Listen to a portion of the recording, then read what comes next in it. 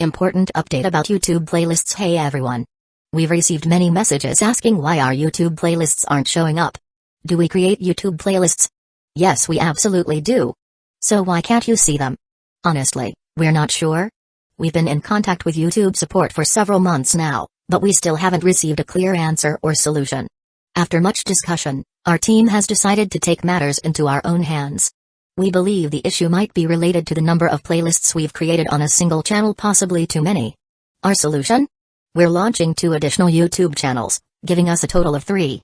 This way, we can organize our audiobooks better and avoid the playlist visibility issue in the future. This change only affects our YouTube audience. If you're a patron supporter, you can still access all our audiobooks by visiting the collection menu on Patreon. Thanks so much for your time and continued support. Happy listening, Zhao Fu asked in shock. The Golden Dragon calmly replied, it was an origin attack. Because you're too weak, you're unable to use it. If it wasn't for you having all of China's fate, I would not have been able to use it either. Zhao Fu nodded. He understood that he was still quite weak at the moment. Clang, clang, clang. The Golden Dragon controlled Zhao Fu's body to use the king's crown. Countless chains flew out and pierced Shama's corpse, and 3 things were dragged out by the chains. They were a glass peacock, a 30-centimeter-long wooden staff, and an Azure City Lord seal. These 3 things gave off different, terrifying powers, and they continuously struggled, wanting to break free from the chains. However, the Golden Dragon used China's fate to forcefully suppress them, and he put them away. If a legatee died before establishing a city, it would not be a big deal, and their death would just be like an ordinary person dying. They would lose their items and cultivation, but they would still be a legatee. After all, because they would not die a true death, they would still be the legatee and would just lose some fate. However, things would be different if they had already established a city. After all, they would have formed a City Lord seal, and after dying, their City Lord seal would remain within their bodies and could be obtained by others. That meant that their cities would be in grave danger and could be conquered at any moment. That was why the other dynasty legatees had been worried and had not come to meet Zhao Fu. However, even if one lost one's City Lord seal, they would still have some powers, such as destroying the city and making it recede into a town, before re-establishing the city and recondensing a City Lord seal. That way, the City Lord seal in Zhao Fu's hand would become useless. As for the nation armament and clan armament, the Golden Dragon had used a secret method that relied on killing the legatee to forcefully steal them over. Now that Shama had died, the Indian side's morale completely collapsed. After seeing Zhao Fu's world-destroying power, making him seem like a god, they felt completely terrified and continuously retreated, while the Chinese side gave chase and killed everyone in their way. In the other battle regions, after Shama died, the Indian armies also lost their will to fight. Liu Yi stood in the air, his pupils constricted as he felt greatly shocked. The sword gash had extended to where he was, and that was 2 regions away from the main battle region. Back then, it had all happened as soundlessly as a light breeze passing by. The entire sky and earth had been split in half, and countless people had turned into bloody vapor. This sort of power was simply too monstrous. Great Kin's legatee's methods were incredibly chilling.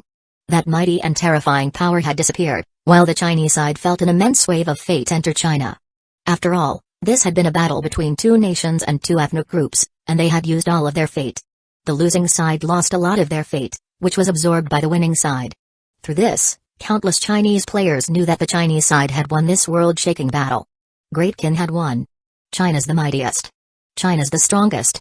Long live China.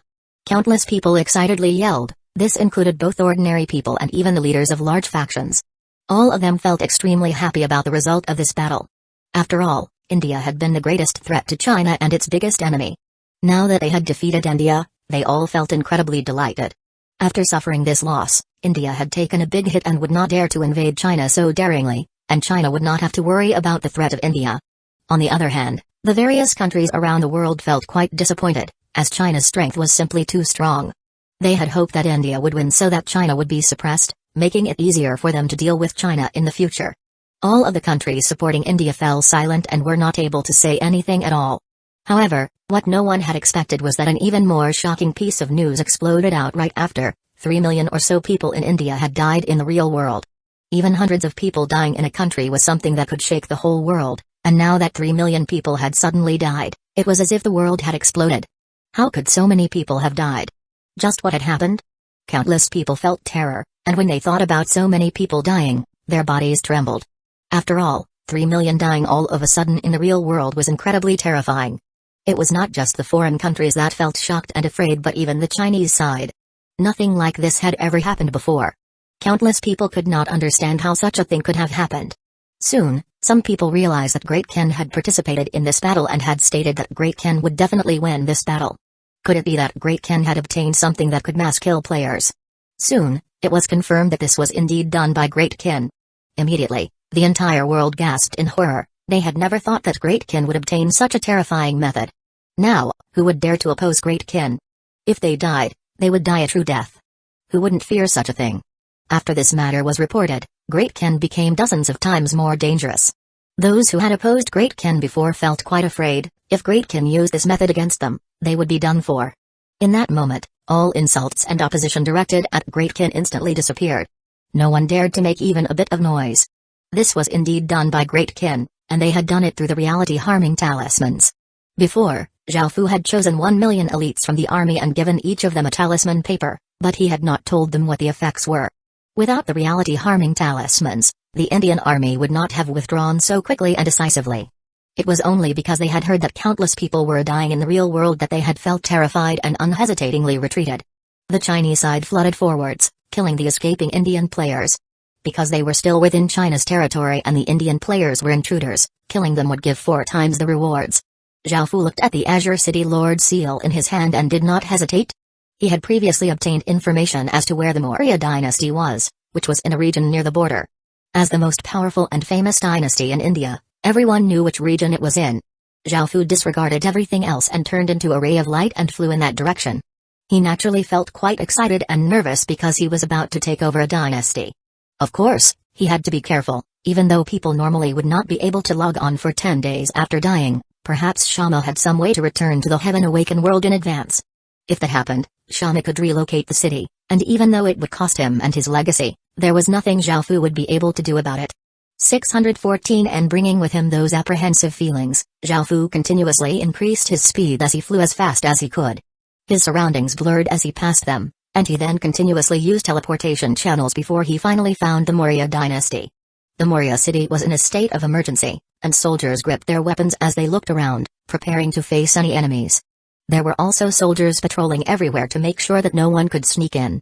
They had already received news that Shama had died and that the city Lord seal had fallen into someone else's hands. As such, they had to defend Maurya city until Shama once again entered the Heaven Awakened world. In the Heaven Awakened world, after a legatee died, they would not spawn anywhere else and would instead respawn within their own territory. After dying, Shama had returned to the real world, and he still did not know that his nation armament and clan armament had been taken by the Golden Dragon after he had died. What he did know was that the city Lord seal had fallen into someone else's hands, so he felt incredibly worried. However, he had a special item that reduced the death penalty to just 10 hours. There were still a few minutes before he could re-enter the Heaven Awakened world. If it was anyone else, Shama would not feel worried, because even if the city Lord seal had fallen into their hands, the nation armament and clan armament would automatically protect the city. However, facing Great Ken's legatee, Shama felt quite worried and had a sinking feeling. By now, Zhao Fu had already snuck into Maurya city. After all, not only did he have a high cultivation, but he was also an assassin and had the stealther. As such, he hid his presence and was able to easily sneak in without anyone discovering him.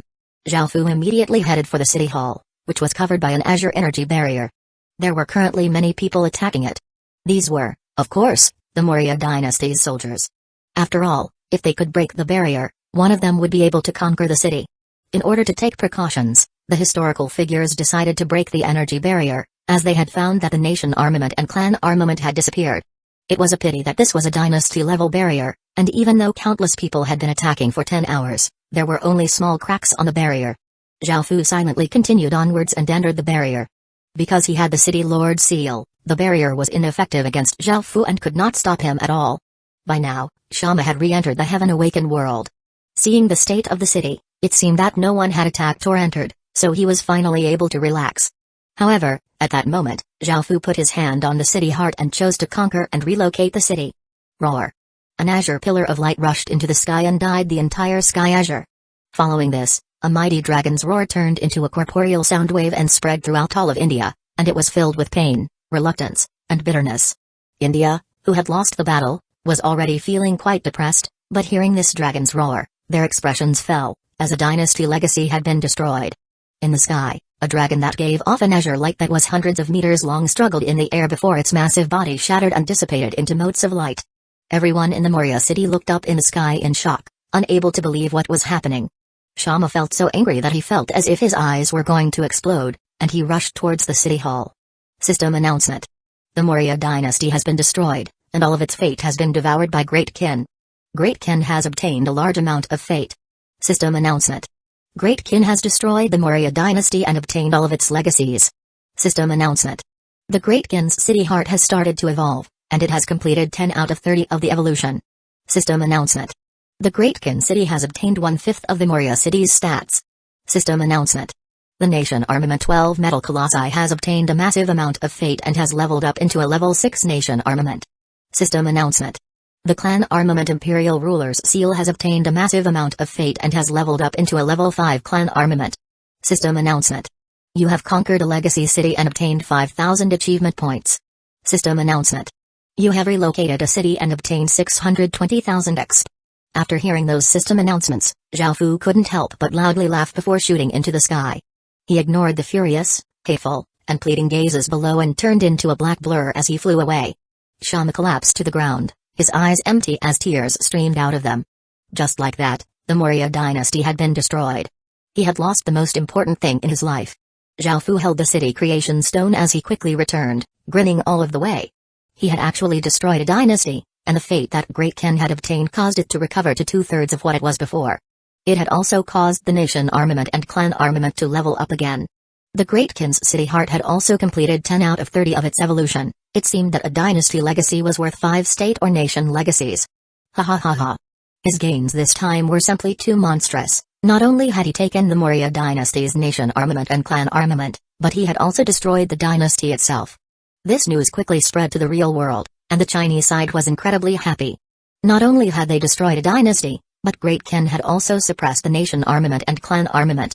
However, there were some who sighed, as Great Kin's strength would once again grow. However, they had never expected that Great Kin could refine other people's Nation Armaments and Clan Armaments. They thought that Great Kin had just suppressed them. After all, no one but the legatees should be able to use their Nation Armaments or Clan Armaments. On the Indian side, countless people felt incredibly furious. Not only had so many people died, but one of their dynasties had also been destroyed, and even their clan armament had been suppressed and taken away. In the real world, India sent an army to its border with China and demanded an explanation. However, the Chinese side did not give them an explanation, as they were unable to affect Great Kin at all. In actuality, Great Kin had killed many people from India's governmental faction, so in terms of military, China was now able to annihilate India. Because of this, China showed no fear. India did not have too much confidence, so they did not dare to attack and simply wanted an explanation. India wanted to ally with America and some small countries to apply pressure to China, but none of them were willing to help. None of the smaller countries dared to do anything against China now, and it was difficult for America to even survive. They did not have any legacies within the Heaven Awakened world, so they could only steal indigenous legacies and focus on developing. They paid no attention to this sort of thing. Now, apart from India's large population, there was nothing to worry about it. China was now indisputably the most powerful nation in the Midland continent, and no one could rival them anymore. China's position was now solid. Zhao Fu returned to the boundary region, and none of the 3 other dynasty legatees dared to meet him. Even Liu Yi, who had been quite confident, had been convinced by others to leave first and return to his own region. The other factions were also quite afraid of Zhao Fu. After all, Great Kin now had a method to kill a large number of players, so he could kill them too. As such, some of the leaders did not dare to stay and had their representatives stay. 615 Refining a nation armament. Zhao Fu did not mind them, as he had completed his goal in coming here. Following this, Zhao Fu gave out a quest for Indian indigenous residents, and he offered a high price of 1 gold coin for each one brought. This made many people feel tempted, as 1 gold coin was equivalent to 10,000 copper coins.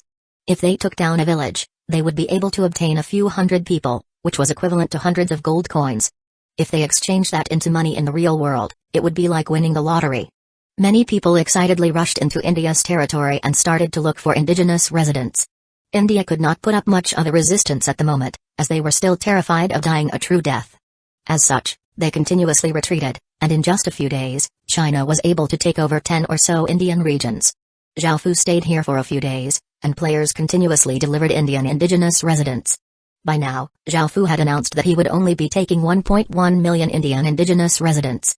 The players passionately responded to Great Qin's lavish spending of money, and they continuously brought Indian indigenous residents to him.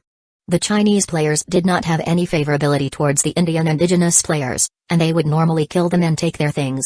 Now, even though Zhao Fu was effectively buying and saving them, the players would be able to earn a large income. The door to the outside world continuously transported people, and Zhao Fu only returned to Great Qin after a few days. Only after hearing that Great Qin's legatee had left did the Indian people show some resistance. By now, he had bought 100,000 Indian indigenous residents and brought them back to Great Qin.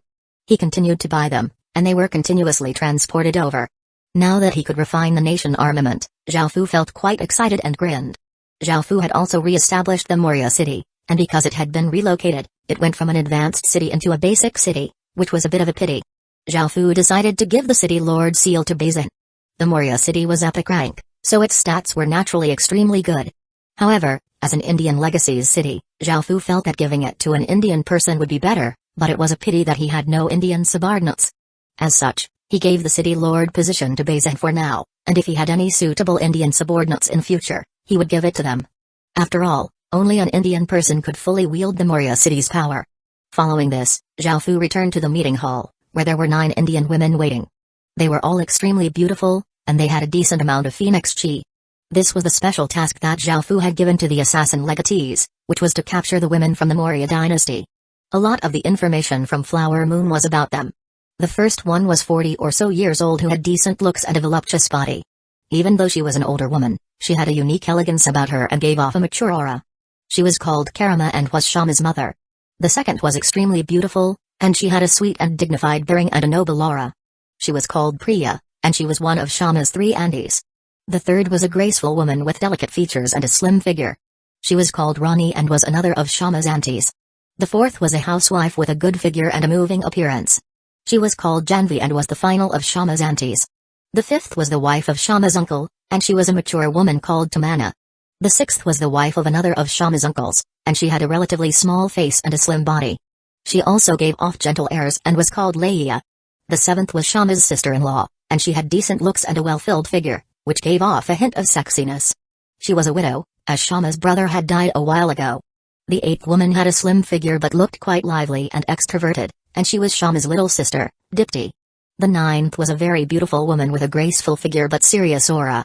She was Shama's fiancée and was from a large family. She was called Anjali. Zhao Fu looked at these 9 women and did not say much, and he directly made them imperial concubines. A large amount of phoenix chi flowed out of their bodies and entered the Emperor Phoenix statute, causing it to once again grow stronger. None of the women thought that Zhao Fu would make them concubines, and they all had complicated looks on their faces. Some had disgusted looks and others had looks of worry. They were all primers for refining the Moria dynasty's nation armament, and Zhao Fu smiled as he asked the Golden Dragon, "What are the steps to refining a nation armament?" Following this, Zhao Fu followed the Golden Dragon's instructions and started to make preparations. He first prepared a large room that was 300 meters wide and had 10 stone pillars that were 3 meters tall form a circle. There were countless chains on the stone pillars, on which there were bound 2 things. Those 2 things were, of course, the nation armament and clan armament, and even though they had both been suppressed by the formation, they still floated in the air and continuously struggled. At the center of the 10 stone pillars, there was also a platform that was 1 meter tall, on which there was a magic formation. On one side there was a dragon, and on the other side a phoenix. There was also a layer of warm jade on the platform, and walking barefoot on it would feel a bit warm. What next? Zhao Fu asked the Golden Dragon. The Golden Dragon replied simply, "Consummate with them. Or do some other things." Zhao Fu felt quite dumbfounded and asked what else he could do, before saying to the 9 women, "You should all know the situation you're in. The Moria dynasty has been destroyed, and the nation armament and clan armament has been suppressed by me. India has no chance of victory against me. As long as you become my concubines, you can live peacefully in Great Qin.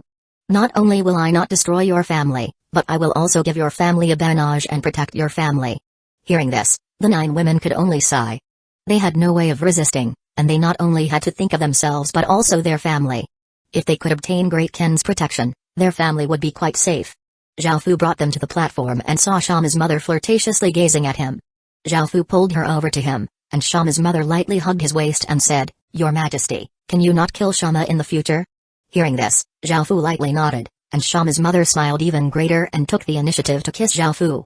Her tongue snaked into Zhao Fu's mouth, dancing with practiced ease. The two of them tightly hugged, their temperatures rising as their hands roamed over each other. The other women looked quite embarrassed, as they all knew each other and were quite familiar with each other. Looking at Shama's mother passionately kissing another man, this scene was quite taboo. Shama's little sister had a worried expression on her face, while Shama's fiancé was expressionless. However, the other women looked quite interested. After all, they were quite experienced as well. As Zhao Fu kissed Shama's mother, he gradually took her clothes off, revealing her body. He then continuously rubbed and groped all over her body, causing it to shudder, and a wetness filled Zhao Fu's hand. Shama's mother's body lost its strength, and Zhao Fu placed her on the ground. His body then started to give off black dragon chi while Shama's mother's body gave off golden phoenix chi. The two of them combined, forming a black and gold aura that entered the nation armament, and the nation armament's resistance immediately became weaker. Zhao Fu smiled before looking at the other women. 616 Great World Refinement. Zhao Fu then brought one of Shama's aunties into his embrace and kissed her lips, then gradually took off her clothes. She passionately responded, and their bodies entangled together. Following this, Zhao Fu stretched out his hands to the other women. A lewd atmosphere spread out as 7 naked women lay on the ground, feeling completely spent, their faces red. The one who had reacted the most was one of Shama's aunties. Not only was her body sensitive, but she had also responded incredibly intensely and uncontrollably taken off Zhao Fu's clothes, seeming incredibly desperate. She also wanted Zhao Fu's fingers inside her, and she only collapsed to the ground after 5 or 6 times. After dealing with her, Zhao Fu stretched out his hand to Shama's little sister and lightly kissed her. Her body was quite stiff, mainly out of nervousness, and the feeling of Zhao Fu's hands made her heart beat incredibly quickly. As Zhao Fu continuously played with her body, Shama's little sister's frown gradually loosened up, and her body was not as tense. Soon, she was able to relax and responded to Zhao Fu's hands. Shama's little sister whimpered, and more wetness filled Zhao Fu's hands. Zhao Fu gently lowered her to the ground before looking at Shama's fiancée and brought her into his arms. This serious woman also gently cooperated with Zhao Fu. She used to be the woman of the Indian legatee with the most potential, but now, she was being kissed and touched by another man. However, she did not mind too much, as she had simply been a tool of her family for a marriage alliance. As such, she decided to cooperate with Zhao Fu and allow him to do what he wanted. Shama's fiancée's body trembled, after which she pushed aside Zhao Fu and coldly said, "You've fulfilled your goal already." Zhao Fu felt quite surprised before laughing. This woman knew what he was doing. Zhao Fu looked at the pillars of Ashika, which was floating in the air and was bound by countless chains. It was no longer struggling, and the plan had been completed successfully. However, the glass peacock beside it was still struggling, but after absorbing some of the black and gold aura, its resistance was not as intense. After all, a clan armament represented an entire clan, so it required many different women in order to be subdued. The women from Shama's family belonged to India, so they were able to affect both the Maurya dynasty's nation armament and India's clan armament.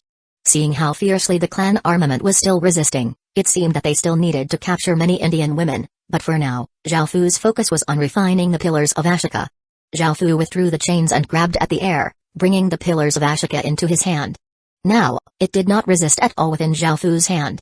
Zhao Fu looked at the nation armament and gave a pleased smile. He took the nation armament as he left this room and had the female attendants at the door take care of the women inside. Many people in the real world heard about Great Ken capturing many women from Shama's family. India was already extremely afraid after what had happened, and now, it felt quite furious that Shama's family's women were being captured. In the Indian people's hearts, Great Ken was like a demon. In actuality, Zhao Fu had not captured all of the women from Shama's family. There were many women in such a large family, so his subordinates had only captured a few of the most important ones. On the Chinese side, because Great Ken had helped beat back the Indian army and had suppressed India's clan armament, none of them dared to publicly curse at Zhao Fu for being licentious, and they instead only privately talked about it. Now, even if people wanted to curse at him, no one would dare to. After all, with Great Ken's mysterious techniques, none of them wanted to die a true death. Zhao Fu walked out with the nation armament, and a woman suddenly came before him and paid her respects as she smiled and said, "Your Majesty." Zhao Fu nodded and saw that it was Lu Lingxuan, one of the beauties from Northern Qi, and he asked, "What is it?" Lu Lingxuan came up, lightly hugged Zhao Fu, and placed her head on his shoulder as she said shyly, "Your Majesty, your servant has missed you so much. Now that you've made your servant a concubine, why haven't you come to spend any time with me?" Zhao Fu inwardly laughed, as he knew that he was not that charming. Back when he saw Lu Lingxuan in the Northern Qi city, He knew that this woman was quite ambitious and quite sly. However, having ambition was not necessarily a bad thing, as it could motivate people to work harder. However, it meant that they were much more cunning and sinister. At most, Lu Lingxuan would become part of Great Ken's decision-making center but would not be able to have too great of an effect. Zhao Fu put his arms around Lu Lingxuan and smiled as he asked, "Is that so?" Lu Lingxuan lightly nodded before blushing and kissing Zhao Fu's lips. Her tongue entered Zhao Fu's mouth and continuously played with his tongue, while Zhao Fu responded and started to passionately kiss her back. After a while, Lu Lingxuan breathlessly leaned against Zhao Fu's shoulder and stated her aim, "Your Majesty, can you give some things for your servant to do? It's so boring in that courtyard." Zhao Fu had long since guessed her intent, so he agreed to give her an official position. Only then did Lu Lingxuan give him a true smile, and she kissed Zhao Fu again before starting to take off her clothes. Zhao Fu hurriedly stopped her. After all, they were in broad daylight, where many people passed by. "Your Majesty, you're the ruler of Great Qin, what is there to worry about?" Lu Lingxuan said coyly as she hugged Zhao Fu. Zhao Fu lightly laughed and patted her round bottom as he said, "All right, you've already achieved your goal, so you can go now." Hearing this, Lu Lingxuan's face slightly paled, but she quickly recovered. After all, she knew that as Great Ken's legatee, he definitely wasn't an ordinary and slow-witted person. "Your Majesty, I'll properly serve you, everything I have is yours," Lu Lingxuan said embarrassedly as she hugged Zhao Fu. Zhao Fu nodded, after which Lu Lingxuan left. Seeing her leave, Zhao Fu found that he was becoming less and less resistant to the opposite gender, especially those with Phoenix Chi. Zhao Fu was not too sure why this was happening. By now, Zhao Fu had also prepared the Great World Refinement. It needed 10 people with a large amount of fate and great power. Zhao Fu felt that Bei Qi and the others would be sufficient, and what they lacked in power could be made up for with the City Lord Seals. As such, he gathered them at the Heaven and Earth Refining Formation. The people he gathered were Bei Qi, Wang Jian, Wei Liao, Meng Tian, Sima Kuo, Bei Zhe, Sun Hengxiang, Wei King, and Zhu Liui. With Zhao Fu, there were 10 of them. Because Sun Hengxiang, Wei King, and Zhu Liui were great generals but did not have City Lord Seals, Zhao Fu temporarily borrowed City Lord Seals from the other City Lords. At the same time, he gathered the 100,000 Indian indigenous residents. They had all become Great Ken subjects, and they had given over their fate to Zhao Fu, which would allow him to use the nation armament. Following this, the Great World Refinement activated, and the 10 people stood around the Heaven and Earth Refining Formation. 617 nation-suppressing pillar and explosion sounded out as countless energy stones shattered, and Zhao Fu and the 9 others unleashed their City Lord Seals. The City Lord Seals floated above their heads, giving off different lights and terrifying auras. Those powers entered the Heaven and Earth Refining Formation, causing the formation to give off a colorful light. It started to spin, and a massive aura rippled out. Zhao Fu sent the pillars of Ashika into the center of the formation, and it was covered by a wave of energy, causing it to hover in the air. Following this, Zhao Fu looked at the others and signaled for them to simultaneously act. The others nodded and exploded out with fate. The massive amount of fate rushed into the formation like a massive flood. Boom! A massive explosion burst forth as a multicolored pillar of light rushed up into the clouds, causing the weather to change. Countless traces of heaven and earth fate madly gathered, creating a massive gale that blew rocks and sand everywhere. Countless traces of aura continuously gathered and condensed, and an extremely monstrous aura spread out from the sky. Everyone at the northern region of the Midland continent sensed this aura, and they felt a chill within their hearts. Their hair stood on end, but they had no idea what was happening. In the end, after the countless traces of fate continuously condensed, it formed a 100-meter-tall cauldron that gave off a multicolored light. It gave off an immense might and seemed like it could subdue countless creatures. The 10 people continued to pour their power and fate into the Heaven and Earth Refining Formation, and the multicolored cauldron trembled, causing an incredibly strong power to explode out from it, dissipating all the clouds within 1,000 kilometers. Within the cauldron, the pillars of Ashika were covered by a formless flame and went through continuous changes. On the surface, the surrendered Indian indigenous residents obeyed Li Si's command and knelt on the ground, exclaiming that they were subjects of Great Qin. Traces of fate rose up from their bodies and continuously entered the multicolored cauldron before entering the pillars of Ashika. The pillars of Ashika struggled for a moment before trembling, and the engravings on its surface disappeared. Traces of Great Qin fate rose up from the ground, rushing towards the multicolored cauldron. The formless flame absorbed the Great Qin fate and became black flames, and under the black flames' effects, the pillars of Ashika once again went through changes. After coming out again, the stone staff looked a bit different. The images engraved were not of Indian people anymore but of Great Qin's subjects. The multicolored cauldron turned back into countless traces of fate, and a stone staff giving off a monstrous aura slowly descended from the sky, floating above the heaven and earth refining formation. By now, the pillars of Ashoka no longer gave off India's aura, and it instead gave off Great Ken's aura of killing and conquering. It now completely belonged to Great Ken and had turned into Great Ken's nation armament, making it so that Xiaofu could use its power. Everyone withdrew their strength, and Xiaofu smiled as he looked at the pillars of Ashoka. He soon found that he could change its name. Xiaofu thought about it and decided to change its name, as Ashoka was an Indian emperor, and now that the nation armament belonged to Great Ken, the name should be changed. Xiaofu decided to rename it Nation Suppressing Pillar. The meaning of this name was to suppress the fate of other nations, and Xiaofu took a closer look at the nation armament before placing it beside Great Ken's city heart. Just like the 12 metal colossi and imperial ruler's seal, it would be strengthened by the fate that Great Ken provided. After successfully concluding this, Xiaofu turned his attention to India's clan armament. A clan armament was more powerful than even 5 ordinary nation armaments, and there were only 4 such clan armaments in the world. Clan armaments were much more difficult to form than nation armaments, and only the 4 great civilizations had been able to create clan armaments. These were ancient Mesopotamia, ancient India, ancient Egypt, and ancient China. Now that they had taken India's clan armament, if they took the remaining 2, Great Ken's power would be incredibly terrifying. However, Xiaofu had to first refine India's clan armament. This required them to capture many women and use their fate to reduce the clan armament's resistance. Xiaofu heard that India also had a beauties ranking, and Shama's fiancée had been ranked 6th on that. If he captured all of the women on the beauties ranking, that should be enough, so Xiaofu handed this matter to the Great Ken assassins while he turned his attention to other things. By now, they had also fully cleared East Green, and Xiaofu moved to a system main city to fuse with the region heart, successfully unifying East Green. Xianyang fused with another region, and all sorts of stats were once again boosted. Xiaofu renamed East Green to Green Province, and it was Great Ken's second province. Great Ken now had 12.6 million people, 2.2 million soldiers, 19 great cities, 5 cities, 26 towns, and 2,279 villages. Great Ken's strength once again increased. Out of the 2.2 million soldiers, 1.6 million were stage 1 and 50,000 or so of them were stage 2. Next, they were to clear out Little Valley. Little Valley was filled with valleys, so it would be difficult for an army to move through. 100 Bamboo was filled with bamboo seas, making it difficult to see. As such, Xiaofu picked one at random, and now that they had 2.2 million soldiers, their clearing speed would be much faster. Great Ken was now in a time of peaceful and steady development, and Xiaofu did not have much to do. China also fell into a time of peace, and there weren't any major battles. Now that everyone was once again focused on developing, China welcomed in another period of peace.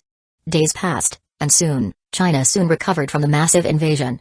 At that moment, some people suggested invading Japan and South Korea. What those 2 countries had done during the invasion had infuriated many people, and now that China had recovered, they wanted to take revenge. Many women from South Korea were incredibly beautiful and alluring, and many women from Japan were gentle and cute. After what had been done to them last time, some people from the Chinese side suggested capturing their women and making them slaves. This was supported by many men, who were all extremely excited. However, the women did not agree. Even though they were of different countries, they could empathize, so they refused to do such a thing. However, the men argued that since those countries wanted to do such a thing, they should do it too. As such, they gathered many people, most of whom were men, and started to invade those 2 countries. In order to increase their forces, they attracted women by suggesting to take male slaves, especially those who were handsome and good-looking. This attracted some people join, but those who joined were mostly ordinary players and smaller factions. The larger factions and families did not participate, as they wanted to focus on developing. There were not enough benefits for them to do such a thing. None of the 100 schools of thought joined either, as this was not in line with their ideology. They did not bother with such a thing. 618 Night King in the end, they gathered a few million people and invaded the 2 countries. However, they were unable to create much of an effect, as most of them were just ordinary people. As such, they did not have any powerful measures and mostly just looked out for themselves, and there was also no unified command. At first, they had some success, capturing some women and men, but they were also met with intense retaliation from the 2 countries. Nevertheless, the Chinese side did not suffer many losses. However, both countries were afraid of the battles getting too intense, as this would result in more Chinese players joining, and Great Ken's legatee might even step in again. They had seen what had happened to India, so they only tried to chase the Chinese players away and set up firm defenses. Following this, the invading Chinese players became powerless to do anything. There were even people saying on the internet for Great Kin's legatee to act and destroy the two countries. Zhao Fu did not know about any of this. He was sitting beside a creek and leisurely fishing. With the One World Rod's ability to speed up his cultivating speed, as well as his sovereign bloodline and heaven grade, his cultivation rapidly grew. He had now progressed from Tier 4 Level 4 to Tier 4 Level 8. By now, they had finished clearing out Little Valley, and Zhao Fu renamed it Valley Province, making it Great Kin's third province.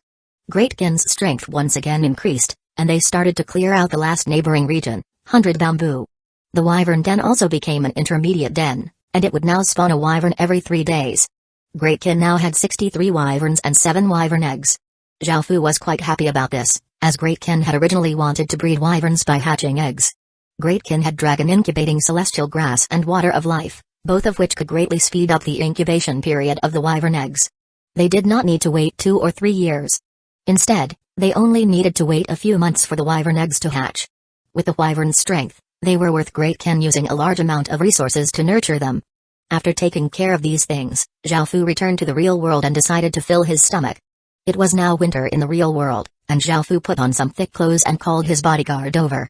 He wanted to ask his bodyguard to bring some food, but after hearing what his bodyguard had to say, his gaze became cold and said, "Bring him in." The bodyguard nodded and turned and left before a few people brought in a cold-looking young man. Proxy family leader, this is an assassin who has been hiding in the Ying family. Many of our people died trying to capture him, the bodyguard said in a low voice. Zhao Fu expressionlessly read through the information that he had been handed. Now that Great Kin was working with Flower Moon, their intelligence system became many times more powerful, and they had also found this assassin hiding in the Ying family. This person was someone that the Li family had sent long ago, and he had been hiding in the Ying family's residence for many months. It was a pity that Zhao Fu had countless people protecting him and rarely went outside, so this assassin had not been able to lay his hands on Zhao Fu all this time. Zhao Fu looked at the cold-looking young man forced to kneel in front of him and asked, "You're from Night King?" The cold-looking young man coldly harumphed and ignored Zhao Fu's question. Zhao Fu's expression did not change, and he started to read through some more of the documents. Those documents were about the young man's identity. He was called Length, and he was 23 years old. He had been trained as an assassin since he was young, and it was said that he was from Night King, as his big brother was one of the 7 heads of Night King. Night King was a top-tier assassin organization, and it was ranked second in even the whole world. Its reputation was incredibly terrifying, and even large families did not dare to offend it. After all, assassins were quite difficult to defend against, and no one knew when one might be assassinated. Moreover, everyone in Night King was an elite assassin, and they could get past incredibly tight security to perform assassinations. Their methods were quite strange and very difficult to defend against. Night King had 7 heads, and each of these heads controlled countless assassins. The organization was quite big, and it had some branches in the Heaven Awakened world as well. Its name struck terror into many, and no one dared to offend it. Zhao Fu felt that Length was quite skilled, otherwise, he would not have been able to stay in the Ying family's residence for so long without being discovered. The intelligence reports did not confirm that he was from Night King, but since his big brother was one of the heads of Night King, killing him would result in irreconcilable hatred between Great Kin and Night King. The Li family would have spent a large amount of money to hire him. Back then, Zhao Fu had not been the Ying family's proxy leader and was only a small figure who had been protected by Ying 11. Length thought that Zhao Fu was a minor figure who would be very easy to kill without much effort. It was a pity that Zhao Fu did not normally go out, and he resided in the depths of the Ying family's residence, where the security was quite tight. Only after half a month had he been able to successfully enter that region, but before he could make a move on Zhao Fu, the situation had suddenly changed. Zhao Fu had suddenly become the proxy family leader of the Ying family, as well as Great Kin's legatee's representative. His status went through a massive change, and the security around him became even tighter. However, Length never gave up, and he instead became more motivated. By now, he was not doing this for the money but for the fame. Thinking about him killing Great Kin's legatee's representative, that would be enough to shake the entire world and cause the world to remember his name. He wanted to surpass his big brother and everyone else and become the top assassin in the world. With Great Kin's legatee's renown, killing his representative would boost Length straight to the top. Just thinking about this made Length feel quite excited. An assassin's fame was not determined by their strength but by the importance of the people they assassinated. As such, he decided to continue hiding and wait for an opportunity. Zhao Fu guessed that the Li family wanted to take advantage of Length's unique identity so that whether he succeeded or failed, Zhao Fu would die without a doubt. If Length's assassination succeeded, that would be for the best. Since Length was related to Night King, Ying 11 would not be able to do much about this. After all, she was not a family leader of the Ying family and was just a big miss of one of the branches. If the assassination failed, perhaps Night King would be offended. Ying 11 would not mind too much, as Zhao Fu was only a minor figure back then, and she most likely would have given him over to avoid any trouble. After looking through that information, Zhao Fu felt a coldness within his heart. Ever since entering the Ying family, Zhao Fu had never thought about letting off the Li family, and the hatred he felt towards them had never decreased. "Do you have anything to say?" Zhao Fu expressionlessly said as he looked at Length. Length coldly harumphed as he proudly raised his head and said, "You're just a dog in front of Great Kin's legatee. Do you really dare to kill me? My big brother is one of the heads of Night King." After hearing about what had happened, the Ying family's family leaders also came in. Looking at Length kneeling on the ground, they looked quite hesitant. Even though they were not afraid of Night King, dealing with him was quite troublesome, so they tried to persuade Zhao Fu, saying, "Zhao Fu, just cut off maybe one of his hands and send him back to Night King." Zhao Fu coldly looked at the family leader who spoke, making him feel quite awkward. Zhao Fu placed the documents on the table before calmly saying, "Kill him. Chop off his head, send it to the Li family, and send the rest of his corpse to Night King." 619 Langfeng. Hearing Zhao Fu's words, the bodyguards looked at the family leaders standing by the side. Seeing this, Zhao Fu coldly said, "Who's in charge of the Ying family right now?" The family leaders' expressions fell. Zhao Fu was representing Great Kin's legatee, so he wielded the greatest power in the Ying family. This was something that had long since been established. Disobeying Zhao Fu would be like slapping Great Kin's legatee's face, and who dared to offend Great Kin's legatee? The family leaders glared at the bodyguards and chided them, "Hurry up and do what the proxy family leader just ordered. Everything is to be decided by the proxy family leader in the future." The bodyguards quickly obeyed and dragged Length out. Length couldn't believe what was happening, and he struggled as he yelled, "My big brother is one of the heads of Night King." However, no one paid any attention to him, and in the end, Length was executed. His head and corpse were respectively sent to the Li family and Night King. Make preparations to suppress Night King. If they dare to do anything, Great Kin will destroy them. Other people might be afraid of them, but Great Kin is not. The family leaders humbly nodded.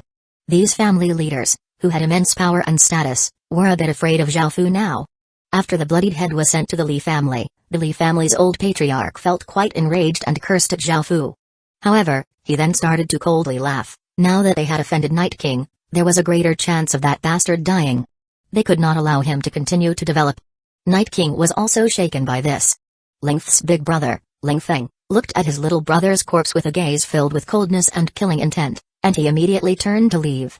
However, he was stopped by the other 6 heads of Night King. A bald-headed elder said seriously, "This matter concerns Great Kin's legatee, and if we act rashly, Night King could be destroyed. Your little brother did this to himself. I sent many people to try to convince him to come back, but he was determined to stay." Lengfeng coldly harumphed. Length was his little brother, so he had to take revenge. However, he also understood that this matter pertained to Great Kin's legatee, and every person right now feared Great Kin's legatee. They had all witnessed just how terrifying he was themselves. Back at the Ying family's residence, everyone else had left Zhao Fu's residence, and Zhao Fu's bodyguard brought him some food. Zhao Fu's mood had been affected by what had happened, and he did not feel too great. At that moment, Zhang Zhao walked in, and seeing that Zhao Fu looked somewhat unhappy, she sat beside Zhao Fu and asked lightly, "What happened?"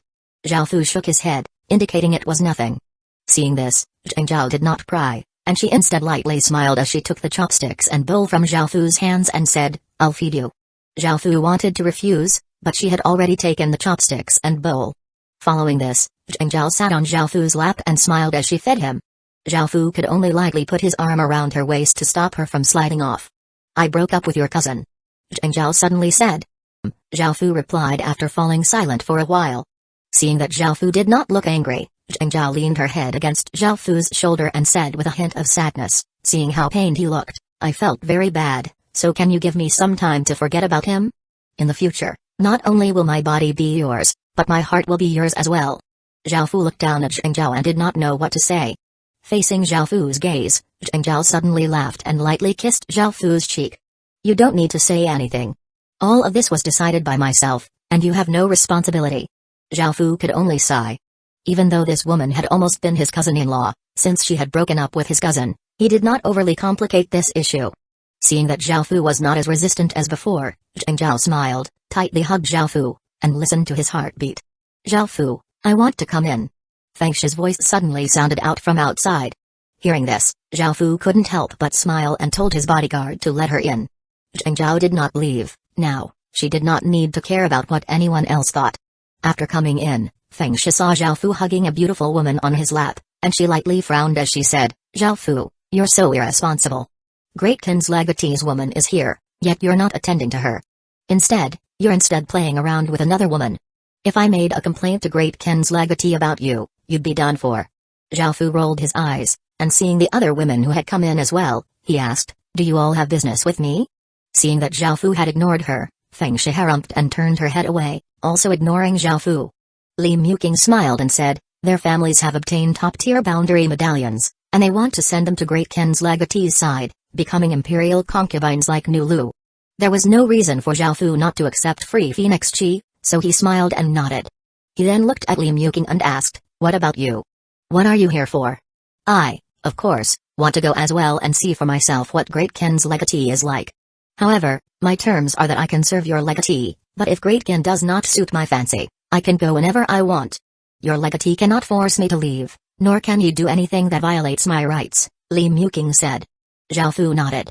He did not have any intentions towards Li Muqing, and with this sort of scholarly woman joining him, Great Kin's education would develop even faster. Zhang Zhao understood that Zhao Fu would be entering the Heaven Awakened world again soon, so she could only kiss him on the cheek and said reluctantly, "I'll be going now." Zhao Fu nodded, after which Zhang Zhao got up and left. Seeing Zhang Zhao leave, the angry Feng Shi gave a light snort and said, "Who would have thought someone like you would be able to get a beautiful woman? How strange." Hearing this, Zhao Fu felt slightly offended. What was there wrong with him? However, Zhao Fu continued to ignore her, making her angry to the point of stamping her foot. After they left, Zhao Fu entered the Heaven Awakened world and found the four of them at a boundary region. Currently, Zhao Fu was not wearing his cloak, and his handsome face, jet black hair, and evil-looking blood-red eyes were all revealed. Combined with his elegant and domineering aura, he indeed seemed quite attractive. At first, the four women did not recognize Zhao Fu because Zhao Fu in the Heaven Awakened world and Zhao Fu in the real world were quite different. After looking at him, Li Muqing stared for a while before coming back to her senses, a faint blush on her face. "Humphrey, aren't you just a bit handsome? The man I want must be powerful." Feng Shi harumphed, belittling Zhao Fu out of habit. Zhao Fu did not reply. He wanted to see what her expression would be like after returning to Great Kin. It would definitely be quite interesting. "Alright, eat this and I'll take you back to Great Kin," Zhao Fu said after handing over 4 reality fruits. The 4 women looked at the reality fruits and did not hesitate to eat them. Following this, their bodies entered the Heaven Awakened world. Zhao Fu took them with him and teleported 10 or so times before returning to Great Kin. 620 alliances on all sides. Everyone they passed in Great Kin treated Zhao Fu with immense respect, and Li Muqing and the 2 other women started to feel that Zhao Fu's identity was quite extraordinary. Only Feng Shi's mind was quite empty, as she was about to meet the man who she had been dreaming of for so long, making her feel quite nervous and excited. After arriving at the meeting hall, Zhao Fu went and sat on the main seat, essentially declaring his identity. "Zhao Fu, you dare to sit there? You're done for." Feng Shi pointed at Zhao Fu and loudly said after seeing this. Zhao Fu stared in surprise for a moment before laughing, and everyone else in the meeting hall also burst into laughter. Hearing the laughter all around her, Feng Shi was at a loss, but Li Muqing pulled her over and whispered, "Zhao Fu is Great Kin's legatee." "Ah!" Feng Shi cried out. She stared at Zhao Fu in disbelief before looking at everyone else, and she finally realized that Zhao Fu really was Great Kin's legatee. Thinking about everything she had said to Zhao Fu, Feng Shi suddenly started to cry. Zhao Fu was quite surprised, and he had never thought that someone like her would suddenly start crying. Seeing this, Zhao Fu said, "Alright, I won't blame you for the past." "Really?" Feng Shi asked as she stopped crying and wiped her tears. Seeing Feng Shi stop crying so quickly, Zhao Fu wondered if he had been tricked by her, but he still nodded. Feng Shi immediately became much better and pouted as she looked at Zhao Fu. Zhao Fu lightly laughed and made her and the 2 others imperial concubines, causing the Emperor Phoenix statue to obtain some more Phoenix Chi. He then ordered people to take care of Feng Shi and the 2 others. Zhao Fu then took Li Muqing to the Rising Kin Academy. Looking at the massive academy, Li Muqing felt quite shocked. It seemed that Great Kin had been focusing on its culture and education for a long time. After following Zhao Fu around for a while, Li Muqing smiled in satisfaction. "Are you willing to stay in Great Kin?" Great Kin smiled as he asked. Li Muqing nodded as she replied, "I never thought that Great Kin would focus on education so much. I'm willing to stay." Zhao Fu felt quite happy and said, "You can stay here then. If you have any requests, I'll do my best to fulfill them." Thank you, Your Majesty. Li Muking said as she bowed. Zhao Fu nodded before leaving the Rising Kin Academy and returning to the meeting hall to see if there was anything to report from his subordinates. Soon, the sun set and it was night time. Nulu brought in some food, and seeing this, Xianru said goodnight and left. After eating, Nulu sat on Zhao Fu's lap and passionately kissed them. Only after a while did the two of them separate, breathing heavily. Nulu said with a blushing face, "Lord husband, you've brought many women back this time." Zhao Fu nodded and smiled as he asked, "What, are you jealous?" Nulu raised a pink fist, lightly beat Zhao Fu's chest with it, and said, "No way. I'll accept as many women as you take. After all, you're someone who's going to be emperor in the future. It's just that I feel a bit bad for those women, they might spend their entire lives there in loneliness and not experience any happiness. That sort of life seems quite pitiable." After hearing her words, Zhao Fu fell silent. Nulu looked up at Zhao Fu and said in a soft voice, "Lord husband, can't you treat them a bit better?" Zhao Fu sighed and replied helplessly, "Most of them were caught and brought here, and some even feel enmity towards me. Even though they hide it, those people still hate me, so what can I do but to have them stay within the courtyard?" Hearing this, Nulu said softly, "Lord husband, can't you try to treat them better? As long as you treat them as well as you can, there are very few women who won't accept this. They're all quite frail, and they just need a bit of care in order to treat you well. Look, aren't I yours now? Even though I used to like someone else and thought lowly of great kin, after marrying you, my heart is yours." Zhao Fu lightly laughed in disbelief as he asked, "Do I really have such charm?" Nulu smiled and kissed Zhao Fu before saying confidently, "Of course. Then I'll consider how to treat them," Zhao Fu said after thinking for a moment. Nulu happily replied, "Thank you, Lord husband." Seeing Nulu's happy smile, Zhao Fu also slightly smiled and raised her chin before kissing her again. A few days later, they had cleared out 1/3 of the final neighboring region, 100 Bamboo. During that time, Zhao Fu had found another 2 Silver Lake Immortal legatees.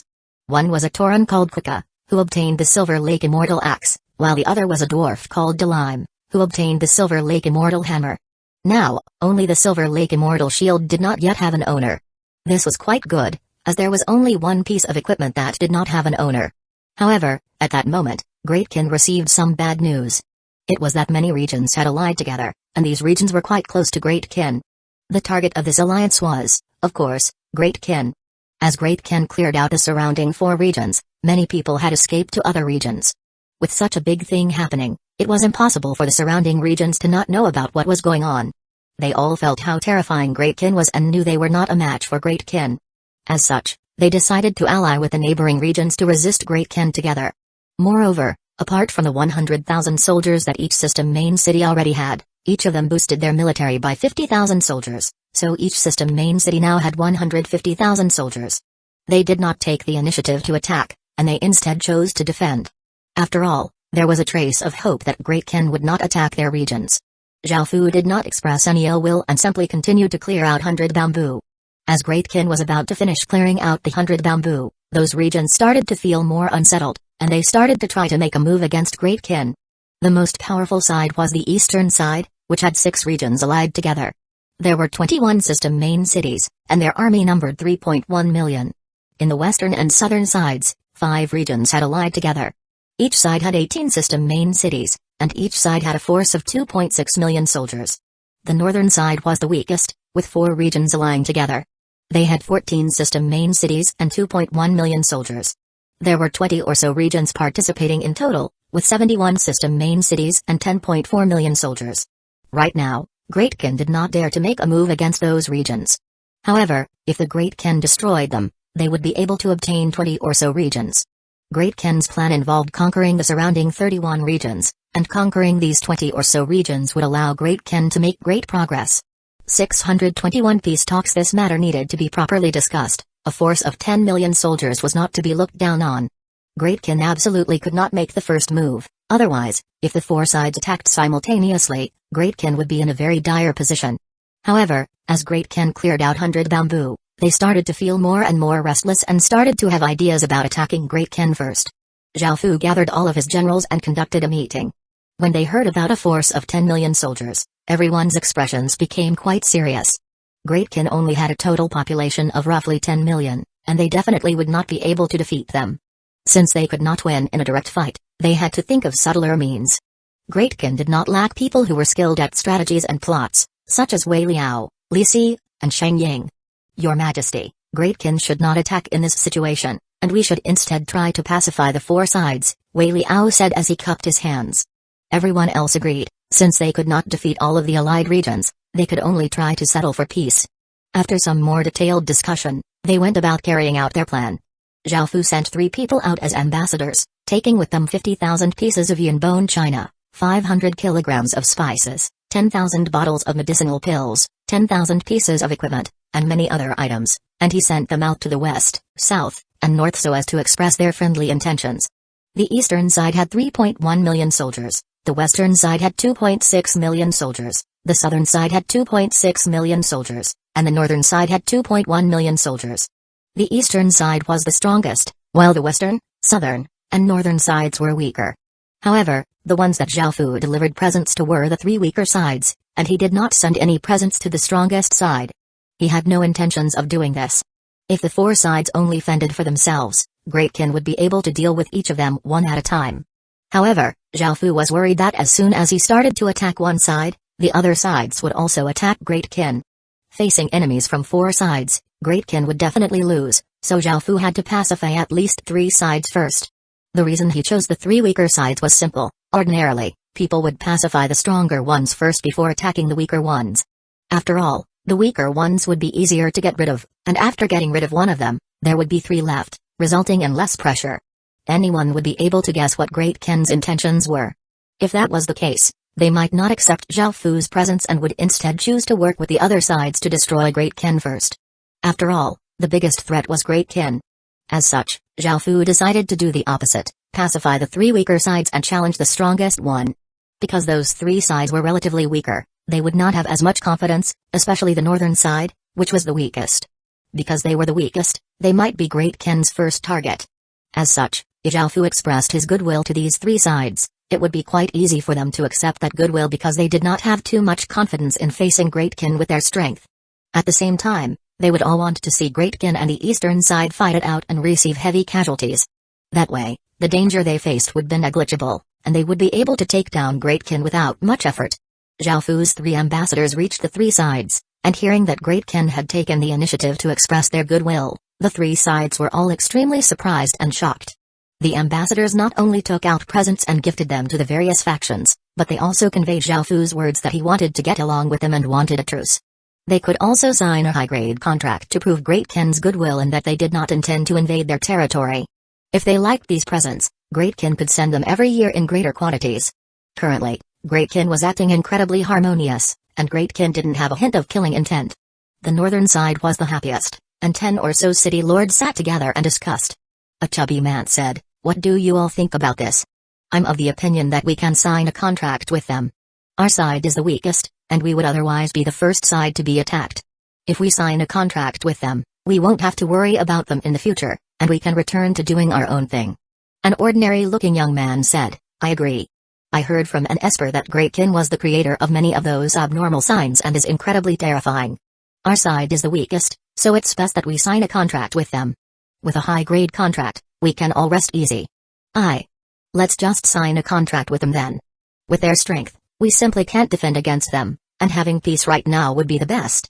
No one wants their city to be conquered," a ruddy-faced elderly man said as he sighed. Hearing this, the others all nodded and agreed to sign a contract. At the southern side, a red-faced big man laughed as he said, "Looks like Great Kin isn't so powerful after all, and it's gone soft and sent over so many presents, hoping that we can have peace. We were all worried for nothing. As I said, we didn't even need to ally together, they wouldn't dare to attack us anyway. They've sent so many presents and even offered to sign a contract, this proves that they really are thinking of peace. Their attitude is quite good, so there's no need for us to sacrifice a large number of soldiers to attack them," a pretty-looking woman said. "I don't mind that. I personally don't like fighting. I just want my city to not be invaded and to live with my residents and soldiers peacefully. If we can resolve this peacefully, that would be for the best," a scholarly middle-aged man said. After some discussions, the southern side also decided to sign a contract with Great Kin. In the western side, there were many people who Zhao Fu was familiar with. Back when he had unleashed the undead disaster, many city lords had been threatened, and many of them had now allied together. I feel that we can consider working together. Given how bloodthirsty Great Kin is, it's best to be at peace with them. If they start up another undead disaster, we won't be able to defend against it. A middle-aged man with some stubble said. I disagree. With how evil and cruel Greatkin is, I believe we should get rid of it to prevent any disasters in the future. I heard that the other sides want to attack him as well, so I think that this is the best opportunity to get rid of him. Someone said. The one who spoke was that peerlessly beautiful woman in white. However, another beautiful-looking woman said, I think their attitude is quite good this time. They've sent gifts and said such courteous words. They have expressed their goodwill. Moreover, can't we sign a contract? Last time, we signed a half-year contract, and everything was fine. I think we should sign another contract. 622 signing. Hearing that woman's words, everyone else nodded and expressed their approval because of the contract last time. The woman in white said angrily, he took so many innocent lives last time, so shouldn't he be punished for that? Don't you feel that we should do something instead of letting him just do what he wants? This is definitely the best time to destroy him, so I think that we should do the will of the heavens and take justice for the lives that were lost. Everyone looked at the woman in white, not knowing how to rebut her. After all, she had said those things out of the goodness of her heart. They had all seen the undead disaster and the countless lives that had been taken because of it. All of them were filled with anger. There was not a single person who had been unaffected by those cruel scenes. However, even though they felt angry, none of them wanted to die, nor did they want their residents and soldiers to die. This is not a world where good is repaid with good and evil is repaid with evil, it's a world where the strong feast on the weak. We all know what we have to do, a handsome young man said as he sighed. The others all agreed and decided to sign the contract with Greatkin. Seeing this, the woman in white could only angrily leave. On the eastern side, a valiant-looking big man coldly harumphed, saying, Greatkin sent presents to the other three sides and said that they were willing to sign peace contracts, but only our eastern side has received nothing. Looks like they want to attack our eastern side, but they must be stupid to do such a thing since our eastern side is the strongest. Right now, we're not clear as to their plans, but it's certain that we'll have to fight with them. I want to see if we can convince the three other sides to work with us to attack Greatkin and get rid of them easily. A cold-looking young man said. A woman in a red robe said, I don't think that's possible. I just received news that the three other sides have already agreed to sign contracts. Since Greatkin dares to attack us, that means their strength is quite good and that they have a lot of confidence. I think it's best that we defend for now and not attack before we have more information. A voluptuous young woman agreed, saying, I also feel that we shouldn't attack, or both of our sides will suffer grave losses while others benefit. I'm sure everyone knows that Greatkin is not the only danger. Everyone else agreed with these words, so they decided to not attack until they had a better grasp of the situation. That way, they would be able to attack Greatkin with more confidence. The four sides were not completely united and very rarely were factions fully united. As such, they were easily divided by Greatkin. The four sides around Greatkin settled down, and after hearing about this, Zhaofu felt quite delighted and planned to quickly sign the contracts with them. He first went to the northern side, and neither side brought any generals or soldiers. Zhaofu cupped his hands, acting courteous, as he said, Greetings, everyone. Everyone from the northern side smiled, and after exchanging pleasantries, they started to sign the contract. The contract limited every party and their armies, so it had to be a special contract. Zhaofu had planned a special contract that was 3 meters long and 2 meters wide. Only such a big contract would be strong enough to restrict all of the parties. Seeing this massive contract, the northern factions gave smiles of satisfaction. They would only feel safe if the contract was strong enough to properly limit both sides. The contract stated that none of Greatkin's soldiers would attack the northern side or enter any of the northern side's regions, or Greatkin's soldiers' stats would be reduced by 50% and the ruler would receive a backlash and die. The northern side soldiers could not enter Greatkin's territory, or else their stats would be reduced by 40%. The terms of the contract were more disadvantageous for Greatkin, as their soldiers' stats would be reduced by 50% and Zhaofu would suffer a backlash and die. On the other hand, the northern side's forces would only be reduced by 40%. Even though it was slightly unfair, Zhaofu did not mind, as suffering a small loss was not too bad in order to get them to sign the contract. Zhaofu had been thinking and planning such a thing for a long time, or he would not have signed a contract like this so willingly. Following this, everyone felt quite satisfied and took out their city lord seals to stamp the contract. Zhaofu took out the Greatkin seal and pressed it against the contract, causing it to turn into countless motes of light that entered Zhaofu's and the other city lords' bodies. It was not just the northern side city lords but also Zhaofu who let out a sigh of relief. However, the city lords were not able to tell this. If they knew just how disadvantageous the situation had been for Greatkin, they would not have hesitated to join together to attack Greatkin. After signing the contract with them, Zhao Fu headed to the southern side and signed the contract with them before heading to the western side. However, as he traveled, 4 sharp sword lights shot at him, filled with killing intent. The attacks were incredibly terrifying and could cause anyone's hairs to stand on end. Zhao Fu expressionlessly stretched out his hand, and the sword mark on the back of his hand flashed as the Sin Dragon sword appeared in his hand. Zhao Fu powerfully slashed out, and a massive, sharp arc of light easily tore through the air and shattered the 4 rays of incoming sword light. At that moment, 4 women appeared on Zhao Fu's side. One of those women was the woman in white, and the 3 others were city lords from her region. The woman in white was called Jinkai, and she was the city lord of Thousand Snow City. The 3 other women were called Diao Nanlu, Zhuang Yukan, and Fu Yinyan. Jinkai was murderously glaring at Zhao Fu. When she thought of the scenes from the undead disaster and how it had all been caused by the person in front of her, she couldn't help but feel immense hatred. This was especially so after she had saved the baby whose parents had been killed. From then onwards, she had vowed to kill Zhao Fu. She had made preparations by first consulting with an esper and finding out that Zhao Fu could not use his nation armament. As such, she took great pains to convince her 3 fellow city lords to kill Zhao Fu. Jinkai knew that Zhao Fu was very strong, but she felt quite confident because it was 4 versus 1. Zhao Fu looked at the woman in front of him and did not feel too surprised. He lightly laughed. Long time no see. Jinkai coldly harumphed and ignored Zhao Fu as she directly attacked, stabbing her sword towards him. The 3 other women attacked from different directions, attacking in synchronization. It seemed that their teamwork was incredibly good. However, facing their sharp attacks, Zhao Fu looked quite relaxed. His strength was completely different than before. He was no longer the person who had to use a nation armament to fight with a single city lord. Jinkai saw that their attacks were ineffective. They had to complete this assassination as quickly as possible because they would fail. Zhao Fu's city lords appeared. 623 Sword Chi Vortex used the sword formation. Jinkai cried. Hearing this, the 3 other women retreated and stood in 4 directions around Zhao Fu.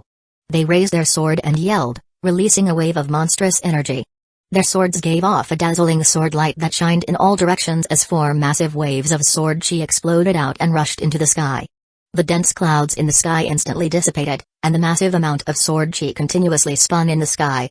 Heaven and earth essence chi continuously gathered as the sword chi vortex became larger and larger, giving off an incredibly mighty and sharp aura that seemed corporeal. The entire region seemed to be covered by this immense sword chi, and everyone who sensed it felt immense fear. Countless beasts started to run in terror, and in the distance, people looked at the sword chi vortex and found that something was off as they hurried over. Underneath the sword chi vortex, Zhao Fu felt an immense sword aura bear down on him, making it so that he was unable to move. Zhao Fu tried to wriggle around but found it impossible. Seeing this, the 4 women felt quite delighted. They waited for the sword chi vortex to become a bit bigger before having it explode out with power to instantly kill Zhao Fu. Suddenly, their expressions froze as an even more powerful chilling intent rushed out. Under the center of the vortex, Zhao Fu's body was completely covered with a black fog, and only his blood-red eyes, which gave off a brilliant blood-red light, could be seen. Zhao Fu had exploded out with the Great Qin Seal's power, and the 24 other city lords had sent their power into the Great Qin Seal as well. Before the 4 women could come back to their senses, Zhao Fu had broken through the suppression of the sword chi vortex. At that moment, Zhao Fu appeared before Jinkai and raised his sword, slamming her down to the ground with immense force. Jinkai body was like a massive boulder that had been dropped from the sky, heavily crashing onto the ground with a massive thud. The ground was unable to bear this impact, and it caved in to form a 10 or so meter wide crater. The 3 other women were quite shocked, and they wanted to activate the sword chi vortex. However, with one less person, the sword chi vortex had become quite unstable. At that moment, Zhao Fu had appeared in front of another woman and pierced through her chest with his sword. Blood spurted out, and the woman looked quite confused before falling to the ground and also creating a crater in the ground. Seeing this, the remaining 2 women's gazes became cold, and tears flashed in their eyes as they gave up on supporting the sword chi vortex and instead yelled as they rushed towards Zhao Fu. The relationship between these 4 women was as close as sisters, and they had spent most of their time happily together. They often chatted and did things together, and the feelings between them were quite strong. Seeing Diao Nanlu possibly die, their emotions spiraled out of control. Zhuang Yukan stabbed towards Zhao Fu ferociously with her sword, bringing with it immense sword chi. However, Zhao Fu simply moved to the side, narrowly avoiding Zhuang Yukan's stab. Moreover, as their bodies passed each other, Zhao Fu didn't hesitate to slash down with his sword. A black sword light rushed forth, and seeing this, Zhuang Yukan was given a big fright.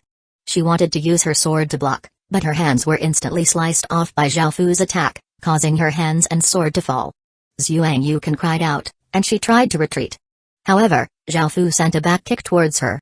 Zhao Fu's foot contained immense strength as it smashed into her chest, causing a few of her ribs to break as she coughed up a mouthful of blood and powerlessly fell to the ground below. Ah! Fu Yinyan's eyes were filled with tears as she hatefully cried out, slashing out a ferocious sword light, but it was easily blocked by Zhao Fu. Following this, Fu Yinyan charged at Zhao Fu without any regard for her life, continuously swinging her sword as crescent-shaped sword lights slashed towards Zhao Fu. Zhao Fu also slashed out with his sword, shattering those countless sword lights and causing sword light to shoot everywhere. Fu Yinyan could not maintain such concentrated attacks, and after a short while, she was completely exhausted. Zhao Fu slashed out horizontally, causing a formless sword chi to slash out through the air. Ah! Fu Yinyan wasn't able to dodge in time, and her long and slim legs were cut off. Her body also crashed to the ground and made a crater. Fu Yinyan coughed up a mouthful of blood and flipped herself over as she tried to crawl up, but Zhao Fu plummeted from the sky and slammed his feet onto Fu Yinyan's back. Immediately, the crunch of bones breaking sounded out as the force of Zhao Fu's descent seemed to break all of the bones in Fu Yinyan's body. Fu Yinyan cried out and coughed up another mouthful of blood. Her gaze became quite hazy, and she looked quite pitiful. Not only were her legs cut off, but her body was also covered in blood as she powerlessly lay in the crater. Most of her bones were broken, and blood flowed out of her entire body. Zhao Fu stood on Fu Yinyan's back, and because most of her bones were broken, it was quite soft. Zhao Fu's expression was quite calm, since they had dared to try to ambush and kill him, they had become Zhao Fu's prey. Zhao Fu smiled as he raised the Sin Dragon sword and slashed down towards Fu Yinyan's head. "Please, don't kill her," someone cried out. Zhao Fu paused and looked at Jing Qiangsu, who had called out, and asked, "Why not?" Just then, "You all tried to kill me." Jing Qiangsu knelt on the ground. Looking at the pitiful states of the three other city lords, she bitterly wept as she said, "I was the one who wanted to kill you, it has nothing to do with them. You can do whatever you want to me, and I won't resist. However, please spare them." Zhao Fu lightly laughed and said softly, "All of you must die." After saying this, Zhao Fu once again raised his sword. Suddenly, a ray of light landed beside Zhao Fu and said gently, "Your Majesty, it's best to stop. They can provide a large amount of Phoenix Chi."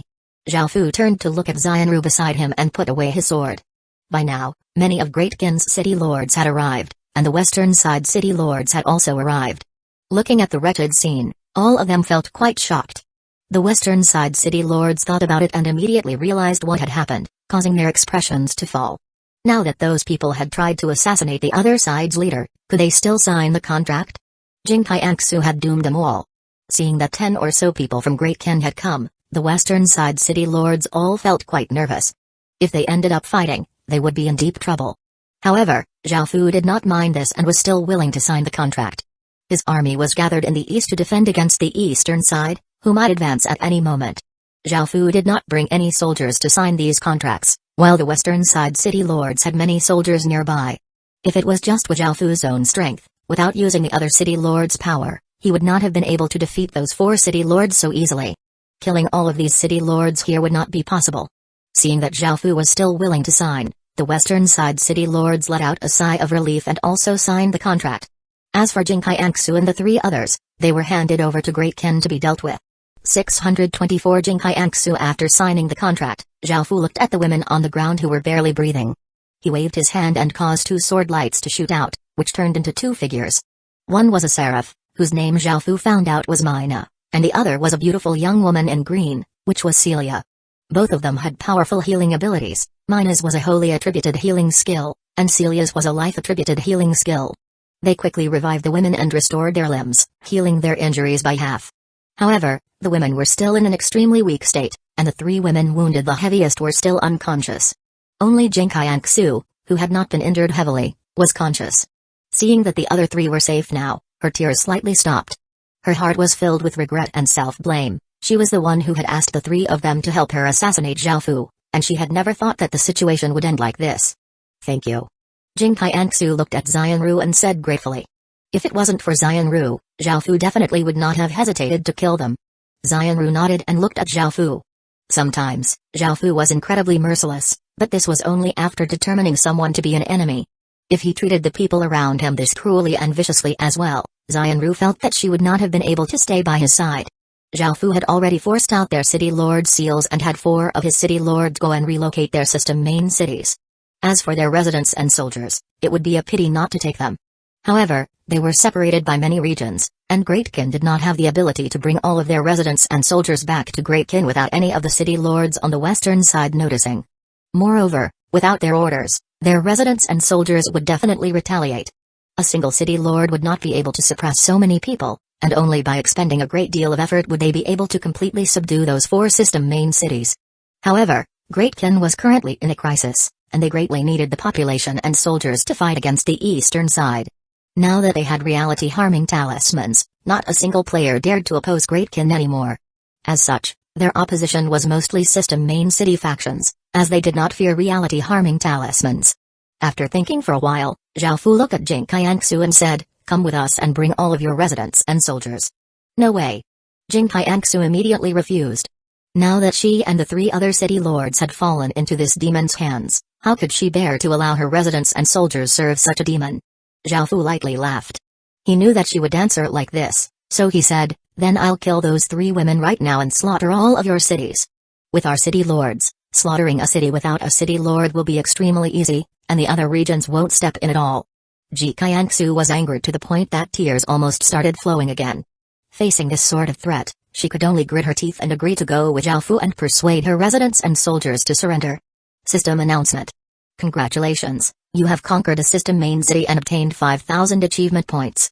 System announcement.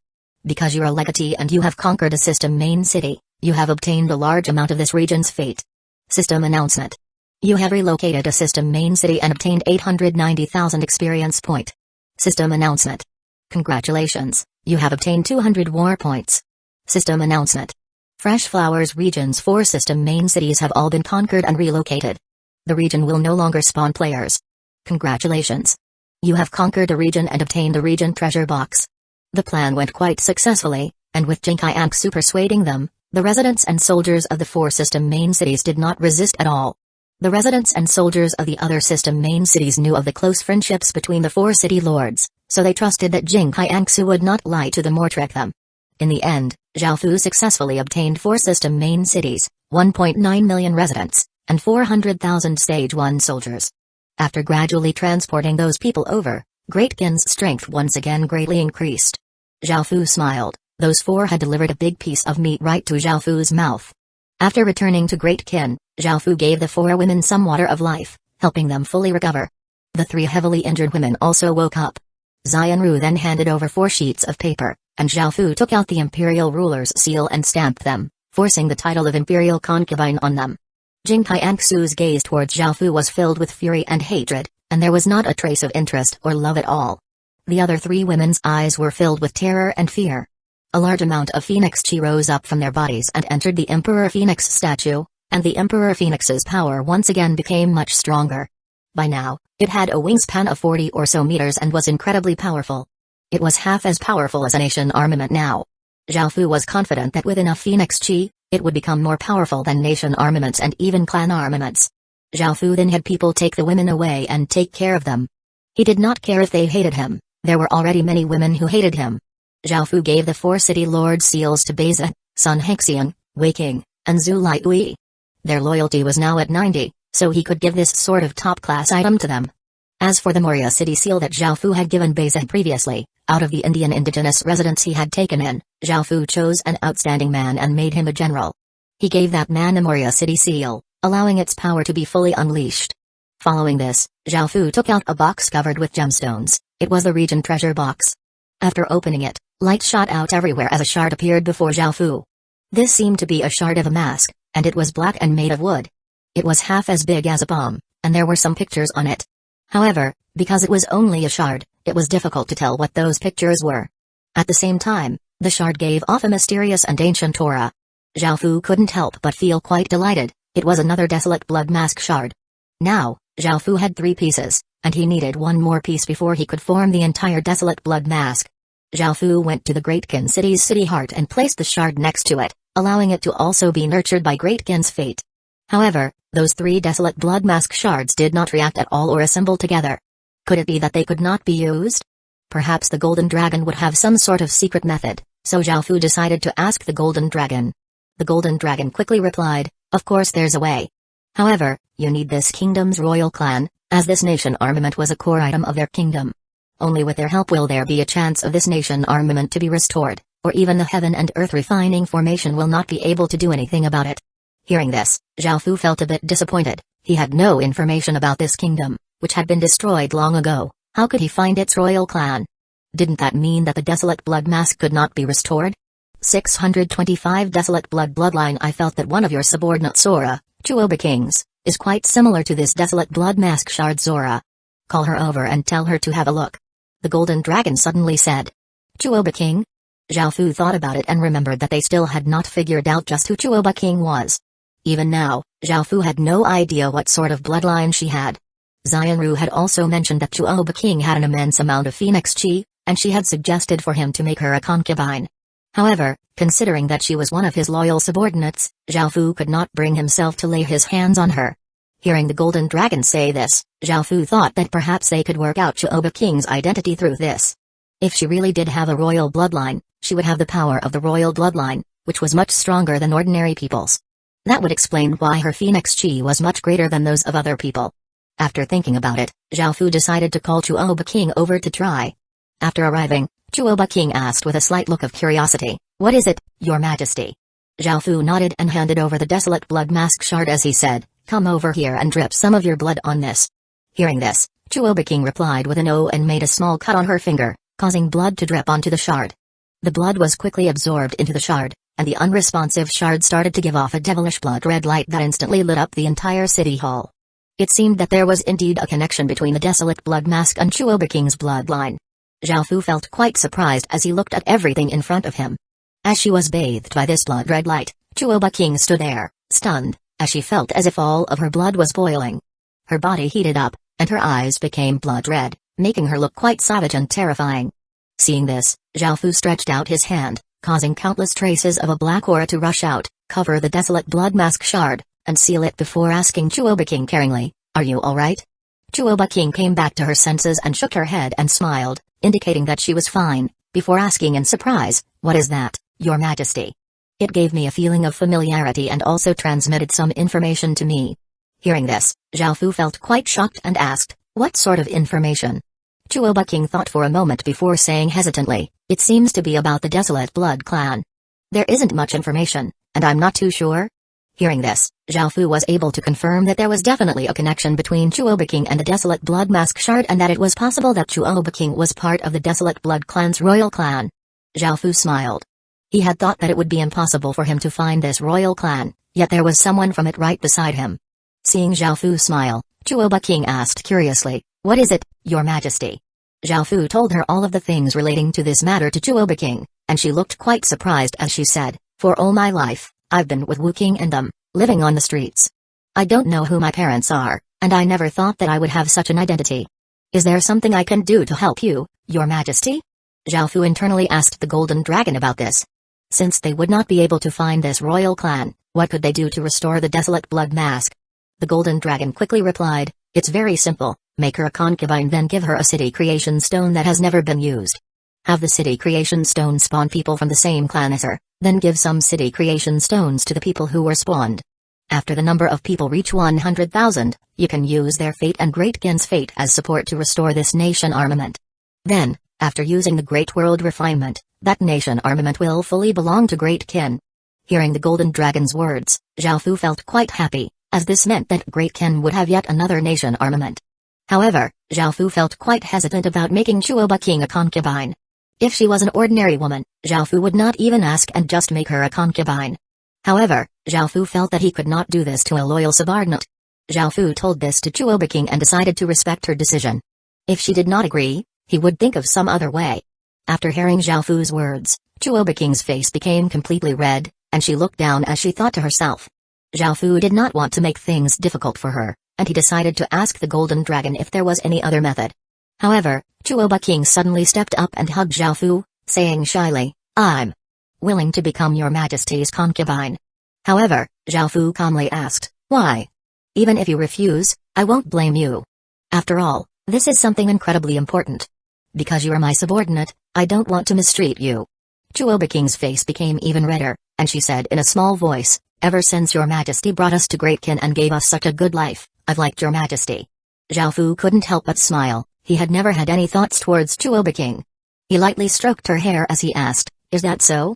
Chuoba King shyly nodded within Zhao Fu's arms before saying, "Your majesty, can you agree to a request of mine?" In actuality, Wu King likes you as well and always hides in the distance to look at you. However, you have too many beautiful women around you, and neither of us has any confidence and thought that your majesty wouldn't want us. Zhao Fu felt quite startled. He had never thought about these things before. He was quite familiar with Wu King, as she was one of the 12 assassin legatees, so Zhao Fu saw her quite frequently. She was pretty but could not compare to those top-tier beauties. Moreover, she did not have any phoenix chi. The deepest memory Zhao Fu had of her was accidentally seeing her body after cutting open her clothes while fighting. Zhao Fu thought about it and agreed to make both Chuoba King and Wu King concubines. Chuoba King happily kissed Zhao Fu's cheek before running out to tell Wu King. Now, they only lacked one shard until they could make the full desolate blood mask, and Zhao Fu had no idea when he would be able to obtain it. It was best to make preparations now so that they could immediately restore the mask after obtaining that final shard. Afterward, Zhao Fu had half of his soldiers defend the eastern side, while the remaining half continued to clear out 100 bamboo. Only after controlling the surrounding 4 regions would Great Ken be able to confidently face the outside forces. A few days later, Zhao Fu once again went to the outside world. This time, his gains were not as great as the previous time. He only obtained 200,000 Stage 1 corpses, 7,000 or so Stage 2 corpses, and only a few hundred Stage 3 corpses. Apart from the corpses, Zhao Fu also bought some high-grade talisman stones and also received 2 important pieces of information. 626 Level 1 Dukedom. The first thing was that there were 2 worlds besides their human world that had been devoured. It was not just their world that had been devoured. The Heaven Awakened world was boundless and continuously devoured worlds, expanding its area. The devoured world would appear at the edges of the Heaven Awakened world, causing the Heaven Awakened world to become larger and larger. Compared to the Heaven Awakened world, the worlds that it devoured seemed quite small and only added a bit to it. As such, every century, the Heaven Awakened world would devour many worlds, expanding into many areas. Zhao Fu did not know just how many worlds had been devoured this time, but he heard some rumors as to 2 worlds besides the human world. One was most likely a water race world, as 80% of its regions were covered by water. There was a high likelihood for people of the water race to appear in such places. The other was most likely a demon race world, as the world contained a large amount of demonic chi, and only a world occupied by the demon race would be like that. Even though there were 8 major races in the Heaven Awakened world, there was no system to decide where they were scattered. Everything was random. A human world could appear next to a demon world, next to a god world, or a devil world. Their world was quite fortunate because if they had to face a demon world from the previous century, with how cruel and ferocious the demon race was, the danger that their world would face would be much greater. However, because the demon world had been devoured at around the same time, they would have the same amount of time to develop, so the difference in their strength would not be too great. At the very least, if the demon world invaded, the human world would be able to put up some resistance. The water world was not too dangerous either, as they mostly lived in water and did not have much need for dry land. As such, there was not too much reason for them to invade the human world. The land in the Legacy Land was many times bigger than the water regions, and it was impossible for the water race to invade just for those few water regions. Perhaps they would launch a small-scale invasion, but that was nothing to worry about. The main danger was from the previous worlds. They had been developing for far longer and could easily bully newer worlds. They were a threat to all newer worlds. There were also the neighboring worlds. If the neighboring world were friendly, there was nothing to worry about. However, if they weren't friendly, one could only hope that they were not one of the scarier races, or they would also invade. The grassy people had wanted to fully invade the human world as soon as the heaven domain boundary had disappeared, just like what the Lantong people had done to them. However, recently, their plans had somewhat changed. Of course, if the human world was strong enough, it could invade other worlds, such as the water world or the demon world. In fact, they could even invade the grassy people, but they had to be strong enough. The second piece of news was that a level 1 dukedom had appeared in a world near the Lantong world and grassy world.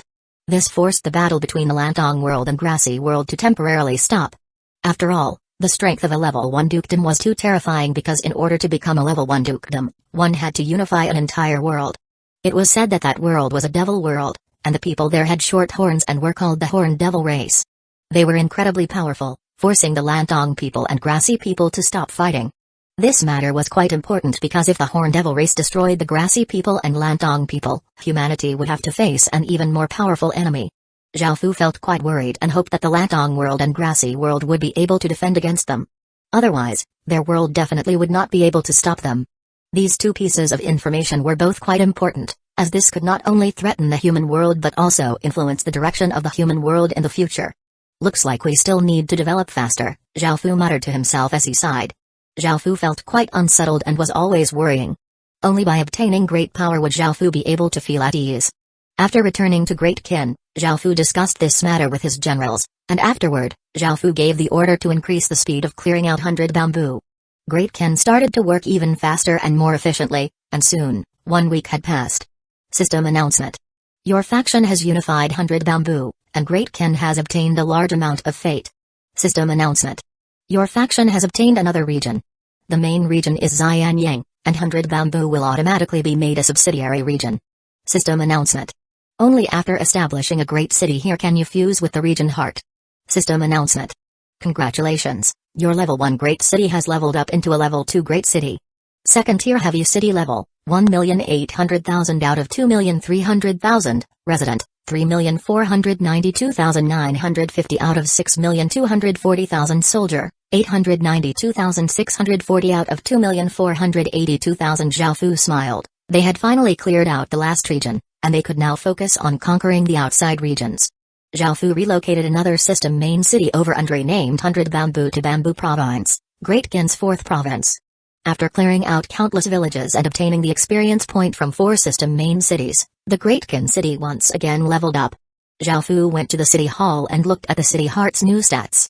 Village name, Great Qin City, Legendary, Level 2 Great City, 1,800,000 out of 23 million, Village Area, 9,400 square kilometers. Village Territory, 461,800 square kilometers. Residents, 3,492,950 out of 6,240,000. Military, 892,640 out of 2,482,000. Popular support, 85. Village special stats, territory crop output plus 160%, territory crop growing time minus 160%, population limit plus 110%, residence stats can randomly plus 11, soldiers stats plus 12%, population attraction plus 130%, chances of attracting higher grade population plus 130%. Subsidiary village limit, 16,400. Subordinate villages, Logue Village, Jean Village, Drun Village, Lee Family Village, Wolf Village, Ferocious Tiger Village. Great Qin's population was now at 20.5 million, and they had boosted their military to 3.8 million soldiers. They had 23 great cities, 5 cities, 37 towns, and 4,169 villages. Of the 3.8 million soldiers, 2.1 million were Stage 1 soldiers, and 70,000 were Stage 2 soldiers. They also had a few hundred Stage 3 soldiers. Within the Legacy Land, Great Qin's strength was simply monstrous. Zhao Fu felt quite excited. With this sort of force, he planned to face the eastern side soon. Time was becoming tighter and tighter, and they had to quickly restore Great Qin. Under Zhao Fu's command, ranks of soldiers that gave off an austere and solemn aura marched towards the eastern side. 627 Battle formation. The eastern side 6 regions allied together, with 21 system main cities and 3.1 million soldiers. They had formed a simple sentry line but had not created any defenses. They seemed quite confident in their strength. They indeed had a right to be this confident, as 90% of the 3.1 million soldiers were Stage 1 soldiers. Who could face such a force? They were simply terrifying. Great Qin had 3.8 million soldiers, but they had less Stage 1 soldiers. Zhao Fu did not plan to directly attack, as that would result in massive injuries and casualties. Zhao Fu and his generals had long since discussed this and had made detailed battle plans. Things are bad.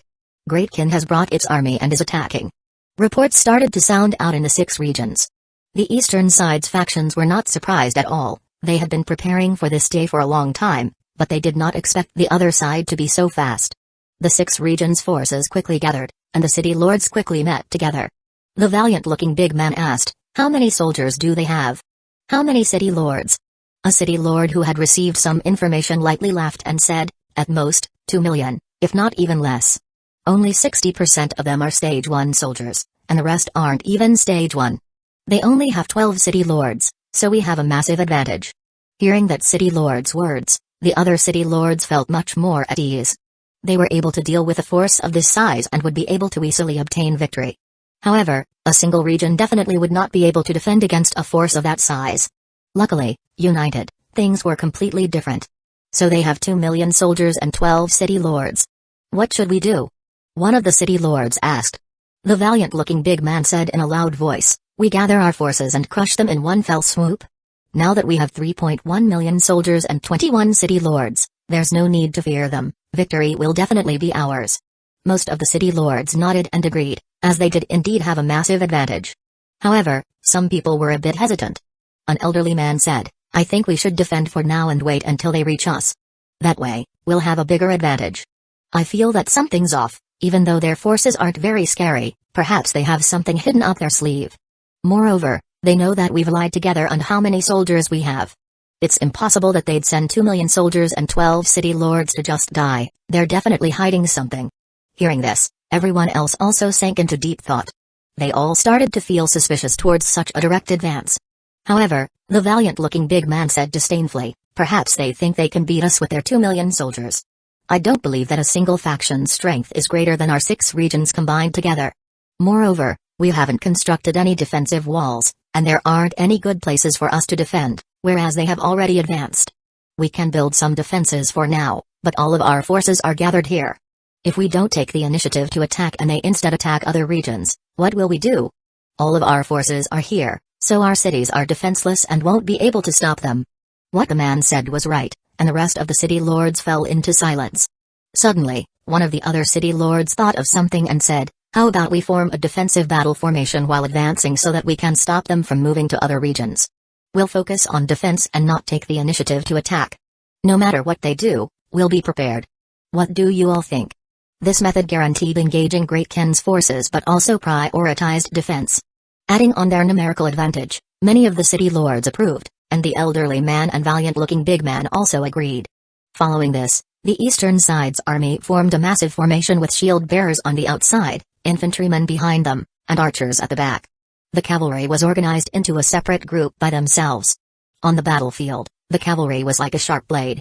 Because of the horses, it was incredibly difficult to integrate them into battle formations, so they could only be used for charging, breaking through, and disrupting. The eastern side's army was like a massive flood and gave off a somber atmosphere as they shook the surrounding thousands of kilometers. There were not any sounds from birds or insects from the mountains and forests, there was only a terrifying silence. Great Ken's army also gave off a world-shaking aura. All of their expressions were incredibly serious, and each step they took sounded like thunder. They showed no fear at all towards the army in front of them. Very soon, the two armies faced off in this region, and the air became incredibly heavy. Even the wind seemed to feel incredibly sharp. Zhao Fu looked at the massive battle formation in front of him and felt quite shocked. This battle formation's defense seemed quite powerful, and without enough force, it would be impossible to break through and cause this battle formation to collapse. At that moment, the eastern side city lords exploded out with their auras and rose to the sky. Great Ken's city lords did the same and also stood in the air. The eastern side's army would not attack first, and they were instead waiting for Zhao Fu to attack. Zhao Fu couldn't help but laugh, he wasn't that stupid. If he used his 2 million soldiers to charge at the 3 million soldiers arranged in a battle formation, not only would he not be able to break through, but he would also suffer disastrous losses.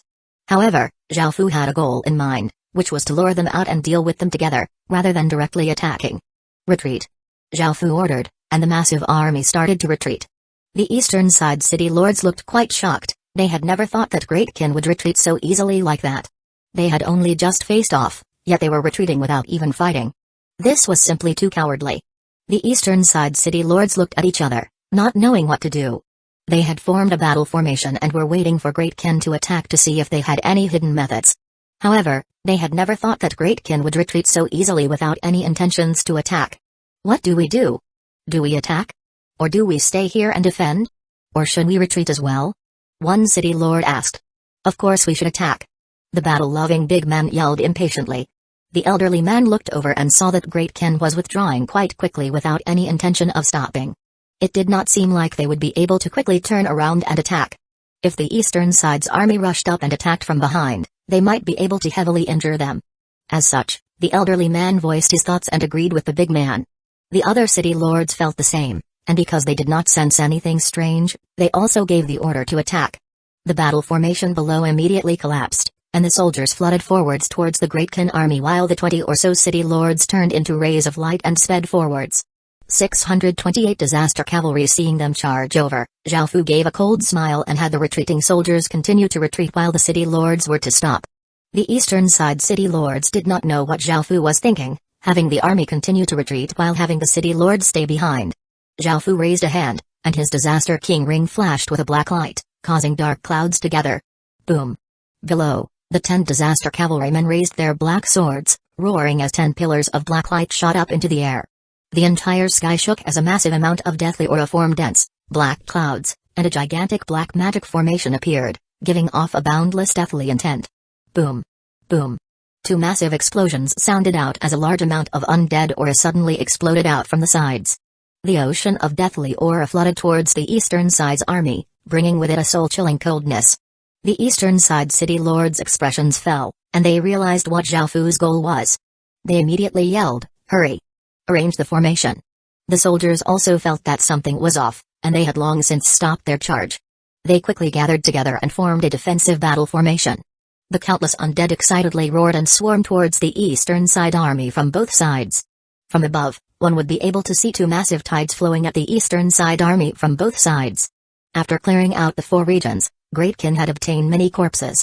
There were human corpses, Outlander corpses, and beast corpses. Zhao Fu had stored up all of those corpses just for this day to use the undead army to whittle down the other side's numbers. There were about 6 million skeletons in total, and they charged at the eastern side's army from 2 sides. These skeletons were more powerful than ordinary skeletons, but they did not have stage 1 strength. If there were a few of them, they would have easily been slaughtered by the system main city soldiers, but the skeletons always achieved victory through numbers. Soon, the 2 waves of skeletons smashed against the massive army with immense force. Surprisingly, the shield bearers exploded out with all of their strength and gripped their shields, while the infantrymen and archers continuously attacked, causing all sorts of lights to fly everywhere, temporarily stopping the undead army's charge. This made sense because even though the 6 million skeletons had double the army's numbers, they were individually many times weaker. As such, the army was able to temporarily hold off the skeletons. If there were more skeletons and they attacked fiercer, perhaps they would be able to break through this battle formation. However, the countless skeletons were blocked off by the shield bearers, while the infantrymen and archers attacked. The infantrymen behind the shield bearers released waves of sword light, saber light, and spear light that easily collapsed the skeletons' bodies. The archers shot out arrows that brought with them streams of air. Ordinary arrows were quite ineffective against these skeletons, and only by hitting their heads could they instantly kill them. However, these arrows with streams of air, though not sharp, carried a blunt force to them. The streams of air were as thick as a fist, and hitting a skeleton would be like striking it with a hammer. The skeleton seemed quite helpless against the system main city army, and soon, they would all be killed. However, Great Kin still had its army. Great Kin was unable to control the skeletons, so if Great Kin's soldiers were too close, they too would be attacked by the undead. However, because they had retreated some distance away, they were quite safe. At that moment, the 1.8 million soldiers who had been hiding also charged out. Great Kin's 3.8 million soldiers and 28 city lords were all prepared for battle. Fire! As this command sounded out, countless archers drew their bows and released their arrows, causing the air to be torn as countless arrows streaked through the air and rained down. Just as the eastern side's army was dealing with the skeletons, that immense arrow rain descended from the sky. The 21 city lords wanted to work together to stop it, but Great Kin's city lords turned into rays of light and shot at the eastern side city lords, engaging in a massive battle. Below, many system main city soldiers were hit by the arrows, causing blood to fly everywhere. Some people were instantly killed, while others suffered heavy injuries and cried out pitifully. The eastern side's army could only do their best to kill the skeletons, only by killing all of the skeletons charging at them would they no longer have to passively defend like this. As their attacks became more ferocious, the skeletons' numbers started to decrease faster. The eastern side's army had roughly 300,000 cavalry, and they used the advantage of their speed to go around the undead army and rush towards Great Kin's army like a sharp sword. Great Kin's cavalry had been waiting for them. By now, Great Kin had 500,000 cavalry, and the ones at the front were 70,000 stage 2 soldiers. Charge! Seeing the system main city cavalry rushing at them, Great Kin's prepared cavalry rode on their black forest horses and also charged over. The ground continuously trembled, and the sound of horses galloping could be heard in the surrounding few kilometers. Both sides looked incredibly solemn as they gripped their weapons and rode their war horses as they sped forwards. Both sides were like massive floods, continuously closing the gap between them and the other side. Boom! A massive explosion sounded out as both sides' cavalry intensely clashed. The sound of countless weapons hitting each other could be heard, and the air seemed to explode, causing the heavens to shake. Suddenly, Great Gin's 70,000 Stage 2 soldiers exploded out with their full strength, causing a black flame to ignite around their bodies. A terrifying aura spread out as their expressions became wild and they gripped their spears. Kill. The 70,000 Stage 2 cavalrymen were like a lightning bolt that directly charged through and pierced countless System Main City cavalrymen, littering the ground with their corpses. A single Stage 2 cavalryman could easily pierce 4 or 5 Stage 1 System Main City cavalrymen without any resistance. Kill. Kill. Kill. The other cavalrymen also roared as they also fiercely charged over. The System Main City cavalrymen were unable to defend against them at all, and their formation started to collapse.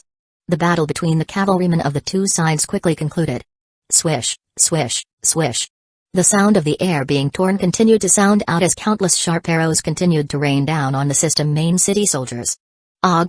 Pained howls sounded out as blood splattered everywhere. Countless people were hit by the arrows, and this was already Great Gin's fourth wave of arrows, killing around 600,000 to 700,000 people in total. However, 2 million or so of the skeletons had died as well. Zhao Fu looked over the situation and ordered for Stage 1 ballistae to be brought out. The eastern side's defenses with the shield bearers were too powerful, and the skeleton army could not break through. Zhao Fu did not care if the skeletons were hit, he just wanted to use the Stage 1 ballistae's power to destroy this shield wall. With a Stage 1 ballistae's power, even if a Stage 1 soldier carried a heavy shield, they would be forced back a few steps if they were hit. If they were forced back, the shield wall would naturally collapse. 629 Great Battle. The ballistae shot out bolts that carried an immense amount of force that blasted towards the shield wall. Bang! Bang! Bang! Muffled thud sounded out as the ballistae bolts landed on the shields, and their immense force caused the shield bearers to take a few steps backward. Even though they were unharmed, their shield wall had been destroyed, and they were unable to quickly reform it. The countless skeletons did not fear death, and because they were excited by the prospect of killing living creatures, they quickly rushed towards the openings. The shield wall looked like it was going to collapse, but the soldiers quickly killed the skeletons that had entered, and the shield bearers pushed backward. Moreover, a dirt yellow aura appeared around their shields. The waves of yellow light joined together, forming an aura that seemed as steady as a grand mountain and incredibly indestructible, and it seemed quite extraordinary. Zhao Fu slightly narrowed his eyes, and he once again ordered for the Stage 1 ballistae to be fired. Ballistae bolts once again drew arcs through the air before descending, while the defending shield bearers roared, causing the yellow light to become even brighter. After entering the region covered by the yellow light, the ballistae bolts significantly slowed down, and most of their power was stopped by the yellow light. The ballistae bolts only had a small portion of their strength left as they hit the shields, causing light clanging sounds. However, they were unable to pierce through the shields or push the shield bearers back, falling to the ground uselessly. Use the talisman bolts. Zhao Fu ordered. The soldiers took out 1.5-meter-long ballistae bolts that were covered with engravings. There was a white talisman stone at the center of each of the ballistae bolts and a small energy stone at the end of each. The soldiers placed these talisman bolts on the ballistae and once again aimed at the shield wall. Fire! Zhao Fu ordered as countless talisman bolts shot out. Boom! Boom! Boom! The talisman bolts turned into massive rays of light, giving off a sharpness that seemed to be able to pierce the sky, and they left behind faint traces in the air. Bang! Bang! Bang! The talisman bolts not only pierced the shields, but they stabbed through the shield bearers and the infantrymen behind them. Blood flew everywhere as their bodies exploded, but the rays of light continued onwards, destroying everything in their path. Roughly 10,000 talisman bolts opened up a gap that was tens of thousands of meters wide, and bloodied trails of limbs and guts extended for dozens of meters. Sensing this aura of death, the countless skeletons madly surged forwards, and the remaining shield bearers were unable to make up for such a massive gap. Adding on the continued barrage of arrows, the eastern side's formation gradually crumbled. Seeing how mighty those talisman bolts were, Zhao Fu gave a satisfied grin. The talisman bolts' materials were secret silver rank materials, and they were combined with bronze rank talisman stones and energy stones. Each talisman bolt was worth 10 or so gold coins, and because of how rare talisman stones were, Zhao Fu had only made 10,000 talisman bolts as a massive killing tool. Zhao Fu was quite pleased with the talisman bolts' effects. Since they had the ability to create things using talismans, they should use them in all sorts of ways. With how powerful these talisman bolts were, it would be worth making some more of them. The battle in the sky was also quite intense, and terrifying shockwaves rippled out in all directions, sending fear into countless people's hearts. Seeing the shield wall collapse and the skeletons flooding in, the eastern side city lords' expressions became quite unsightly. They had already lost, and because they did not want to fight to the death, they gave the order to retreat. However, even though they wanted to retreat, actually doing so was not so easy. Not only were they tied down by Great Kin's city lords, but all of the soldiers were also tied down by the skeletons. Because of how much these skeletons hated the aura of living beings, they tightly stuck onto the soldiers and would not give up until the soldiers were all dead. Boom. After being surrounded by a few of Great Kin's city lords, one of the eastern city lords was finally killed. After all, Great Kin had 28 city lords while the eastern side only had 21. Zhao Fu's job was to give commands across the entire battlefield, or with Zhao Fu's power, facing 3 city lords by himself would have been no problem at all. The first city lord's death was a massive blow to the eastern side, and their morale plummeted. They wanted to run even more now, as no one wanted to die. With this sort of mentality, their battle power became weaker and weaker. Boom. Light shot out everywhere, and after killing one of the eastern city lords, Great Kin had even more people attack the other city lords. Another city lord was caught off guard and was stabbed through the heart by Beichi. With another city lord dead, the eastern side's morale took another blow and greatly plummeted. Below, the system main city soldiers obeyed the city lord's orders and started to retreat, but the undead did not let them go. It was almost impossible for them to retreat, forcing them to defend against the skeletons' attacks while also trying to avoid Great Kin's arrows. In the end, only 1.4 million soldiers were left, which was quite a heavy loss. However, most of the skeletons had been killed, and now they had to face Great Kin's actual army. Zhao Fu gave the order to attack, and the cavalry rushed forwards like a sharp sword. The 70,000 Stage 2 soldiers were essentially invincible, and they slaughtered everyone in their way. They led the other cavalry forwards to make way for the rest of the army. Following this, the infantrymen also rushed up and started to kill. Great Kin's 3.8 million soldiers were all in peak condition, while the system main city soldiers were all exhausted and injured. Moreover, their morale was incredibly low, and facing Great Kin's ferocious onslaught, they were forced to continuously back down. Seeing this, the city lords in the air completely gave up hope and did not hesitate to do all they could to run away. They had already lost, so if they stayed here, they would all die here. As for the soldiers, they weren't in a position where they could pay any attention to them. Soon, the battle finally concluded with corpses littering the ground and blood covering everything as far as the eye could see. Weapons were scattered everywhere, and a pungent smell of blood filled the air. After the situation with the soldiers had been stabilized, Zhao Fu also rushed into the sky and entered the battle.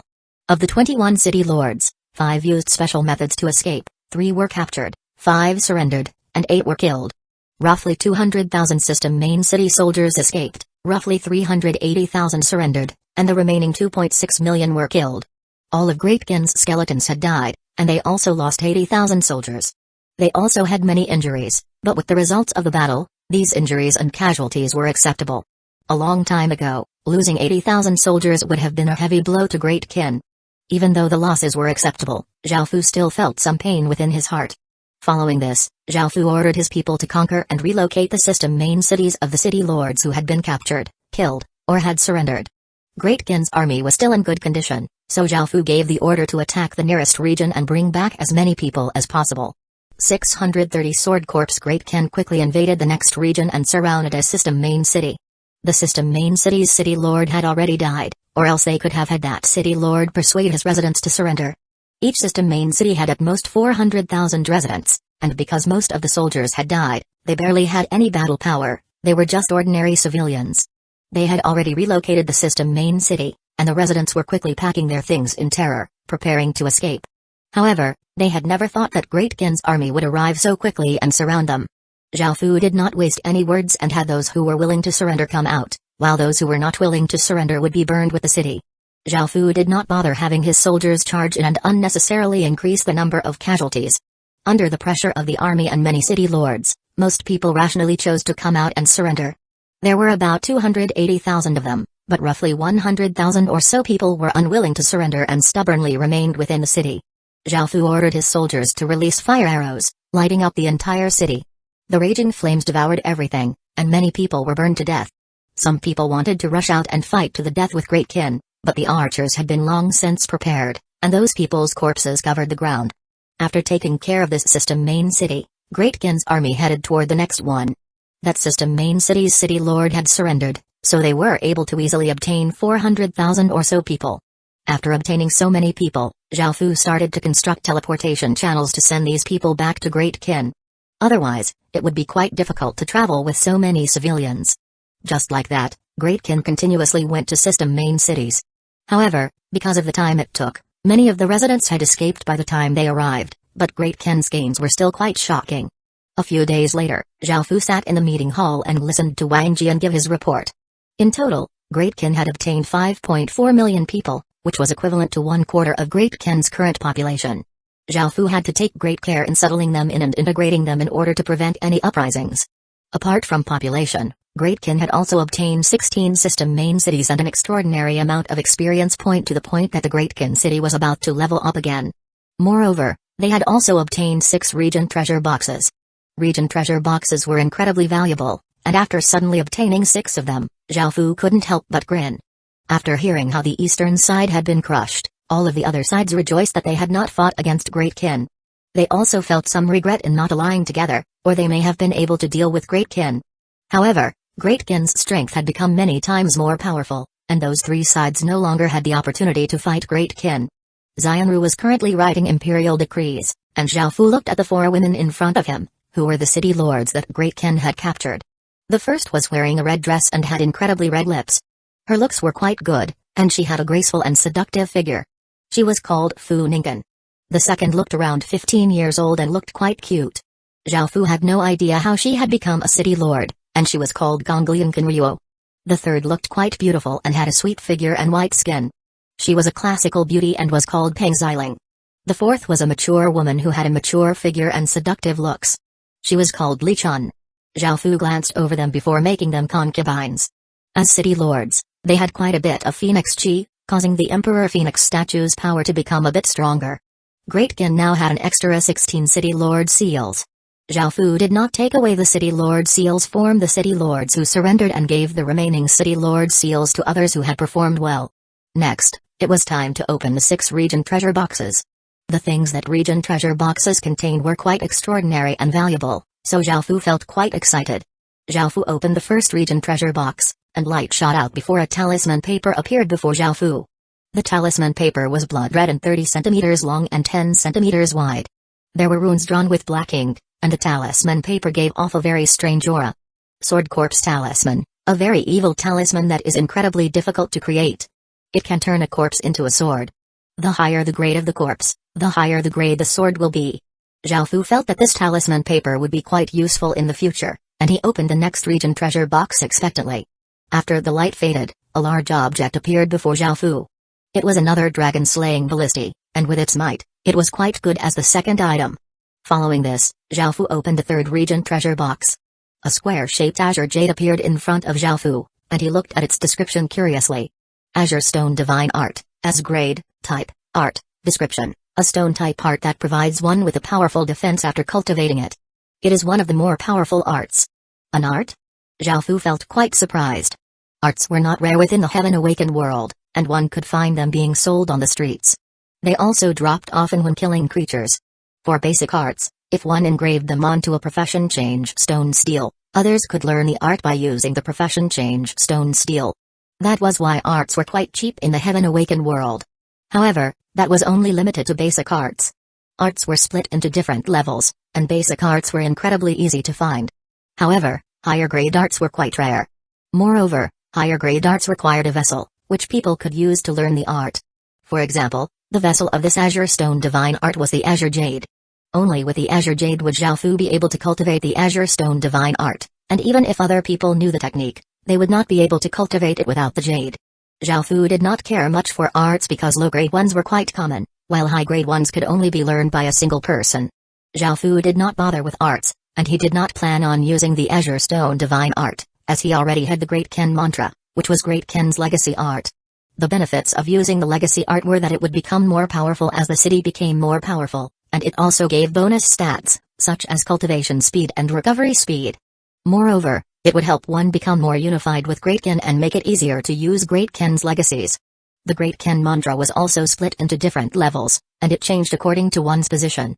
The ordinary soldiers had the Great Ken mantra, which was a D-grade art. Captains received Great Ken soldier cultivation, which was a C-grade art, and generals received Great Ken general refinement, which was a B-grade art. Commanders and great generals received Great Ken general heart, which was an A-grade art. As the ruler of the Great Ken, Zhao Fu had the Great Ken king art, which was an S-grade art. That was the benefit of a legacy. Other arts did not have this sort of effect, and this was the benefit of being a large empire. 631 Celestial R. Since Zhao Fu had the Great Ken king art, which was an S-grade art, he did not want the Azure Stone divine art. Moreover, if one cultivated two types of arts, that could cause their power to become quite chaotic, and they could lose themselves to the chaos. Unless Zhao Fu obtained some sort of supernatural art, he would not bother with any other arts and would only use the Great Ken king art. Just as Zhao Fu was about to put the matter of the art aside, the Golden Dragon suddenly said within Zhao Fu's mind, "Zhao Fu, I have a celestial art, do you want it?" Hearing this, Zhao Fu felt quite surprised. With the information from the demon god, he knew about such things. In the Heaven Awakened World's records, Celestials had the power to destroy worlds. They were not within the 6 paths of reincarnation or 5 elements, and they far surpassed godly spirits. Their power was monstrous, and they were about the 9 cultivation realms in the celestial realm. There did not seem to be celestials in the Heaven Awakened world. At the very least, the demon god had never seen any celestials, and they were just a legend within the Heaven Awakened world. Hearing the Golden Dragon suddenly mention a celestial art, Zhao Fu's heart leaped, and he asked in shock, "Are you serious? Did the Heaven Murder Empire really have a celestial art?" The Golden Dragon laughed proudly and replied, "Of course. Celestial arts are incredibly precious, and even ordinary holy empires would not have such things.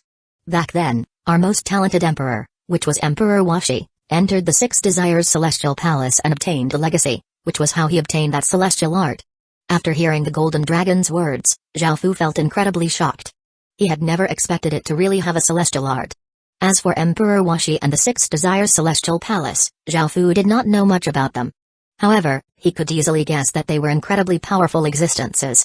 Hearing that the Golden Dragon really did have a celestial art, Zhao Fu felt an itch within his heart. He could imagine just how powerful it was, so he immediately said, "I want to cultivate it." The Golden Dragon explained, "The art is called the 6 Desires Celestial Manual, and it is extremely powerful.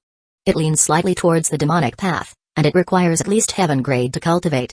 It is split into 2 main cultivation methods. The first is suppressing desires, which means that you will not be able to touch a single woman. Only after completely mastering the art will you have a sliver of a chance, but even then it will still be quite dangerous. The second is indulging desires, and you can think of it as a dual cultivation method. You can cultivate together with countless women, and those with Phoenix Chi are the most suitable and beneficial to you. Your cultivation will rise exponentially, and those women will receive benefits as well." Both methods had their own advantages. The power one gained from the first method was purer, while the second one gave the fastest cultivation speed. Which one should he pick? Zhao Fu felt a bit at a loss. If he chose the first method, suppressing desires, he would have to wait until he completely mastered the art to have a chance at being with a woman. With how difficult this celestial art was, perhaps he would never be able to touch a woman for his entire life. This made Zhao Fu feel quite uncomfortable. After all, Zhao Fu still had some interest in those things. However, if he chose the second method, that sounded too licentious. He would dual cultivate with countless women, which he felt quite repulsed by. Currently, Zhao Fu's feelings were still closed off. Even though he had been somewhat intimate with some women, he knew clearly that he had never loved a woman. Of course, Zhao Fu was not interested in men. He was sure that he was attracted to women. The 2 options given by the Golden Dragon were both quite extreme, and after thinking about it, Zhao Fu felt as if his head was going to explode. However, the celestial art's might was simply too alluring, and no one would be able to resist it. However, facing these 2 extreme choices, Zhao Fu did not know what to do. He decided to put this matter aside for now and spend some time thinking about it. Zhao Fu looked at the next region treasure box and opened it up. Countless traces of light shot out as a city creation stone appeared before him. This city creation stone looked quite special, and it gave off a powerful aura. Unnamed city creation stone, a city-level city creation stone that has never been used.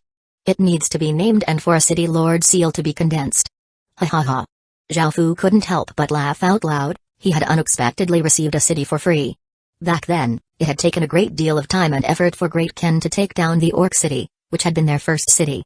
Who would have thought that they would obtain another city just like that? Zhao Fu felt as if he had won the lottery. This city would be perfect to give to Chuoba King, as it had never been used before. After Chuoba King used it, it would be connected to her bloodline and spawn people with her bloodline. Afterwards, he would give her people some villages, and it would not take long to spawn 100,000 people. With a city's fate to use as the foundation of the desolate blood fate, there would be an even greater chance of restoring the desolate blood mask. When that happened, Great Qin would have another nation armament. Zhao Fu quickly called Chuoba King to the meeting hall. Chuoba King had a faint blush on her face as she gently asked, "What is it, Your Majesty?" Seeing how shy she looked, Zhao Fu smiled. After making her a concubine, Chuoba King had not seen Zhao Fu, and her blushing look seemed quite cute. "This is for you. Go and condense a city lord seal," Zhao Fu said as he handed over the city creation stone. Chuoba King felt quite shocked. She had never thought that Zhao Fu would give her a city. However, when she thought about it, she realized that there was most likely some reason for this. However, this was still a city, and giving it to her meant that she held some position within his heart. Chuoba King went forwards with a red face and received the city creation stone before respectfully bowing to Zhao Fu and saying, "Thank you, Your Majesty." Zhao Fu nodded before saying, "Now that you're a concubine, you don't have to be so overly courteous." Chuoba King happily nodded before leaving to condense the city lord seal. Zhao Fu looked at the remaining 2 region treasure boxes and wondered what they contained. He opened another region treasure box, and a wave of heat rolled out. A flaming stone appeared before Zhao Fu. Flame Spirit Stone, a legendary rank material that can be used to forge legendary rank weapons. It has an extremely powerful power that is of the fire attribute. After looking at the stone's description, Zhao Fu found that it was a legendary rank material, making him feel quite disappointed. Boom. Just as Zhao Fu was about to open the final region treasure box, an explosion sounded out from outside, and Zhao Fu felt quite startled as he immediately went outside. 632 Creation Humans. A blood red pillar of light shot into the sky, dyeing the sky incredibly red, and it was as if the sky was about to start dripping blood. A mighty, bloody, ancient aura covered the entire land, causing everything to fall silent. That boundless might caused countless people to feel their bodies sinking downwards, and Zhao Fu's expression fell as he felt just how terrifying this might was. He could not even use his own might to defend against it. Countless traces of heaven and earth chi gathered, and a berserk wind blew everywhere. Blood-colored clouds roiled about, gathering towards the blood-red pillar of light. As the chi and blood-red aura gathered, the ancient might in the sky became more and more powerful. It seemed to become corporeal, and it weighed down on everyone below. What's going on? It was not just the residents of Great Qin but even Zhao Fu who did not know what was happening. However, seeing that the blood-red pillar of light was quite close to Great Qin, Zhao Fu suddenly remembered telling Chuoba King to condense a city lord seal. Could it have to do with that? Zhao Fu felt quite curious and quickly went over to that place. Some other people from Great Qin had also gone over to see what was going on. After Zhao Fu arrived, he saw Chuoba King within the blood-red pillar of light and Wu King, who had collapsed to the ground in terror. The ground around Chuoba King had cracked, and this place was the center of the massive storm. Massive gusts of wind blew outwards, destroying countless trees and sweeping large rocks into the air. This matter seemed to be linked to Chuoba King, but those shockwaves were simply too powerful. Following this, Zhao Fu went up and took Wu King out of the storm before asking, "What happened?" Wu King calmed herself down before saying fearfully, "I don't know, Big Sis was just condensing the city lord seal when her body suddenly exploded out with blood-red light, and then this happened." "Your Majesty, will Big Sis be alright?" Zhao Fu could feel her body lightly trembling, and he said in a comforting tone, "She'll be fine. Don't worry. I'm here." Wu King looked at Zhao Fu with her teary eyes and nodded. Feeling Zhao Fu's body heat, a faint blush appeared on her face. "Your Majesty, what's going on?" The generals had all arrived, and they asked in shock as they looked at the scene before them. Zhao Fu looked at the blood-red layer of clouds and the heaven and earth chi being gathered, and his expression became serious as he said, "It's most likely something caused by Chuoba King's bloodline." The only thing that Zhao Fu knew about Chuoba King right now was that she was part of a royal clan and had a royal bloodline. However, he was not sure as to what bloodline it was. Whoosh! Whoosh! Whoosh! 3 rays of blood-red light flew over from the side, and Zhao Fu's pupils contracted. He saw that those were the 3 desolate blood mask shards, and they flew towards Chuoba King and entered the blood-red pillar of light before covering Chuoba King's pretty face. The 3 shards formed an incomplete mask, and there was a gap on the left side of Chuoba King's face. However, it gave off a mysterious, ancient, terrifying aura. The mask caused Chuoba King's aura to become incredibly terrifying, making those around her shiver. "Zhao Fu. I know what her bloodline is now, she's a creation human," the golden dragon said in a serious tone. "Creation human?" Hearing this, Zhao Fu felt quite confused as he did not know what that was. Hearing this, the golden dragon explained, they were the earliest human clan at the beginning of the world. Zhao Fu looked quite shocked as he asked, humans who existed at the beginning of the world? Wouldn't they be even more ancient than the Heaven Murder Empire?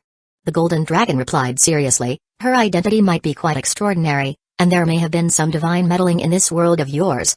Many people like to use this sort of method to pass their legacy and power into newer worlds and use the advantage of worlds on the edges to escape some enemies and troubles. Zhao Fu could hear the Golden Dragon's wariness towards Chuoba King's identity. With how powerful the Heaven Murder Empire had been and how solid its foundation had been, it was the first time that the Golden Dragon had acted like this. Is her identity that terrifying for even you to fear it? Zhao Fu asked uncertainly. The Golden Dragon said in a certain tone, that's right. Even in the ancient times that the Heaven Murder Empire existed in, the creation race was already quite rare. They innately possess the origin bloodline, which is more powerful than you can imagine. Even the Heaven Murder Empire at its peak would not want to be enemies with the creation race. You can easily imagine just how powerful they were. They have existed from the beginning of the world, and it is said that they know the secret behind the birth of the Heaven Awakened world. The lower civilizations and your humanoid shapes are all counted as human, while the creation race was the foundation of all of this. Even the Heaven Murder Empire did not have complete information on this. Apart from the creation humans, there are also creation gods, creation devils, and creation undead, but it is unlikely to see them, and even I haven't seen them many times. Waves of shock crashed within Zhao Fu's heart. He had never thought that Chuoba King, who he had neglected all of this time, would have such a terrifying background. Zhao Fu gulped before asking, what's going on right now? The Golden Dragon looked at Chuoba King and said, her bloodline was stimulated by the condensing of the City Lord seal, and with the Desolate Blood Mask's support, her bloodline is going to go through a slight awakening. Blood. Just as Zhao Fu wanted to say something, a clear voice sounded out. Zhao Fu immediately felt his soul tremble, and all of his hairs stood on end as a wave of fear assaulted his heart. Boom. The heavens and the earth seemed to split apart as a massive shockwave rippled outwards, bringing with it an incredibly destructive power. As it blasted outwards, the blood-colored clouds and wild wind dissipated. Everything on the ground was obliterated by the shockwave, including trees and rocks. The city lords were all given a big fright, and they quickly released their city lord seals, but they were still blasted backward. Zhao Fu's pupils contracted as he hugged Wu King with one hand and unleashed his king's domain with his other hand, causing a black dragon barrier to cover them. Bang! As the shockwave hit Zhao Fu's king's domain, Zhao Fu felt a massive impact, and his body flew hundreds of meters, crashing into the face of a mountain and forming a crater. After the shockwave rippled out, the ground continuously shook, and birds and beasts escaped in terror from the white light behind them that had destroyed everything in its path. After a while, that terrifying shockwave finally stopped, and a 10,000-meter wide, 1,000-meter deep crater remained. The figure at the center seemed to have woken up from a dream, and she looked at her surroundings hazily.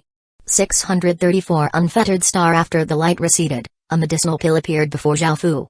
The medicinal pill was as big as a longan fruit and was pink-colored. It gave off a very enchanting fragrance, and after smelling it, Zhao Fu felt that something was suspicious about this medicinal pill, and he looked at its description. After reading it, Zhao Fu almost choked. Why had he received a medicinal pill like this? Zhao Fu had never expected it to be the 10th-ranked medicinal pill from the Disaster Festival. 100 Dragon Sun Pill, a special enhancement-type medicinal pill that countless men would dream of having. It was refined using all sorts of yang-type spirit grasses, and after consuming it, one's body will be greatly enhanced in a special way. The enhancement is permanent, and legends say that one will be able to conquer hundreds of women with it. Looking at the medicinal pill in his hand, Zhao Fu felt quite curious. Were its effects really that great? After looking at that description, with the sovereign bloodline's bonuses, Zhao Fu felt a bit of disbelief. However, since he had obtained this pill, Zhao Fu decided that he might as well eat it. He swallowed it and felt as if a ball of fire had spread throughout his body, making his body incredibly hot. However, under Zhao Fu's control, that feeling of heat quickly disappeared. Zhao Fu could feel that the effects were about half as potent as the sovereign bloodline. Even though it did not feel very powerful to him, to other people, it would be incredibly powerful. After all, a sovereign bloodline was a bloodline that could only be birthed after creating a true empire. After consuming the medicinal pill, Zhao Fu's body reacted to it, and looking at Nulu's tender figure and her enormous breasts, Zhao Fu couldn't help but walk over. Nulu felt Zhao Fu's burning gaze, and her face became red. She shyly got up and gently hugged Zhao Fu. Zhao Fu showed no hesitation and lowered his head to kiss her before taking off her clothes. The sound of thumping and moaning continued until dawn, and as the sun rose to the center of the sky, causing bright sunlight to pour into the room, Zhao Fu slowly opened his eyes. He looked at the sleeping beauties beside him and did not bother them, and he instead got up as quietly as he could. After all, he had exhausted them the previous night. After washing up, Xiaofu found that everyone he passed looked at him with a knowing smile.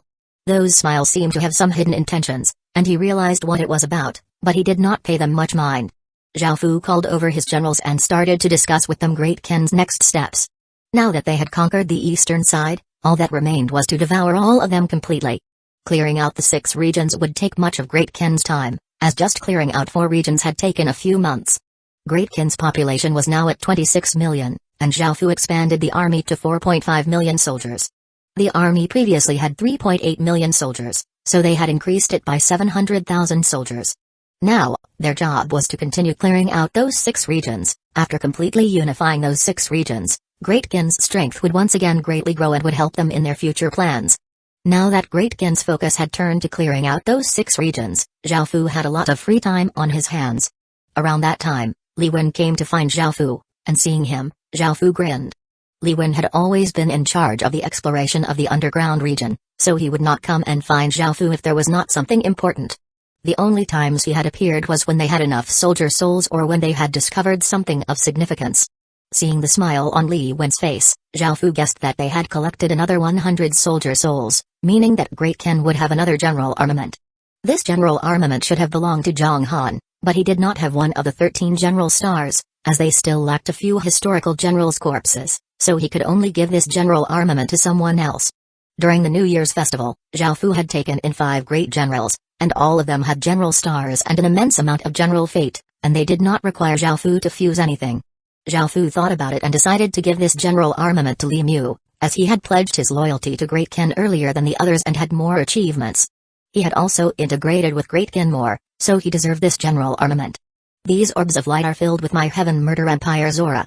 The Golden Dragon said within Xiaofu's mind.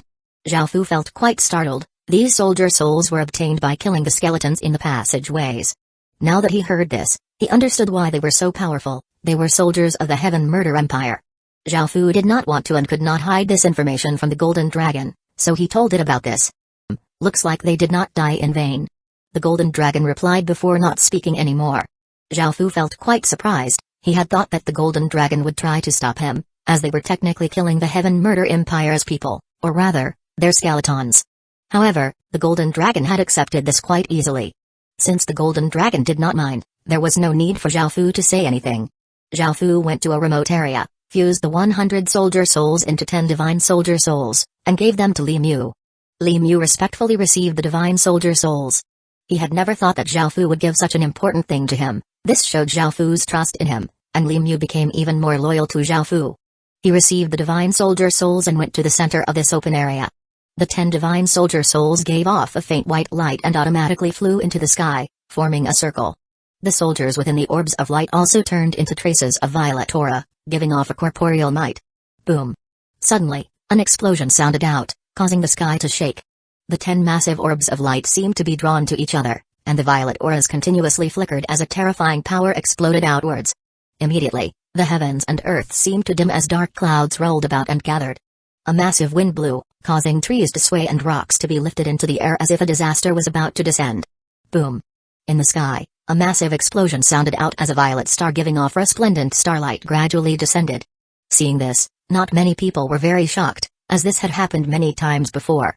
However, everyone was quite interested as to what sort of general star would be awakened this time. After the massive violet star, which gave off a powerful aura of suppression, descended, Li Mu drew his epic rank sword and raised it to the sky. He gave a loud shout, and countless traces of violet and blood-red aura rushed out of his body. Bomb! A violet and blood-red pillar of light shot into the sky, straight into the violet star, causing it to shake, and it turned from violet to a blood-red color.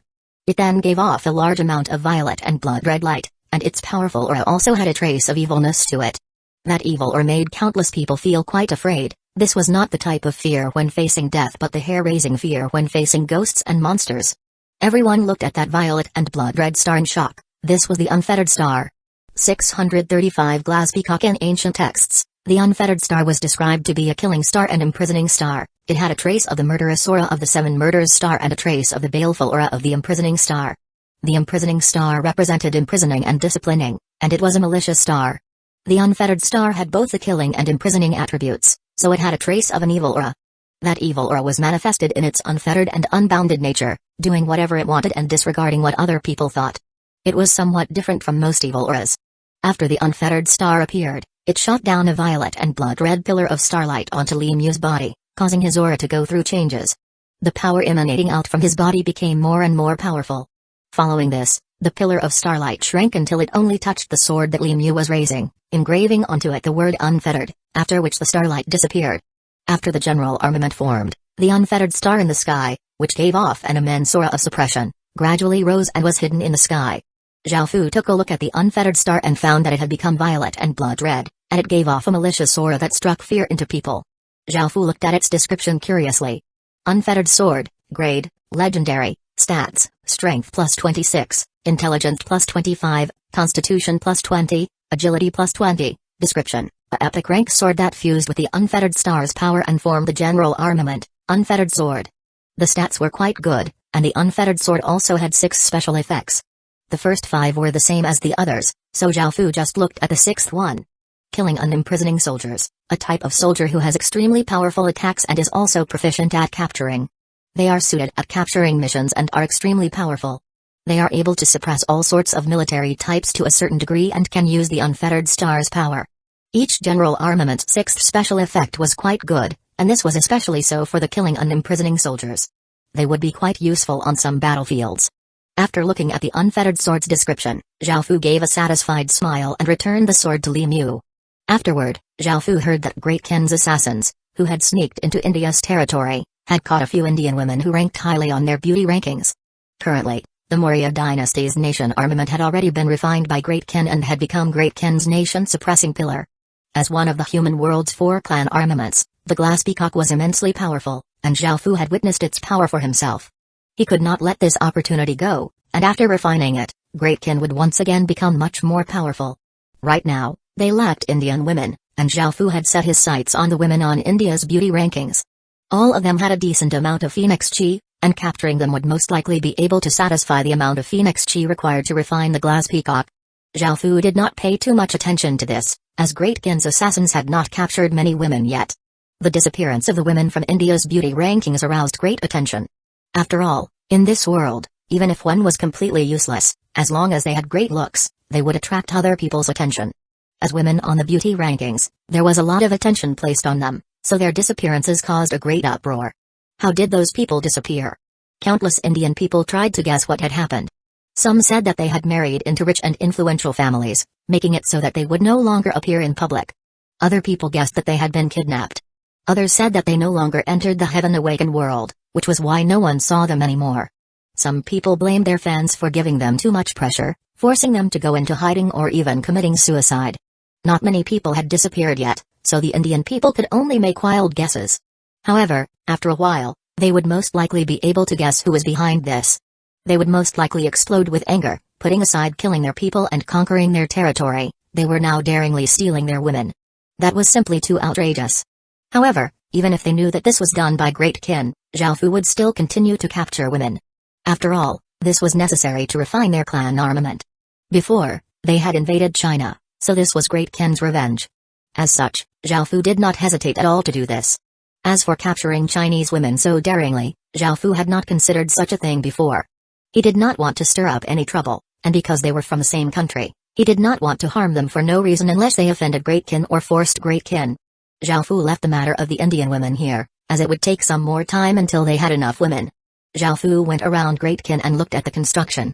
Afterwards, he felt that he did not have much to do, so he returned to the real world. Zhao Fu felt that he had not gone on his computer in a long time. Ever since he had become the Ying family's proxy leader, he had not had the need to go on a Heaven Awakened world forum to look for information, so he had not used his computer. Zhao Fu decided to have a look to see if there was anything that had escaped his attention. Perhaps he would be able to find something or obtain some inspiration. After Great Qin was reconciled with the other dynasties, China had settled into a time of peace, and all of the various factions did their best to develop. Great Xia, Great Shang, Great Zhu, and Great Han had all unified a region now. Their speed was not slow, and they chased after Great Qin. Seeing the various dynasties working so hard, no one else wanted to fall behind, and they also desperately developed. The boundary regions were still just as chaotic before, but no one gathered a large amount of their forces to fight, and they resisted the temptations of the rewards. The rewards right now were not much, and the aftermath of the previous invasion gradually settled down. China was now relatively peaceful, but the legacy land was still in chaos. This was because people of various countries still fought, and this was not just in the Midland continent but in the other 4 continents as well. Zhao Fu was quite concerned about the outside world, because if Great Ken could not defend against them, they would need the help of others. This was quite frustrating. If Great Ken could not stop them, they would have to work with others, or they would be destroyed. Now that Zhao Fu had some information about the world outside the legacy land, he felt quite worried. He did not know when the next stage of the chaotic world would be unlocked, and when that happened, it would not be long until the Heaven Awakened world devoured the real world. When that time came, they would be connected to the rest of the Heaven Awakened world, and people would be able to freely move around and kill. Zhao Fu then looked at some other interesting threads and gained some insights. A while later, Zhao Fu closed the Heaven Awakened World forum and looked at the penguin icon on his desktop as he hesitated. Ever since he had obtained Great Ken's legacy, he had cut off all of his relationships, whether they were friends, classmates, or other acquaintances. He had not had much time and had been focusing everything into developing Great Ken. Now, there was some change within Zhao Fu's heart, and after thinking about it, he signed into QQ. After such a long time, he wondered how the people he knew were, and he inwardly felt quite complicated. 636 things of the after opening QQ, Zhao Fu found that there were quite a few messages waiting for him. Hyuga, bro, where'd you go? Linkino, bastard, are you going to return that $5 I lent you?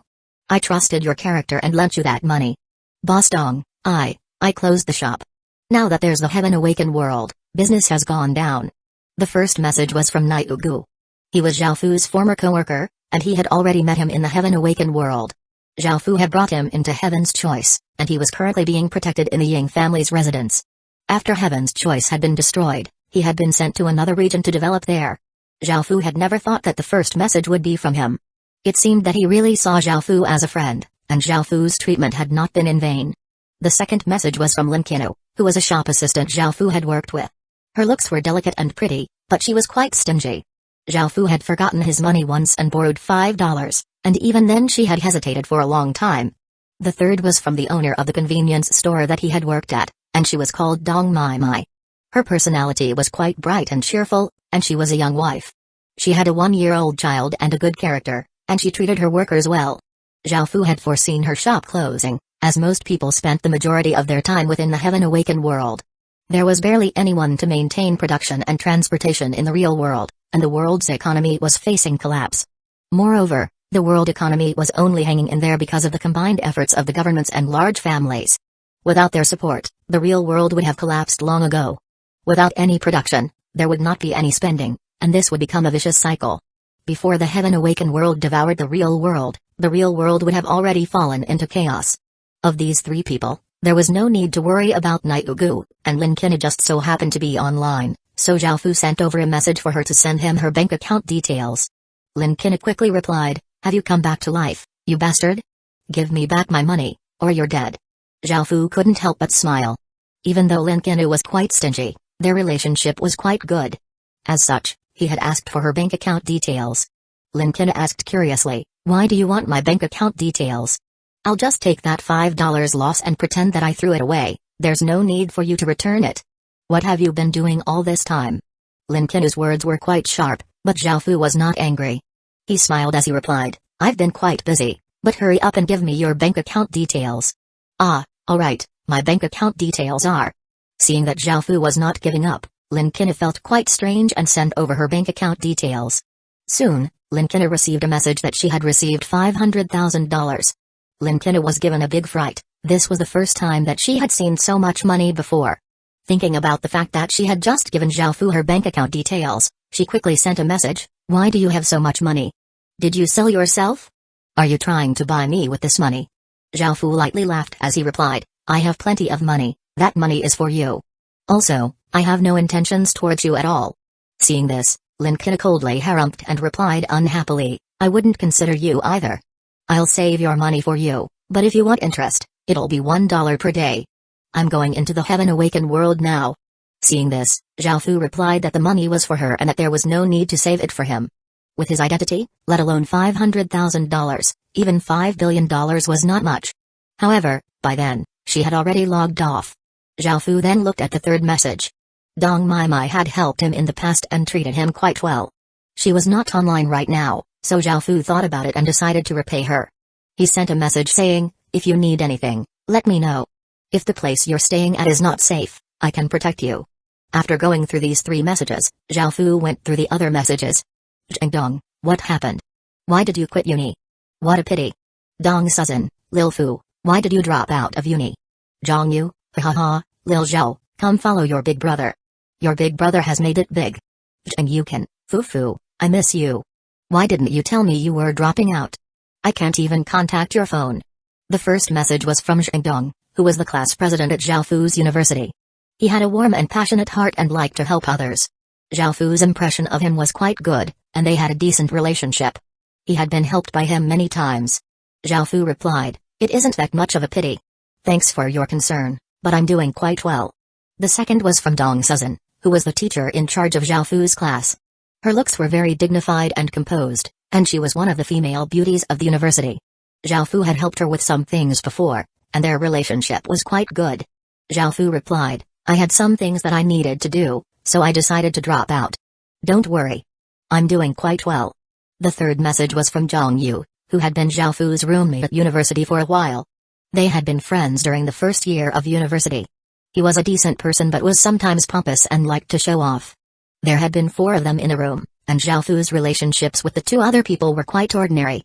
They had not bothered to ask each other for their QQS, so they were no longer in contact. Zhao Fu wondered what sort of opportunity Zhang Yu had made for himself, but from his words, it seemed that he had become the leader of a small faction or had established his own village. In response, Zhao Fu sent back an emoji of a person rolling their eyes. The 4th person was Zhang Yukin. Thinking about her, Zhao Fu felt quite complicated. Whenever she spoke, she would say things that could be easily misunderstood, but she did not have any romantic feelings towards Zhao Fu. She was 35 years old and looked quite gentle. Her figure was quite voluptuous, and she had snow-white skin, making her look quite alluring. She was the owner of the snack counter at the university, and she had divorced a long time ago. Because she could not give birth, she did not have any children. Back then, she had been moving things about, and seeing that she had been struggling, Zhao Fu had decided to help her. That was how they had gotten to know each other, and Zhao Fu had always treated her like an older friend. However, she had started to develop feelings towards Zhao Fu. She would look at Zhao Fu with eyes filled with love, treating him as her own son. Zhao Fu did not like this, as his mother had died while he had still been young. He was already 21 years old, and because his personality had already formed, he felt quite cold towards this and felt that it was unnecessary. After knowing how she felt towards him, Zhao Fu did not contact her as much, but she would still go to find Zhao Fu and try to care for him. Zhao Fu could not bear to allow this to continue. As such, after Zhao Fu dropped out of university, he did not contact her anymore. Zhao Fu currently felt quite complicated. He thought for a moment before replying, "I had some urgent matters, so I had to leave. However, I have some time now. This is my new number. You can find me if you need anything. I'm currently at the Ying family's residence. If it's dangerous outside, you can move in, and I'll take care of you."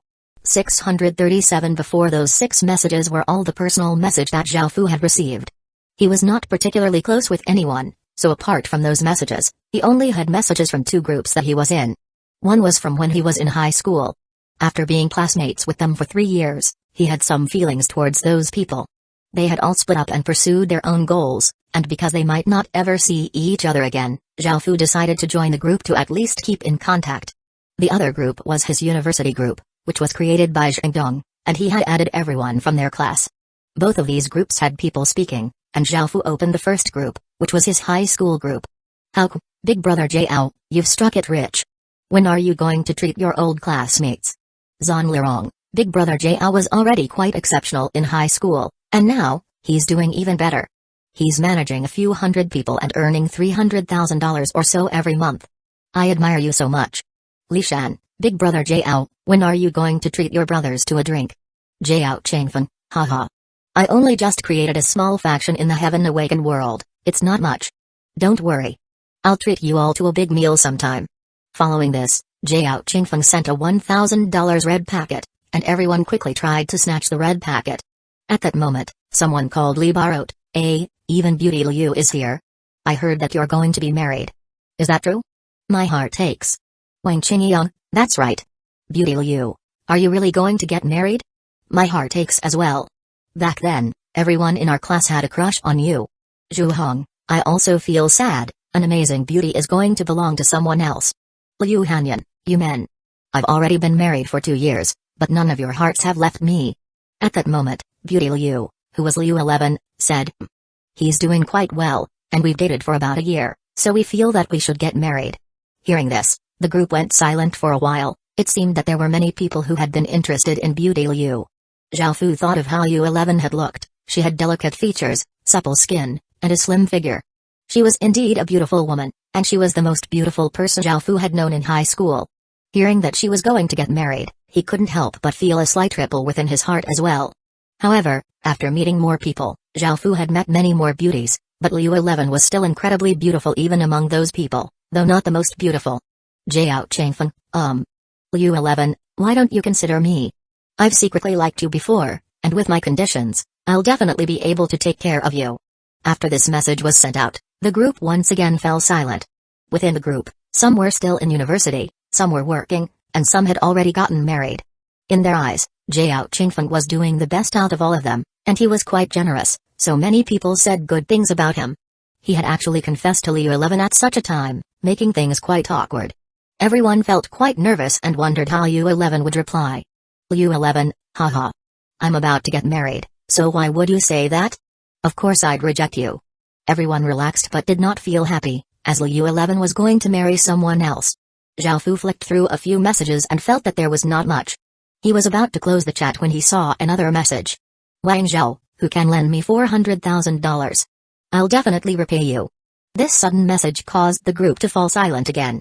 With their relationships from the past, they would only borrow a few thousand from each other at most, and no one would be willing to lend such an amount. Everyone knew that Wang Zhao's family was quite poor, and it would be almost impossible for them to return the money. As such, no one said anything in response.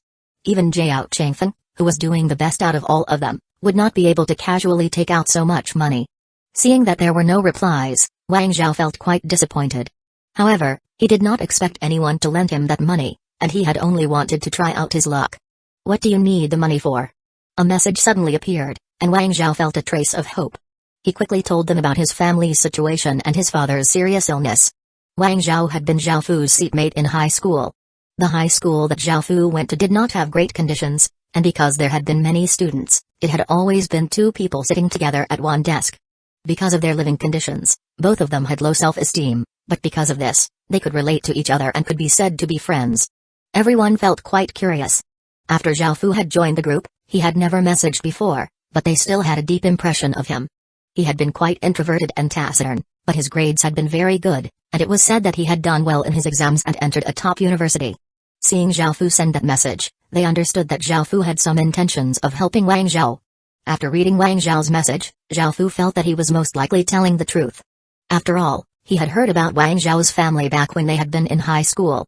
Give me your bank account details, I'll transfer the money to you. After seeing this, everyone gasped. This was $400,000, and it would take an ordinary person 10 years to earn that much. No one could have expected Zhao Fu to be so willing to lend it. Following this, Wang Zhao excitedly sent his bank account details over, and soon, he received $400,000. He felt so emotional to the point that he almost cried. Zhao Fu. Thank you so much. You're the benefactor of my entire family, and I swear I'll return the money to you someday. Zhao Fu did not care about this money, and after being desk mates for 3 years, he felt that it was not much to help Wang Zhao. As such, he replied, no need. Just live well from now on. Those words shocked the entire group. Zhao Fu was just giving $400,000 away? He was simply too rich. Wasn't he still studying in university? How could he have so much money? Could it be that entering a top university had done something for him? Jiao Qingfeng felt quite shocked as well. Even he couldn't just give away $400,000. Zhao Fu, how do you have so much money? Some people couldn't help but ask. Zhao Fu replied simply, nothing much, I just have a bit of money. I have some things to take care of, so I'll be going now. Zhao Fu did not want to continue talking to avoid any problems. If it wasn't for Wang Zhao's situation, he would not have said anything in the group. After Zhao Fu stopped replying, everyone else started to talk about Zhao Fu, and some people said that they wanted to ask Zhao Fu for money. Zhao Fu did not bother looking at his high school group anymore, and he planned to look at his university group.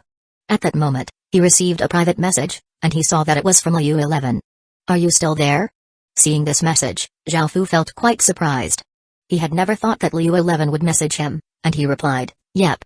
Liu 11, Zhao Fu, you must be doing quite well. You're really standing out. With Zhao Fu's current status, he wasn't just doing well or standing out, he was on the level of international fame. However, he replied, I'm doing alright. What is it?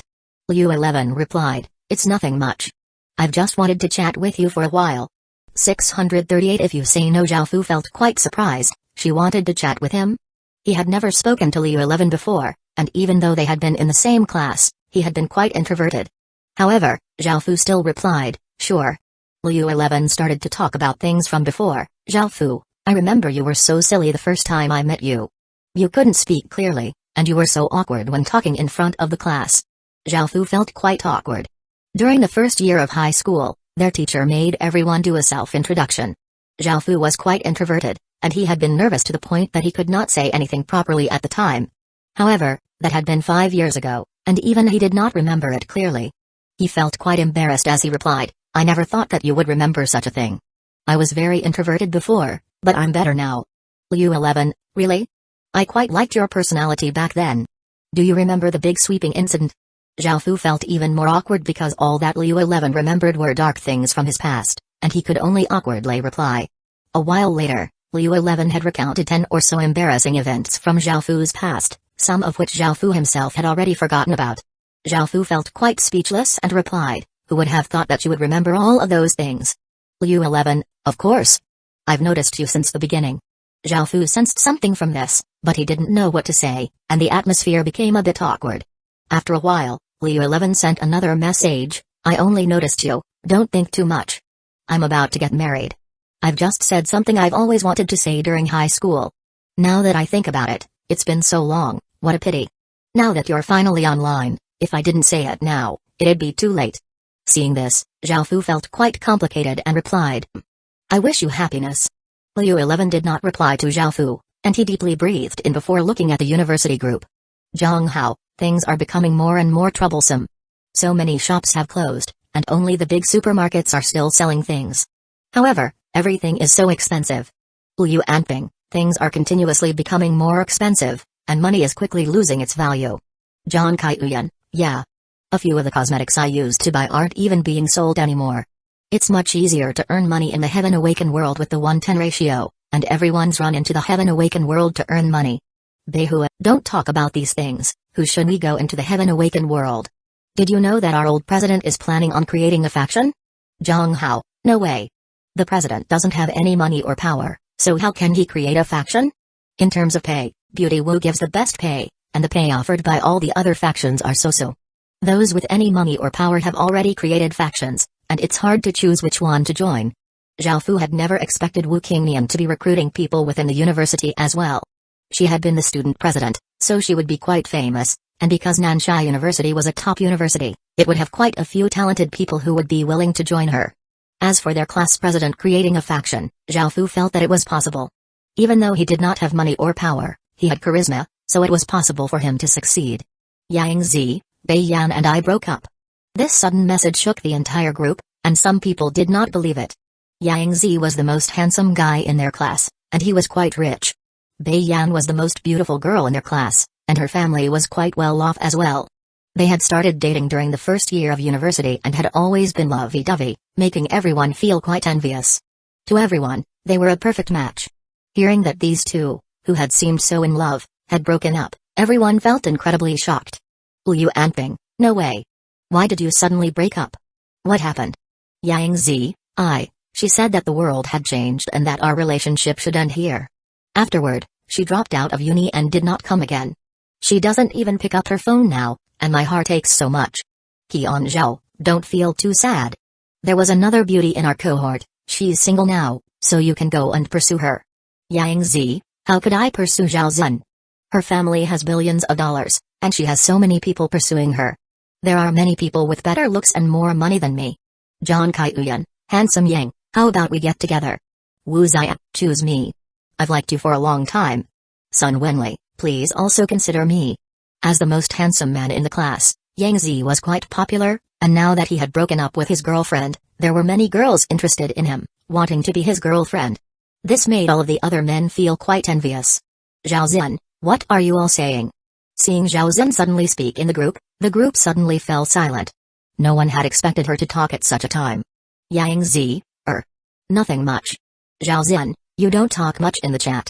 Zhao Zhen, I just came out of the Heaven Awaken world and was bored while I was eating. I heard the class president was thinking of creating a faction, so I'm considering supporting him. Zhao Zhen's appearance made it so that ordinary people did not dare to speak, and even in front of her, Yang Zi felt inferior. Yang Zi, I heard about that too, it's probably true. Zhengdong, ha ha ha. So you all heard about it? I'm indeed thinking about that because I feel like the real world is quite lacking.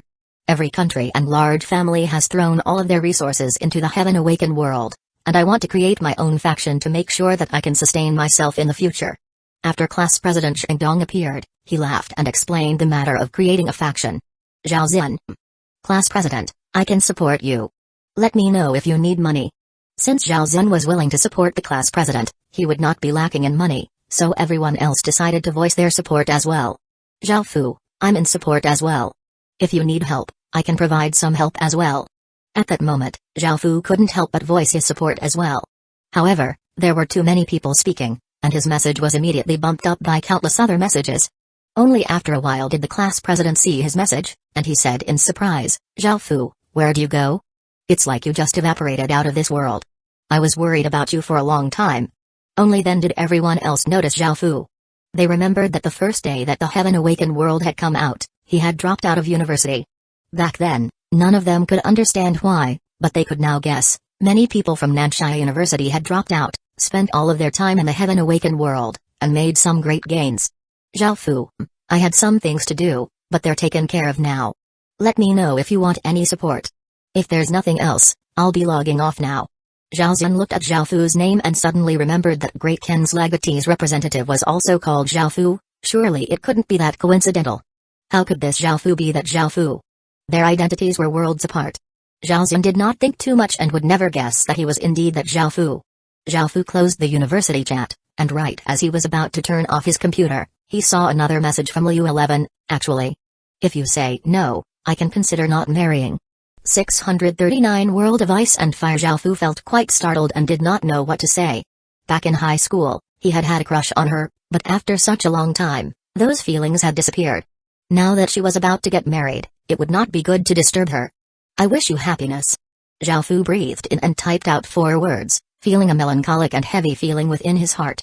You bastard, I never want to see you again. Liu 11 quickly replied. Zhao Fu could sense that she was quite angry.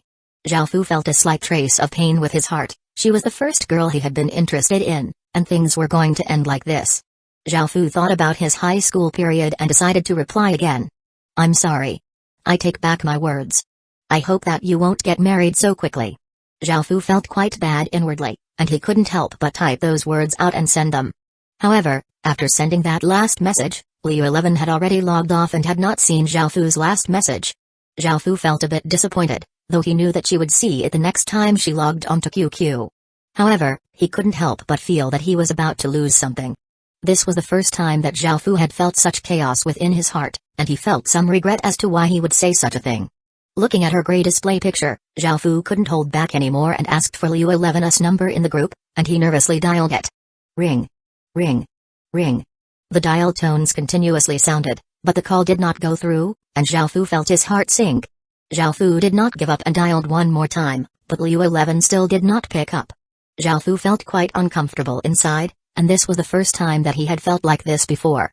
He deeply breathed in and did not think about this matter. He went to the bathroom and washed his face with cold water before settling his emotions and entering the Heaven Awaken world again. It was afternoon in the Heaven Awaken world, and the sunset's glow dyed half of the sky orange and gold. Zhao Fu went to the meeting hall to see if there was anything that needed to be taken care of. He only found some reports from the teams clearing out the regions, and after going through them, there was not much else for him to do. Great Ken's main task right now was to clear out the regions they had taken over. Even though they had a large army, clearing out an entire region took quite a lot of time, and during that time, Zhao Fu had a lot of free time. He thought about it and decided to do something that he had put off for a while. After making some preparations, Zhao Fu started to head out. Nulu had long since woken up, and seeing that it was almost nighttime and hearing that Xiaofu had entered the heaven-awakened world, she diligently made some food and brought it to the meeting hall.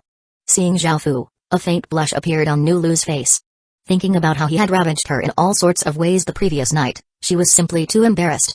This was especially because King had been there and seen her and Xiaofu doing those things. However, afterward, Xiaofu had done the same to King, and after seeing King do it with Xiaofu, she did not feel as embarrassed. Lord husband, it's getting dark. Where are you going? Nulu felt quite curious when she saw Xiaofu preparing to go out. I'm planning on exploring the inner region of Gloomy Jungle, Xiaofu said as he checked through his items. Nulu nodded and felt a bit disappointed as she said, Lord husband, how about you leave after eating? Please. That's all right. I'll be going now. After saying this, Xiaofu directly left the meeting hall. Seeing Xiaofu leave, a slight look of hurt appeared on Nulu's face. She felt that Xiaofu was a bit different today, as he had never treated her like this before. However, Nulu could sense that Xiaofu's mood was not great, and she wondered what had happened. If Xiaofu did not leave, Nulu had wanted to do some shameful things to cheer Xiaofu up. After doing it with Xiaofu, her body had become more sensitive, and after seeing Xiaofu just then, her lower half had some reaction. When had she become this lewd?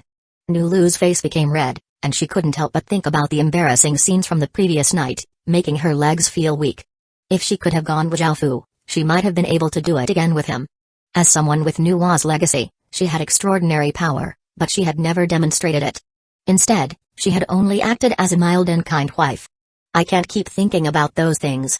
Nulu's face was completely red, and she felt that her lower half had started leaking. Big Sister Lu, where is His Majesty? King asked with a slightly red face. Seeing King arrive, Nulu gave her a knowing smile, causing King's face to instantly become bright red, and she lowered her head, not daring to look at Nulu. Xiaofu quickly arrived at Gloomy Jungle. Even though it was dark outside, it was different within this place. The sky was always gray and cloudy here, and there was not much difference. After Xiaofu had killed the Goblin King and obtained the king's crown last time, he had not continued onwards, as he had felt that it had been too dangerous. The soldiers had remained in the outer region, killing some goblins and minotaurs, and they did not enter the inner region. After such a long time, Xiaofu was far stronger than before. He had long since wanted to explore the Gloomy Jungle, but he hadn't had the time to do so. There were no longer any creatures in the outer regions of Gloomy Jungle, as they had all been cleared out by Great Gin's soldiers, so Xiaofu directly headed towards the inner region of Gloomy Jungle. The scenery around him immediately changed. There was actually a world of ice and fire within the inner region of Gloomy Jungle. Some places were covered with thick ice, which gave off a bone-chilling feeling, while other places had ferocious flames that gave off blistering heat. Seeing these two phenomena in one place, it seemed quite strange. Right after Xiaofu entered this place, he discovered some creatures. They were humanoid and were about 1 meter tall. They were either formed from ice or fire, and they gave off cold, white auras or gave off extremely hot auras. These were ice spirits and fire spirits, and they were part of the spirit race. This was because their bodies were completely formed by energies, and they were creatures birthed from energies. Their strength was comparable to someone at Tier 2 Level 5, which was quite strong. They would be able to easily beat a Minotaur in a one-on-one battle as they had magic professions and long-range attacks. They could easily kite and defeat the Minotaurs. If Great Gin's soldiers had entered this place, they definitely would have suffered many casualties. The ice spirits and fire spirits here were quite powerful, and their fireballs and ice shards were all specially enhanced, giving them great destructive power. Xiaofu flew in from the air, and because he had not tried to conceal himself, he was immediately greeted with countless fireballs and ice shards, forcing him back onto the ground. The ice spirits and fire spirits here all had some intelligence, and after Xiaofu landed on the ground, they all retreated into the distance and attacked from there, not daring to come closer. Xiaofu unleashed his king's domain, and fireballs and ice shards crashed against it. However, the black dragon barrier was not damaged in the slightest. Even though the ice spirits and fire spirits were not weak at all, just Xiaofu's cultivation alone was at stage 4. With his city lord Seal's power, it would be no problem for him to deal with these ice spirits and fire spirits. 640 Crystal Palace. Xiaofu found it quite difficult to deal with these ice spirits and fire spirits, as they all hid far away while Xiaofu used a sword to fight at close range. Xiaofu did not want to charge up and kill them all one by one, as that would be troublesome. As such, he could only use a large AO attack to deal with them all in one hit. Just as Xiaofu tried to take out the Sin Dragon sword, he heard her angrily harumph, acting as if she wanted to ignore Xiaofu. The previous night, When Zhao Fu had been doing it with Nulu and Shuoba King, this perverted dragon had wanted to rush out and join in. However, Zhao Fu had sealed her within the sword mark, so she could only watch, making her feel extremely angry and uncomfortable. Now that Zhao Fu wanted to use her, Long Zioxiao hid within the sword mark and refused to come out, making it so that Zhao Fu could not take out the sword. Seeing her like this, Zhao Fu couldn't help but smile, and his mood became a bit better as he said, "If you come out now, I'll give you a kiss." Long Zioxiao felt quite delighted, but she still held it in. After all, this was the first time that Zhao Fu had taken the initiative to kiss her. She felt that she could push it a bit more, so she said, "I want to do it with you, or else I'm not coming out."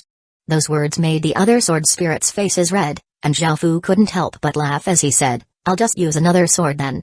"Don't." Sensing that Zhao Fu was about to take out another sword, Long Zioxiao cried out, and a green sword light shot out from the sword mark.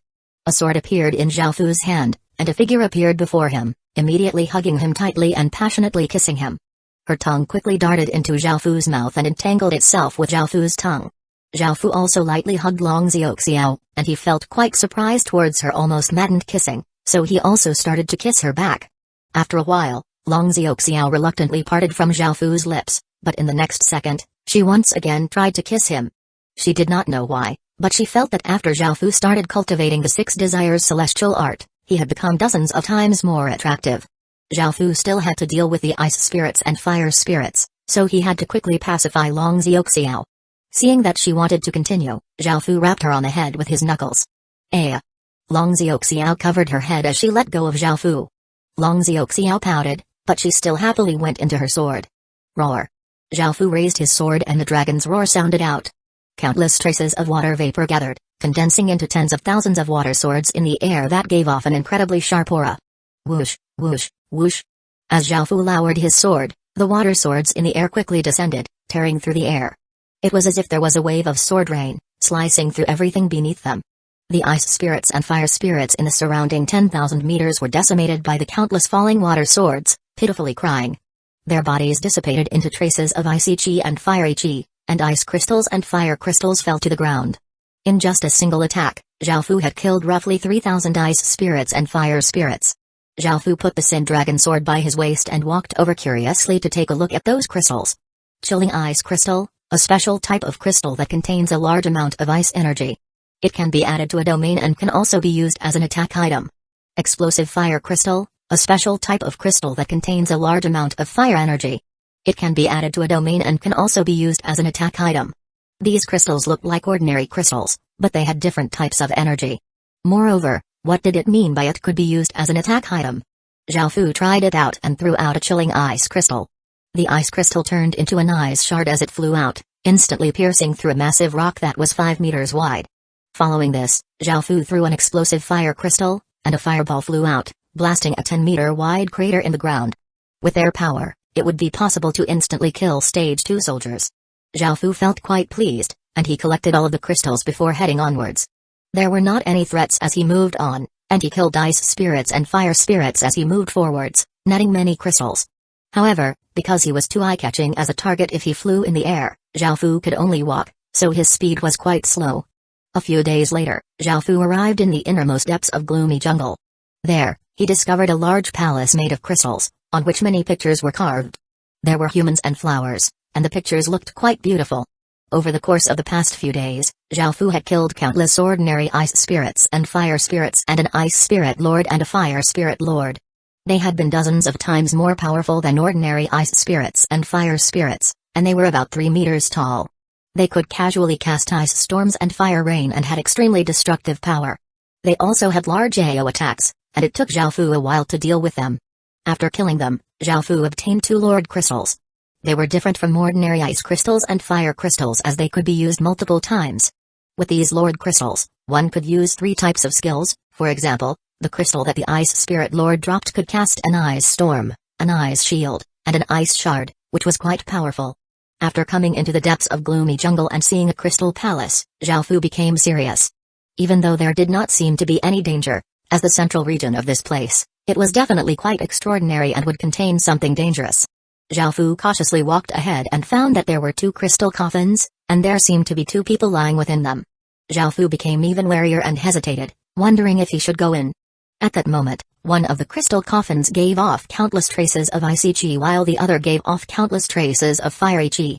A cold aura and a hot aura rippled outwards like floods in all directions. The people within the crystal coffins had come to life. Boom. An explosion sounded out as two rays of light shot into the sky and turned into two figures. Both figures were women who had extremely beautiful looks. Their skin was tender and as white as jade, and their long hair reached their legs. Their figures were quite graceful and elegant, and they did not wear much, only covering their important parts. Both of them held metallic magic staffs that were about 2 meters long, with a picture of a moon on the top. The magic staffs gave off faint lights and looked like treasures. One of them had flaming red eyes, and her coffin had the name Benosh on it. The other had icy eyes, and the name on her coffin was Carrie. Both of them stood in the air, giving off mighty auras. Both of their eyes were fixed on Zhaofu. Seeing them appear and sensing their power, Zhaofu's gaze became serious, and he tightly gripped the Sin Dragon sword. Benosh's beautiful face had a savage expression on it, and she waved her magic staff, causing a gigantic firebird to instantly condense and rush at Zhaofu. 641 fire and ice bloodlines. The firebird brought with it an immense heat wave, and Zhaofu was expressionless as he raised his sword and slashed out a wave of water.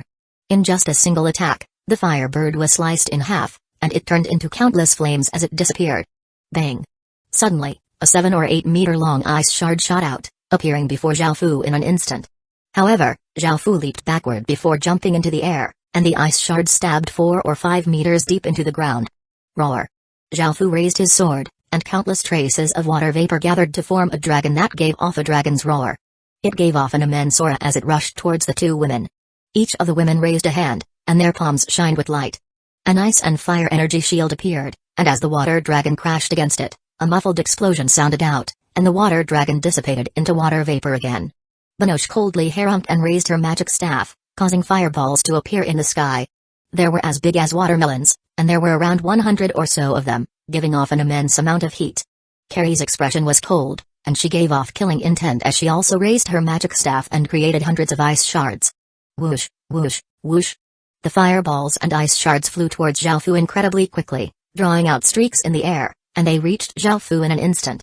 Zhaofu sent his king's power into the Sin Dragon sword, causing it to give off a large amount of sword light.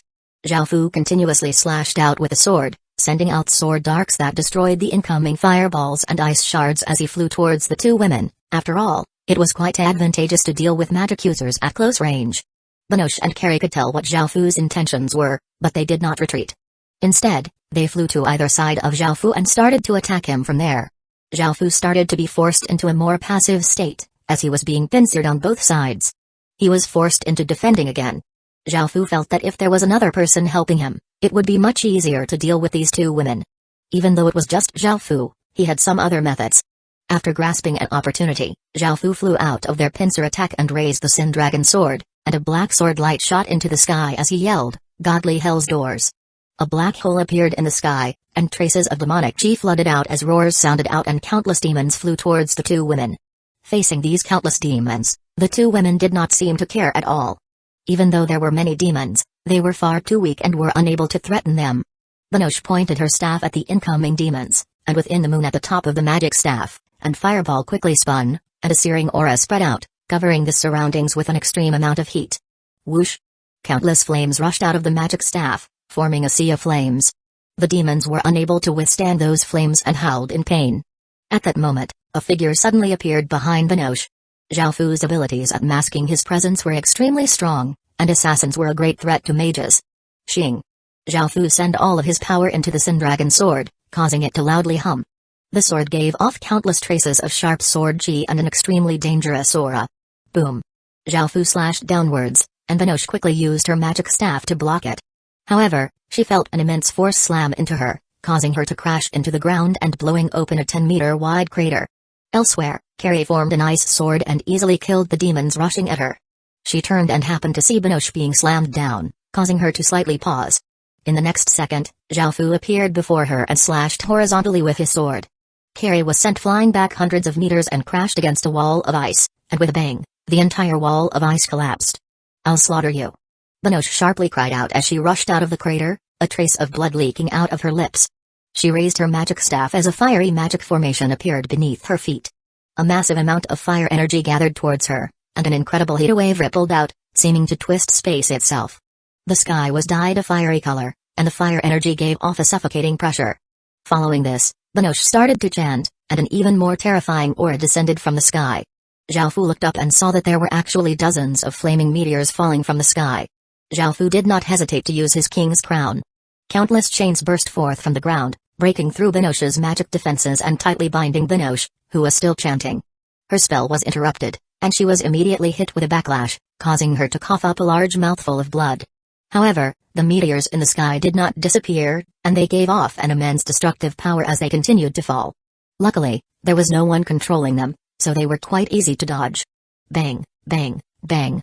The massive meteors slammed into the ground, causing it to violently shake. The sound was simply deafening, and a destructive aura rippled out. 100-meter-wide craters appeared in the ground. The craters were charred black. These meteors annihilated everything within 10,000 meters, and they also interrupted Karei's spell. Her face became incredibly pale from the backlash. Forbidden arts were incredibly powerful, but they were difficult to cast and had strong backlashes. Zhao Fu smiled and waved his hand, causing the countless chains to shoot out, binding Karei as well. Following this, he threw Benosh and Karei aside as he walked towards the Crystal Palace in excitement. After walking in, apart from the two crystal coffins, he also saw a crystal stage. The stage was 1.5 meters tall, 30 centimeters wide, and rectangular shaped. On the stage, there were two hexagonal crystals floating in the air, giving off resplendent lights. One contained fire and the other contained ice. Zhao Fu smiled as he picked up these two crystals and looked at their stats. Fire Origin Spirit Crystal, a crystal containing fire origin, which can be used on domains and fused with city hearts to form special city hearts that will spawn people with a fire bloodline. Ice Origin Spirit Crystal, a crystal containing ice origin, which can be used on domains and fused with city hearts to form special city hearts that will spawn people with an ice bloodline. Fire and ice bloodlines. Zhao Fu thought about it. Based on the information from the demon god, an energy bloodline was at least an intermediate bloodline and would give all sorts of stats and the ability to control ice or fire. Anyone who had this sort of bloodline would become more powerful than ordinary people, as they would have an innate ability. These were precious treasures, and they could spawn two types of bloodlines, which would give Great Kin a very large advantage in the future. Soldiers with an ice or fire bloodline would most likely be able to deal with 5 soldiers of the same cultivation. After going back, Zhao Fu would fuse these two crystals with epic rank city hearts. They would have immense potential, and the city lord seals that they condensed would be incredibly powerful. Zhao Fu smiled, put those crystals away, and prepared to return to Great Kin to have people explore the inner region of Gloomy Jungle. The ice spirits and fire spirits here dropped crystals that could insta-kill people with stage 2 cultivation, so they were quite valuable. Zhao Fu wondered just how many crystals they could obtain. After taking a few steps, Zhao Fu looked at the two women who he had bound and thrown to one side. They were currently looking at him furiously. What should he do with those two? 642 Great Python. Zhao Fu walked over to them, and when he thought about their battle, he felt that their powerful magic would be quite useful in battles. Just Benosh's meteors would be able to insta-kill 50,000 to 60,000 stage 1 soldiers. Zhao Fu did not know what sort of forbidden skill Karei had, but it would definitely be extremely powerful and be able to insta-kill tens of thousands of soldiers as well. If he could have them submit, that would be for the best. I'll give you an opportunity to surrender. If you're willing to submit, I can choose not to kill you. Zhao Fu said. Benosh glared at Zhao Fu and yelled, "You dirty lowlife, how could I, the great Benosh, submit to you? I'll burn you to death and listen to your howls." Karei's expression was extremely cold, and she said murderously, "You despicable man, I want to slice off your flesh bit by bit and make you die from the pain." Zhao Fu laughed. These two still did not understand the situation that they were in and had no idea whose hands they had fallen into. Zhao Fu could easily kill both of them. Since they did not seem like they would submit, did he have to kill them? What a pity. Zhao Fu thought about it and remembered that he had the all-knowing golden dragon, so he asked it, "Do you have any way to make them submit?" The golden dragon rolled its eyes at Zhao Fu and said, "I'm sure you know by now, doesn't the 6 Desires celestial art have a method for subduing women? That's the best method." Zhao Fu felt quite awkward and asked, "Is there no other way?" "There are, but they're definitely not as good as the 6 Desires celestial art." The golden dragon replied. "Alright then." Zhao Fu had no choice but to turn his gaze to Benosh. Benosh could sense that Zhao Fu wanted to do something, and she yelled, "If you dare to do anything to me, you scum, I'll slaughter you and make you wish that you were dead." Hearing her words, Zhao Fu did not feel angry, and he instead smiled, looking at her with pity. He came before Benosh and used his hand to squeeze Benosh's cheeks. Binoche struggled while hatefully glaring at Xiaofu as if she wanted to kill Xiaofu 100 times. At that moment, Xiaofu suddenly kissed her, and their lips came together. A large amount of black qi rushed from Xiaofu's mouth into Binoche's mouth, causing her resistance to weaken. Finally, her face became red, and her eyes looked quite lustful as she took the initiative to stretch her tongue into Xiaofu's mouth. Xiaofu kissed Binoche back while taking off the few articles of clothing that she had and started to do it with her. He even used the chains to try out all sorts of positions that were quite difficult. By the side, Carrie watched with a fearful look and desperately struggled. However, after hearing Binoche's moans, she started blushing. A few hours later, Xiaofu placed the strengthless Binoche on the ground and came over to Carrie. Carrie turned her head away, not knowing if she felt afraid or embarrassed. Xiaofu kissed her on the lips, after which both of their bodies became entangled.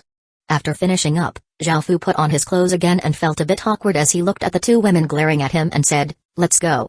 The two women harumphed, and even though they seemed like they were ignoring Xiaofu, they still walked behind him somewhat awkwardly. Nothing much had happened in Great Qin over the past few days, and Great Qin's soldiers continued to clear out the surrounding regions. Seeing Xiaofu bring back these two beauties, everyone felt quite surprised. As two top-grade mages, Binoche and Carrie had quite a lot of Phoenix Chi, and Xiaofu made them imperial concubines as well. In actuality, even if they did not have any Phoenix Chi, Xiaofu would still make them concubines, as they now had that sort of relate. I realized Xiaofu also realized that the only two epic rank and above city hearts that he had were the Great Qin City and Moria City, which were legendary rank and epic rank respectively. Could he still fuse those two crystals into the Great Qin City and Moria City? Both cities had legacies, and if he could fuse the crystals into them, perhaps he could strengthen the legacies. However, Xiaofu was disappointed. Since both of them were historical legacies, he could not fuse the crystals with them unless he was to destroy the legacies. How could Xiaofu be willing to do such a thing? As such, he decided to fuse the two crystals into two system main cities.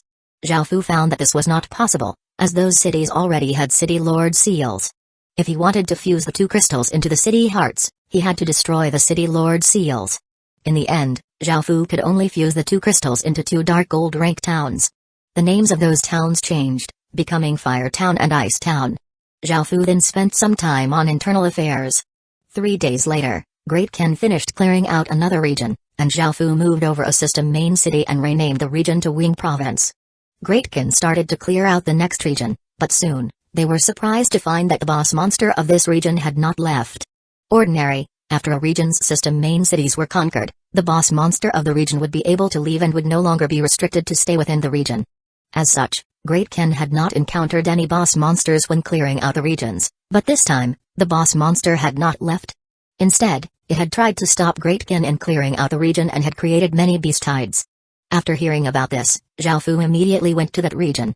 When Xiaofu arrived, he saw that there were a few waves of beast tides, giving off a ferocious aura as they rushed at Great Qin's soldiers. Great Qin's army had used wood and rocks to create a simple defensive wall, dug out trenches, and set up many traps. The beast tides were incredibly ferocious, and they would not be so easy to deal with. Your Majesty, the boss monster here is a massive violet python, and it has been hiding underground this entire time. It's very difficult for us to kill it. Wang Jian came over and reported. Xiaofu nodded and ordered the other city lords to stay here and help the soldiers defend. There were tens of millions of beasts, and even though Great Qin soldiers could kill 10 or so with every hit, there were simply too many of them. Following this, Xiaofu brought Bei Qi, Wang Jian, Wei Liao, Sima Kuo, Meng Tian, and Li Mu to the depths of the region. In the innermost part of the region, there were tall mountains everywhere, and if the boss monster hid underneath these mountains, it would indeed be quite difficult to deal with it. The only thing they could do was to go underground and lure the boss monster out or kill it underground. If it did not come out, Xiaofu would not be able to do much to it. The boss monster was quite big, so it would not be too difficult to find underground. After discussing with the others, Xiaofu set his plan into motion. 643 ginseng they came to a large tunnel that was 100 meters wide, which had been created by the python. It was completely dark inside, gave off a putrid stench, and gave off a trace of coldness. Facing such a massive tunnel, an ordinary person's legs would have gone weak from fright. Xiaofu brought his group in, and soon, they found that the path ahead was blocked by countless large rocks. Clearing them would be quite difficult, and if they moved them one by one, it would take a few days. This python was quite smart. Facing these large rocks, Xiaofu took out the Sin Dragon sword and set his power into it, causing it to shine with a brilliant sword light and give off a dangerous aura. Roar! Xiaofu slashed out, causing a water dragon to fly out and smash towards the pile of rocks. A muffled explosion sounded out as the countless rocks were blasted into tiny fragments, and the path ahead was cleared. Seeing Zhaofu's power, everyone present felt quite shocked. Following this, they continued onwards and found another pile of rocks. They cleared them out, and after walking for a while, they found yet another pile of rocks. As such, they were forced to walk a bit then clear rocks, then repeat this process. Zhaofu did not continue to clear the rocks and instead left this to his subordinates. They were much slower, and after a few hours, they no longer found any piles of rocks, but they found many snakes. There were snakes of all sorts of colors, and they had a strong stench to them. They were evidently quite venomous, so everyone became quite wary. There was nothing to worry about snakes that were at stage 1 and below. Even if they were bitten, they could use their cultivation to stop the venom. However, there were many stage 2 and stage 3 snakes here as well. Things could get quite dangerous if the others were bitten by the stage 2 or stage 3 snakes. But Zhaofu was not worried as he had a poison spirit constitution from the all-poison divine pill, which made him immune to these snakes' venom. However, he had to take care of the others, so he unleashed his king's domain and covered the 7 of them while Beichi and the others started to kill the snakes. As they advanced, they saw more and more snakes, which became more and more ferocious, throwing themselves at Zhaofu's party without any regard for their lives. However, no matter how many snakes there were, they were all blocked by Zhaofu's king's domain. The venom that they spat out sizzled on the king's domain but did not affect it at all. After all, Zhaofu's king's domain had been strengthened.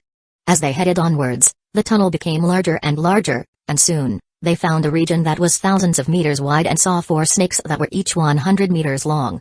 When Zhaofu and his party stepped into this region, the 4 massive snakes sped towards them incredibly quickly like black blurs.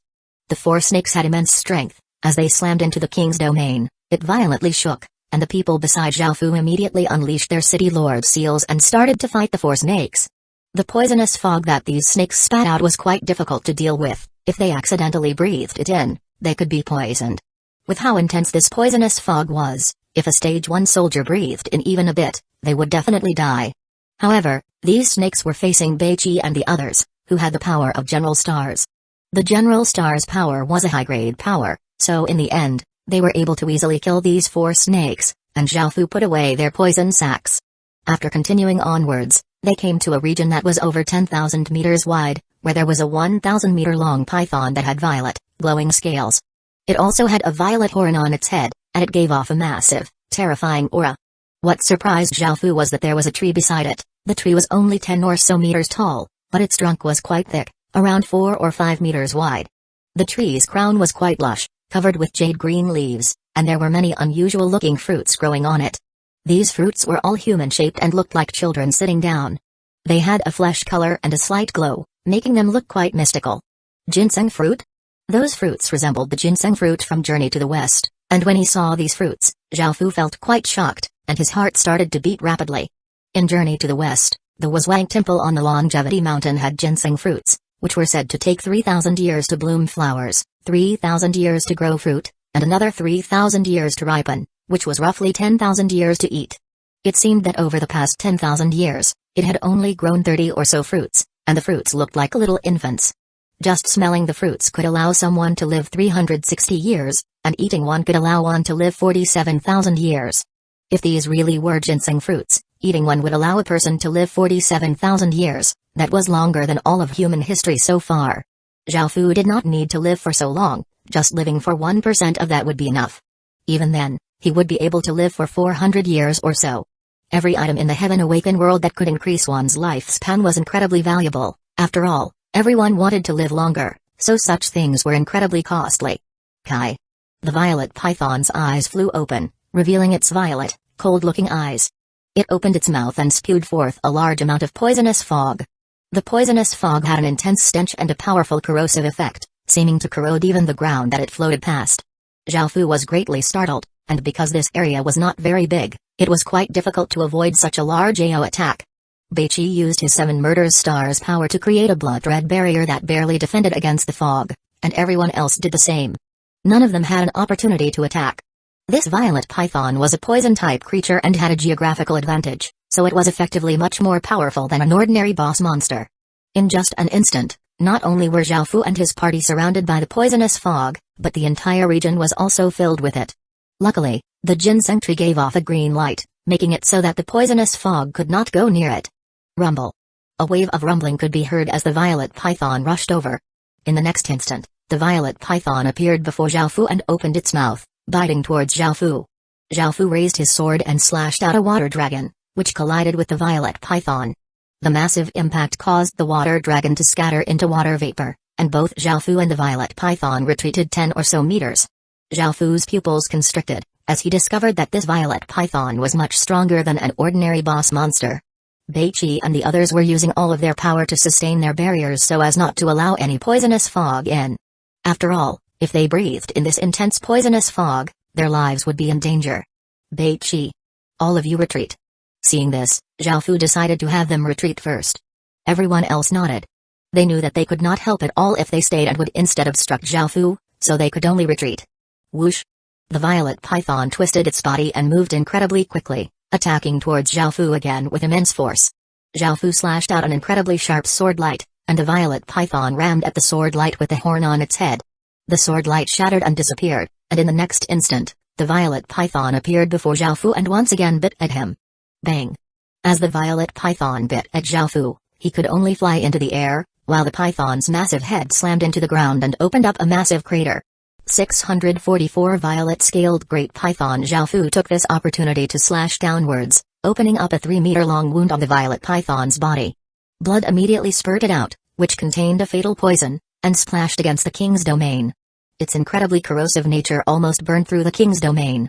SSSSSSSSSSSS.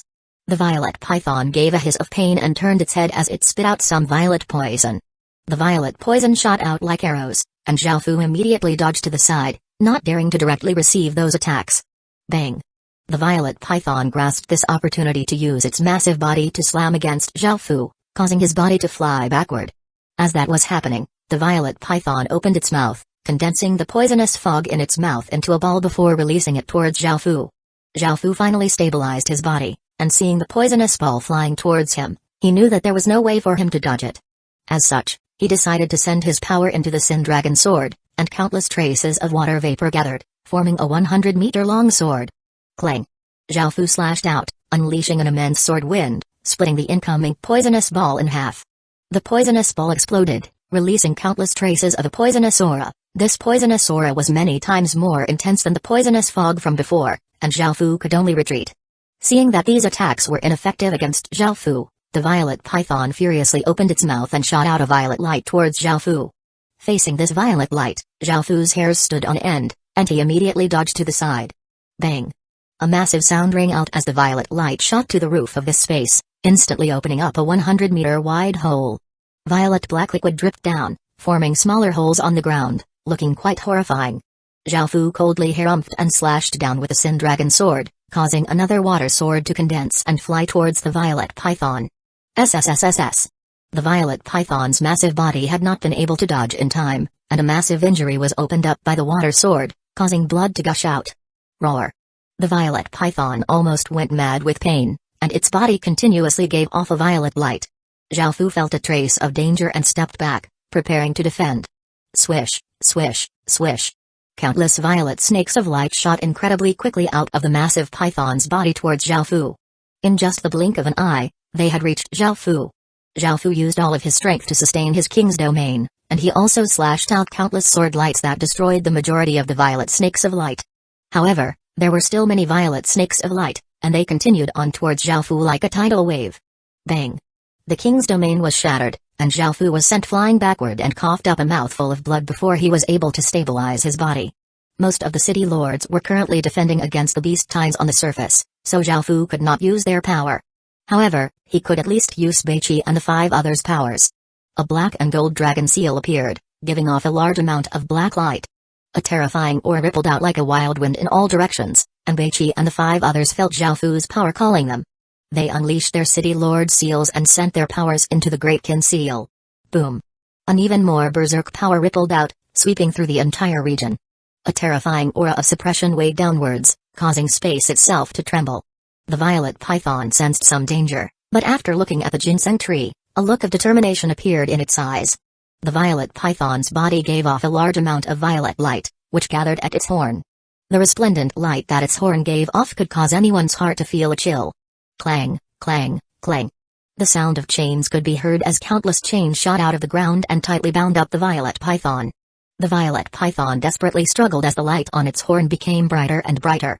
Zhao Fu gathered his power into the great conceal, causing it to give off the boundless aura of a great mountain as it rocketed towards the violet python. The violet python roared as it pointed its horn towards Zhao Fu, shooting out a violet light. The surroundings were all dyed violet, and wherever the violet light passed, it left behind white smoke. It was as if it could corrode space itself. Boom. The two massive powers collided together, and Zhao Fu's great conceal, which gave off the aura of a mountain, smashed towards the python's head. Immediately, blood flew everywhere, and the violet python howled in pain. However, that violet light also continued onwards, instantly piercing through Zhao Fu's shoulder. Zhao Fu coughed up a mouthful of black blood, and his wound was charred as it was quickly corroded. At that moment, Zhao Fu's poison spirit constitution came into effect. The little green grass within his body lightly swayed and gave off an aura of life as it sent out a large amount of green light to absorb the poison. Zhao Fu endured the pain and suppressed the poison before once again mustering his strength to use the great conceal to smash towards the python's head.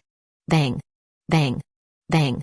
After a few hits, the great conceal finally smashed the violet python's head apart, causing its blood and brains to stain the ground around it. Following this, Zhao Fu received a few announcements. System announcement. You have killed the violet-scaled great python and obtained 10,000 achievement points. System announcement.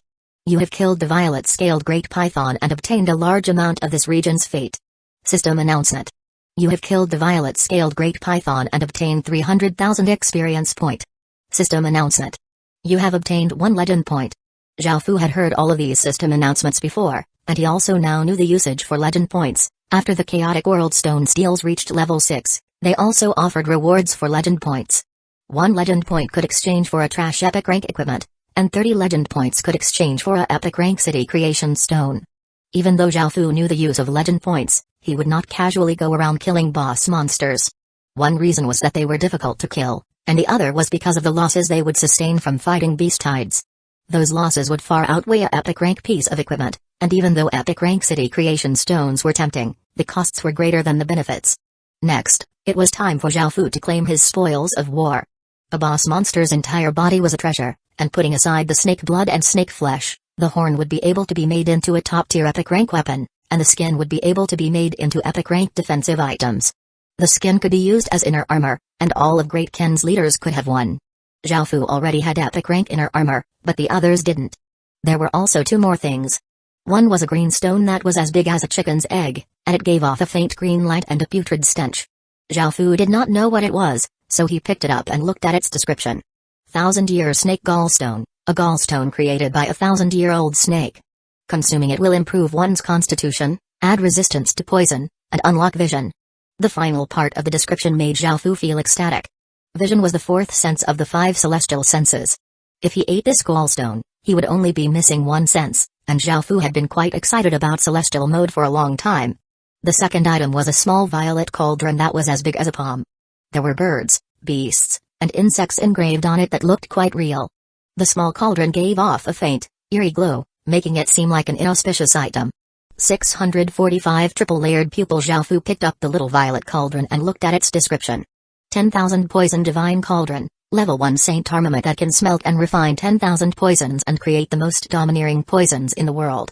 The more poisons that it refines, the higher grade this divine cauldron will become. It was another developing type item, just like the king's crown that he had obtained before. As the king's crown had continuously absorbed King's aura, it had risen to dark gold rank and was now just a bit away from reaching epic rank. Zhao Fu was quite interested in the 10,000 poison divine cauldron, as poison was essentially something that all people feared. Once they were poisoned, things would be quite tough for them. If he could refine the most domineering poisons in the world, they would be quite useful, such as for assassinations. As such, it would be worth nurturing this cauldron. Zhao Fu put the cauldron away and looked at the large snake body. He remembered that he had a talisman that could turn corpses into swords, and if he could turn this violet-scaled great python into a sword, it would most likely form a poisonous sword that also had a high grade. As such, Zhao Fu took out the sword corpse talisman and tried to use it but received a system announcement telling him that the snake's head had been damaged. Because of this, the sword that would be created would lack a sword spirit, and its grade would be much lower. As such, Zhao Fu could only give up on that. Zhao Fu then turned his attention to the large, jade green tree. Was this really a ginseng tree? Even if it wasn't, for the violet python to care about it so much, it was definitely a treasure. Zhao Fu walked up and took a look at this tree. Ginseng tree, a precious tree that can increase one's lifespan. The ginseng fruits that it creates can add 10 years to a person's lifespan, and a person can only eat one. After looking at the ginseng tree's description, Zhao Fu felt a bit disappointed. Even though it was also called a ginseng tree, it was very different than the ginseng tree from the legends. This one could only add 10 years to one's lifespan, while that one could add 47,000 years. However, Zhao Fu looked through the rest of the information and found that this ginseng tree was planted from a ginseng fruit.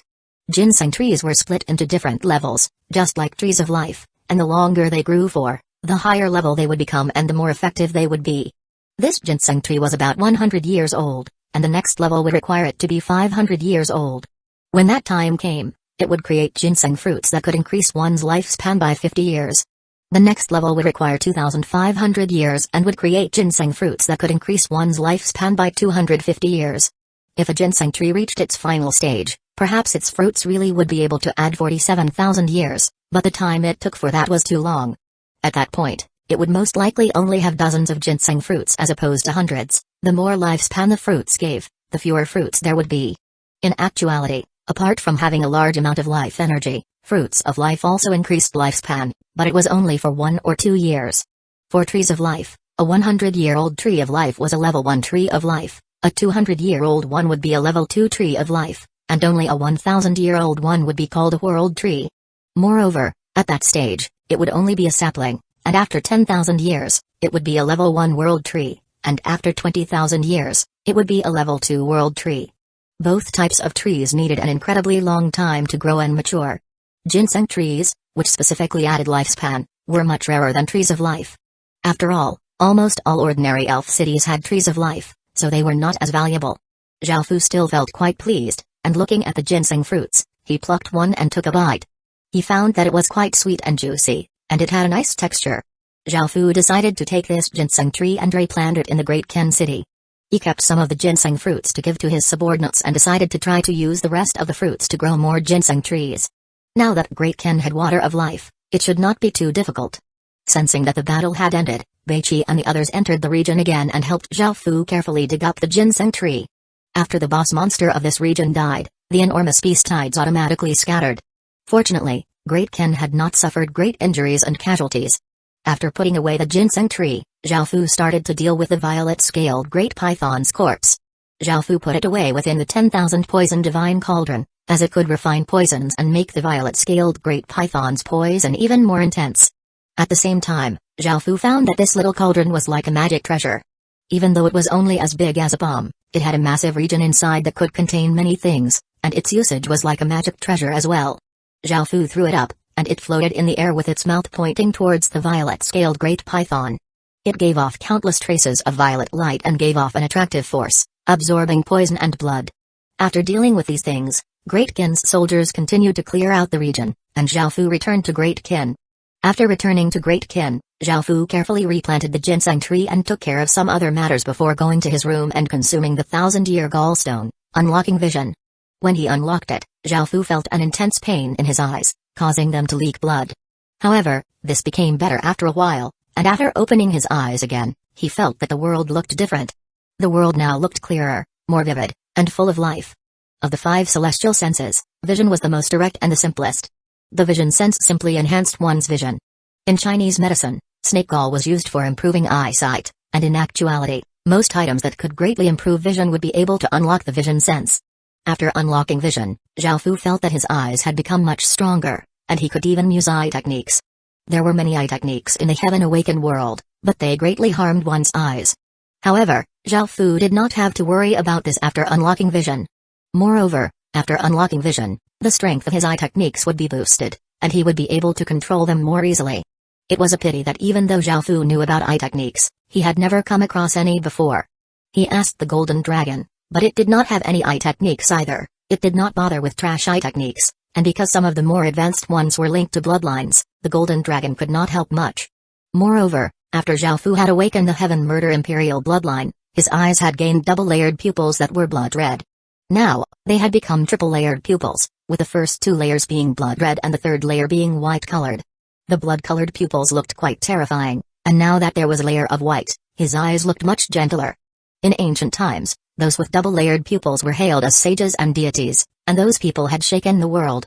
Now that Zhao Fu had triple-layered pupils, he would definitely be quite extraordinary as well.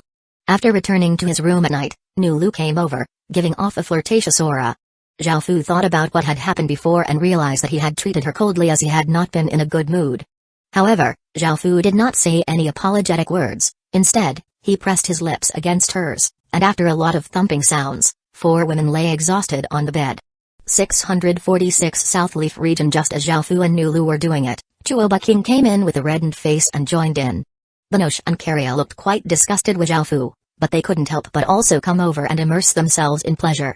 Zhao Fu felt that the 6 desires celestial art was a bit domineering to be able to amplify one's desires hundreds, if not thousands, of times, making such pure women into such lustful women. At the same time, Zhao Fu felt that his resistance towards women had broken down. Now that the doors of pleasure had opened up, it was not something that could be easily controlled. I want more. Banoche wrapped her slim arms around Zhao Fu's neck, her fiery eyes filled with lust. The old, savage Banoche was completely gone. Zhao Fu lightly laughed. Didn't you say that you wanted to kill me? Why are you asking for more now? Banoche harumphed. It's because of you, you baddie. I hate you so much, but I want more, so give it to me. Zhao Fu smiled and pressed down his body against Banoche's while the 3 other women also uncontrollably joined in. The next day, Zhao Fu once again gathered his generals.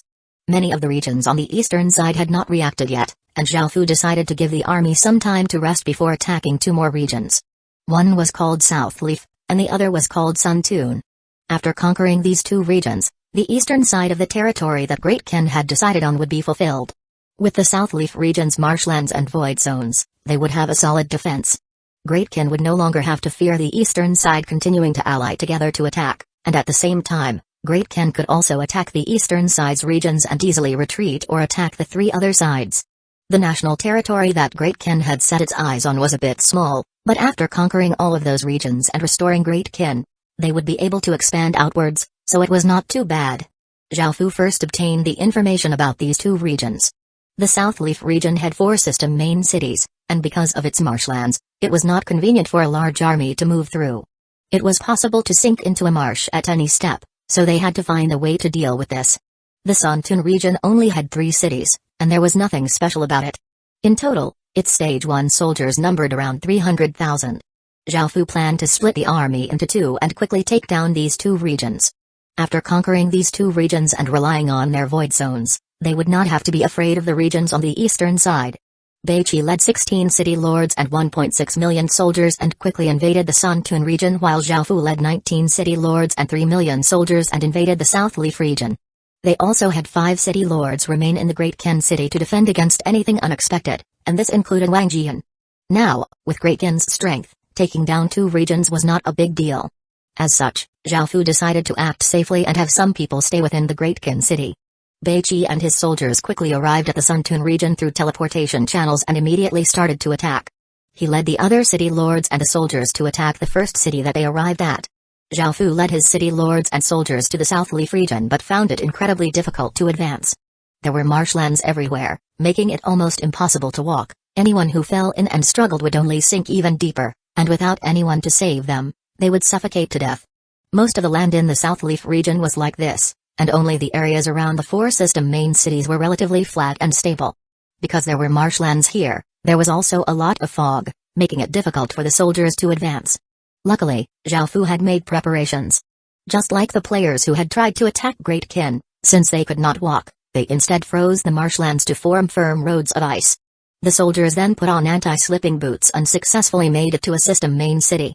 Seeing countless enemies suddenly arrive, the first system main city quickly closed its gates, and soldiers arrived at the top of the city walls, nervously looking at the army below.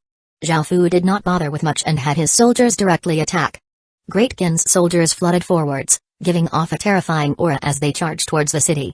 Zhao Fu also had a portion of the soldiers stay back just in case the soldiers from the 3 other system main cities came as well.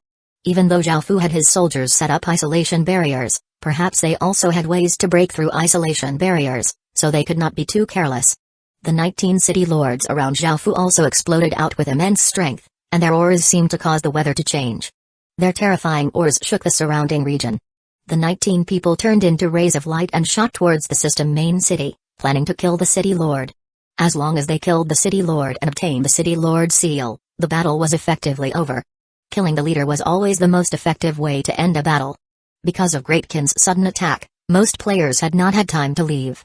They did not dare to help the system main city defend, as they had heard that Great Kin had developed a way to kill players in large numbers. They were afraid of Great Kin using this against them, and none of them wanted to die. Many players quickly tried to exit the Heaven Awakened world, but because the city was already being attacked, they were unable to leave. As such, they could only hide within buildings in terror. Some people shouted in fear, "Great Kin, we don't dare to make you an enemy, please spare our lives." Zhao Fu heard them, but they had already surrounded the system main city and were attacking, so how could they have time to let these people go? If they did so, they might miss the opportunity to attack, so Zhao Fu paid no attention to them. If they obediently hid, Zhao Fu could spare them, but if they helped defend the city, Zhao Fu would use reality-harming talismans to kill them all. There were not many players in the system main city, only 200,000 or so. Great Kin's soldiers quickly climbed up the city walls and started fighting the soldiers on top of the city walls. Also, in just a few bouts, the system main city's city lord had been heavily wounded by Great Kin's 19 city lords, and seeing everything happening around him, he yelled, "I surrender." In the face of such immense strength, no one wanted to die for nothing, so this city lord rationally chose to surrender. Great Kin quickly took over this city. All of the soldiers put down their weapons, and the city lord handed over his city lord seal. Zhao Fu also decided to spare those players as well. The players all felt as if an immense weight had been taken off their bodies, and cold sweat rolled off their bodies as they felt that they had just come back from the land of the dead. They quickly left the system main city and did not dare to dally. Facing the prospect of true death, they did not dare to try to resist Great Kin at all. The 3 other city lords had been watching all of this in the distance, and after seeing how terrifying Great Kin was, they quickly turned and left. Zhao Fu looked over at them and transformed into a ray of light as he chased after them. Soon, blood flew everywhere as a headless corpse fell to the ground, and Zhao Fu held an elderly man's head in his hand, smiling at the 2 wounded city lords in front of them. Following this, Zhao Fu brought back 3 city lord seals and 2 city lords. Zhao Fu had never thought that it would be so easy to take down a region. 647 Level 3 Great City. Following this, Zhao Fu brought a large number of people and soldiers back to Great Kin. Zhao Fu had conquered 4 system main cities but had only taken 3, leaving 1 behind to use as a base for his soldiers. This location was quite important, and Zhao Fu did not want anyone making any trouble for him. Moreover, by leaving a city here, they could continue to be on their guard against the eastern side's regions. Of the 4 system main cities, only 1 of the city lords had resisted, which was the city lord Zhao Fu had killed. In front of Great Kin's massive army, they would not have the ability to resist anyway. After returning to Great Kin, a soldier came to report that Great Kin had killed a city lord, subdued 2 city lords, conquered 3 system main cities, and brought back a large number of residents and soldiers. By now, Great Kin's population was at 30.2 million people, so Zhao Fu expanded the military to 5.5 million soldiers. There were 3.8 million Stage 1 soldiers, 80,000 Stage 2 soldiers, and 2,000 or so Stage 3 soldiers. They also had 42 great cities, 5 cities, 30 towns, and 2,669 villages. After conquering and relocating the 7 system main cities, the Great Kin city obtained a large amount of experience point, and it once again leveled up. Level 3 Heavy City. 800,000 out of 42 million, resident, 3,492,950 out of 12,240,000 soldier, 892,640 out of 4,482,000 village name, Great Kin City, legendary, level 3 Great City, 800,000 out of 42 million, village area, 18,400 square kilometers village territory, 821,800 square kilometers residents, 3,492,950 out of 12,240,000 military, 892,640 out of 4,482,000 popular support, 85 village special stats, territory crop output plus 170%, territory crop growing time minus 170%, population limit plus 120%, resident stats can randomly plus 12, soldiers stats plus 13%, population attraction plus 135%, chance of attracting higher grade population plus 135%. Subsidiary village limit, 16,930 subordinate villages, Logue Village, Jin Village, Drun Village, Lee Family Village, Wolf Village, Ferocious Tiger Village. The Great Kin City was now a level 3 great city, and it had not been long since it had last leveled up. Now, there were 2 levels remaining until it could become a capital city. The final 2 levels were called Sub-Main City and True Main City. Leveling up to a Sub-Main City required 42 million experience point, and it would take quite some time to obtain such an enormous amount of experience point. Only by continuously attacking system main cities would they be able to obtain so much experience point. They had now conquered the eastern side, so only the western side, northern side, and southern side were left. Great Kin had returned to clearing out regions. They had just finished clearing out 1 region. There were 2 more, so they still had 7 regions to clear out. In the eyes of ordinary people, this speed was already incredibly fast, but to Xiaofu, it was still much too slow. However, there was nothing he could do about this, and him being impatient could not make anything happen faster. A few days later, it was once again time to trade in the outside world. As Great Kin expanded its army, they needed more and more soldiers' corpses. The higher the stage the better. They also needed talisman stones. Great Kin now had 2 million pieces of talisman equipment, but there were only 1 million sets of both weapons and offensive equipment, which meant that they could only fully equip 1 million soldiers. Within a private room, Xiaofu and Roxy sat as they talked. From Roxy, Xiaofu heard that the Devil Horn Empire was indeed attacking the Lantong people and Grassy people. The Devil Horn Empire was that level 1 dukedom, and they were from the Devil race and had short horns on their heads. Now, the Lantong people and Grassy people had allied together, or else they would not be able to resist the Devil Horn Empire's invasion. However, despite this, the Lantong people and Grassy people were still at a disadvantage. After hearing about this, Xiaofu couldn't help but feel nervous. If the Lantong and Grassy worlds could not defend against this invasion, the human world would have no chance at all. If the Devil Horn Empire destroyed these 2 worlds, their next target would definitely be the newer worlds, as newer worlds were like free meat to everyone else. Because of the massive battles between the 3 sides, the Swan Goose group had been able to obtain 1 million Stage 1 soldier corpses, 50,000 Stage 2 soldier corpses, and 5,000 Stage 3 soldiers' corpses. Xiaofu was very pleased with these numbers, but he felt an ache in his heart as that was another 25 million gold coins gone. Moreover, apart from the corpses, there were also talisman stones. There were 1.4 million bronze rank talisman stones, 150,000 secret silver rank talisman stones, 30,000 fine gold rank talisman stones, and 340 dark gold rank talisman stones, which were worth another few million gold coins. In total, the cost came to 30 million or so gold coins. After spending so much money, Xiaofu could not help but think about how much money he had left. For a while now, Xiaofu had been paying with the equipment that they had obtained from the players they had slaughtered in that massive battle, and he had used up 40% of that equipment. If he continued to spend money like this, they would run out of money sooner or later. However, if they were able to obtain these corpses, Great Kin would have 3.2 million spare Stage 1 corpses, while the Stage 2 and Stage 3 corpses would all be used immediately. Great Kin did not lack Stage 1 corpses anymore, so Xiaofu's main focus was on higher stage corpses and higher grade talisman stones. They greatly lacked both of these things, and Xiaofu also wanted to think of a way to earn a large amount of money to support Great Kin's heavy expenditure. Great Kin had opened up paths to 170 regions and had used up all of its void crystals. Through its businesses in the various regions, Great Kin earned roughly 700,000 gold coins per day, but they had to use some of that money on other matters. They could only afford to spend 500,000 gold coins per day, which was 5 million in 10 days. Currently, they did not have enough money to continue spending like this. However, these things were all things that Great Kin needed, so Xiaofu could not afford to be stingy. Xiaofu gave a spatial ring to Roxy, and Roxy smiled brilliantly as she took a look, then put it away and said, "Guest, is there anything else that you need?" Xiaofu bitterly smiled and shook his head. Now that he did not have as much money, he could not continue to recklessly spend money. Roxy did not feel disappointed, as Xiaofu had already spent more than 50 million gold coins at the Swan Goose Group, and it was the first time that they had encountered such a rich customer. If they did not know that he had an extraordinary identity, they would have wanted to rob him just to see how much money he had. Because of her grades with him, Roxy's position in the Swan Goose Group became higher and higher, and the Swan Goose Group's overall strength became a bit stronger as well. When a group had an immense fortune, it would develop its own faction. After all, without enough strength, one's money would simply belong to someone else sooner or later. "I'll be going now, Miss Roxy." After completing the trade, Xiaofu planned to leave.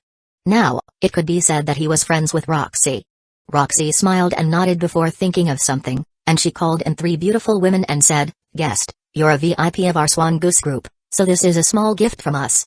They're virgins and are skilled at serving others. Seeing this, Xiaofu smiled and refused. He could not trust anyone right now, as he could not risk exposing his identity. Moreover, Xiaofu did not lack women, and there were still many women Xiaofu had not even touched yet. Roxy did not try to force Xiaofu, and she instead looked at him with appreciation. She felt that he was not someone who was ruled by lust. After all, these 3 female attendants had been specially picked out by the Swan Goose group. Their looks and temperaments were excellent, and ordinary people would not be able to refuse them. However, she did not know of Xiaofu's reputation in the Legacy Land. 648 barbarians. After leaving the store, Xiaofu planned to quickly return to Great Qin, as he felt that time was becoming tighter and tighter. However, after passing the slave market, he sensed the Silver Lake Immortal Shield tremble within his spatial ring. Xiaofu felt quite surprised and looked around. He saw that within the slave market, there was a barbarian slave bound by chains being dragged out by people. Barbarians usually had inferior intelligence but had strong bodies. Because their culture was quite barbaric, they were referred to as barbarians. The barbarian that Xiaofu saw was 2 meters tall and covered with muscles. He had a thick beard and very long hair to the point that it covered his face, making it impossible to see what he looked like. There was also a beast skin around his waist. This barbarian was incredibly strong and required 6 or 7 people pulling on the chains to drag him. Moreover, that barbarian was continuously struggling, not wanting to move. Xiaofu felt the Silver Lake Immortal Shield tremble again, and he now understood its intent. Seeing the barbarian struggle, the slave master's expression became savage, and he prepared to take out a whip to whip him. Wait. A voice stopped him, and he looked over and saw a mysterious person wearing a black cloak. He felt that the person had a very powerful aura, so he immediately put on a smile and asked, "What is it, sir? How much is this slave? I want to buy him." That person was naturally Xiaofu. The slave master's smile became even brighter, and he immediately said, "Lord, this barbarian was the leader of a small faction, and we spent quite a lot of effort catching him. His cultivation is around Tier 1 level 5, and since you're the lord who wants him, I'll sell him for 1,000 gold coins." This barbarian was quite difficult to subdue, and the slave master had been thinking of ways to get rid of him. Now that Xiaofu wanted to buy him, and sensing how powerful Xiaofu was, he most likely would not care too much about money, so he set a high price. Xiaofu did not mind the price, so he threw over a sack of coins. The slave master happily caught the bag and looked through it before handing over a sheet of paper. This was a contract, which could decide the life and death of a slave. Xiaofu received the contract and immediately used it. "Lord, do you want us to send him to your residence?" The slave master smiled and asked. They would normally provide a delivery service for slaves like him so as to prevent anything unexpected from happening. "No need, you can all let go of him," Xiaofu said. Hearing this, the slave master gave the order to let the barbarian go, and the barbarian also stopped struggling. He looked at Xiaofu, and he could instinctively feel that Xiaofu was incredibly dangerous. However, he pointed at another barbarian locked in a wooden cage next to him and muttered something that Xiaofu could not understand. Xiaofu looked at the barbarian that the man was pointing at and found that it was a child who was 7 or 8 years old. The child looked a lot like this man and was most likely his son. Xiaofu did not say much and threw another few hundred gold coins to the slave master and bought the son as well. Xiaofu walked ahead while the barbarian man carried the child in his arms and followed behind him. The barbarian man did not try to escape or attack Xiaofu. Even though there was a contract, if one was strong enough, they could resist the power of the contract. However, the barbarian man still did not dare to act, as the aura from Xiaofu's body was simply too dangerous. This was the first time that the barbarian man had met such a dangerous figure before, so he did not dare to do anything. After arriving at a boundary region, Xiaofu used a language stone to learn the barbarian language, and he asked, "What is your name?" The barbarian man replied, "I'm called Yi Ji. This is my son, Yi Wu." Xiaofu nodded and took out the trembling Silver Lake Immortal Shield from his spatial ring and gave it to Yi Ji, saying, "This is yours from now on. As long as you wholeheartedly serve me, I won't neglect you." Yi Ji received the silver shield and found that it was a epic rank shield. Even though he had led hundreds of barbarians before, he had never seen a epic rank item, yet this person had casually given him such a precious item. It showed just how much that person valued him. As such, Yi Ji had his son kneel down with him, and he said, "I, Yi Ji, am willing to serve you, my lord." The barbarian child, Yi Wu, also blankly repeated what his father had said. Xiaofu smiled, then brought them back to Great Qin. Now, he had found owners for all 7 pieces of the Silver Lake Immortal equipment, which was a big load off his heart. Following this, Xiaofu told his generals what he had learned in the outside world, as he was quite concerned about this. The situation in the outside world was quite tense, which forced Great Ken to adapt its plans. They no longer continued to clear out the eastern side, and they instead decided to attack the 3 other sides and restore Great Ken as a nation. After this, they would be able to construct a Great Wall, allowing Great Ken to have more power to protect itself. However, there were still 7 regions that they had not cleared out yet, which was a bit of a headache. They could not just let them sit there, or else they would have more and more regions to clear out in the future. Their currently clearing speed was actually already quite fast. With the village compasses and the Grey Wolves' sense of smell, it was quite easy for them to find villages. It now took less than a month to clear out an entire region, which was many times faster than before. However, because of the situation in the outside world, Zhao Fu felt quite rushed. Zhao Fu also asked the Golden Dragon what they could do, and it suggested to use undead disasters to clear out regions. However, if they did that, Great Ken would not be able to obtain much. Each region could provide 2 to 3 million people, which Zhao Fu did not want to give up. He also worried that the undead disasters would go out of control. After all, Great Ken could not fully control an undead disaster of that scale and could only guide them. However, if the undead disaster turned on them, they would suffer heavy losses. After thinking for a while, Zhao Fu felt quite frustrated, as there was no easy way to resolve this situation. Suddenly, Zhao Fu remembered that he still had 2 region treasure boxes that he had not yet opened. They were the region treasure boxes that he had obtained after conquering the 2 eastern side regions from before.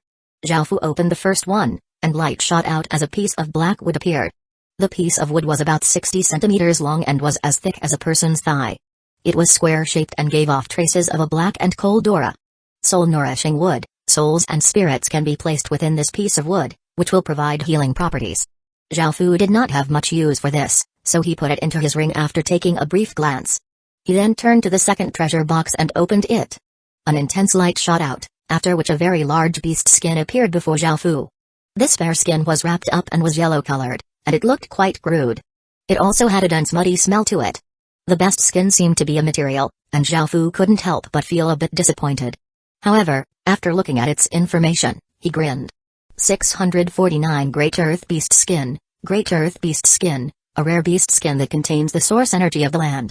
Spreading the beast skin on the ground will cause it to show the topography within 5,000 kilometers, including various structures. This beast skin's effects were quite extraordinary. Not only could it show the topography of the land, but it could also reveal villages.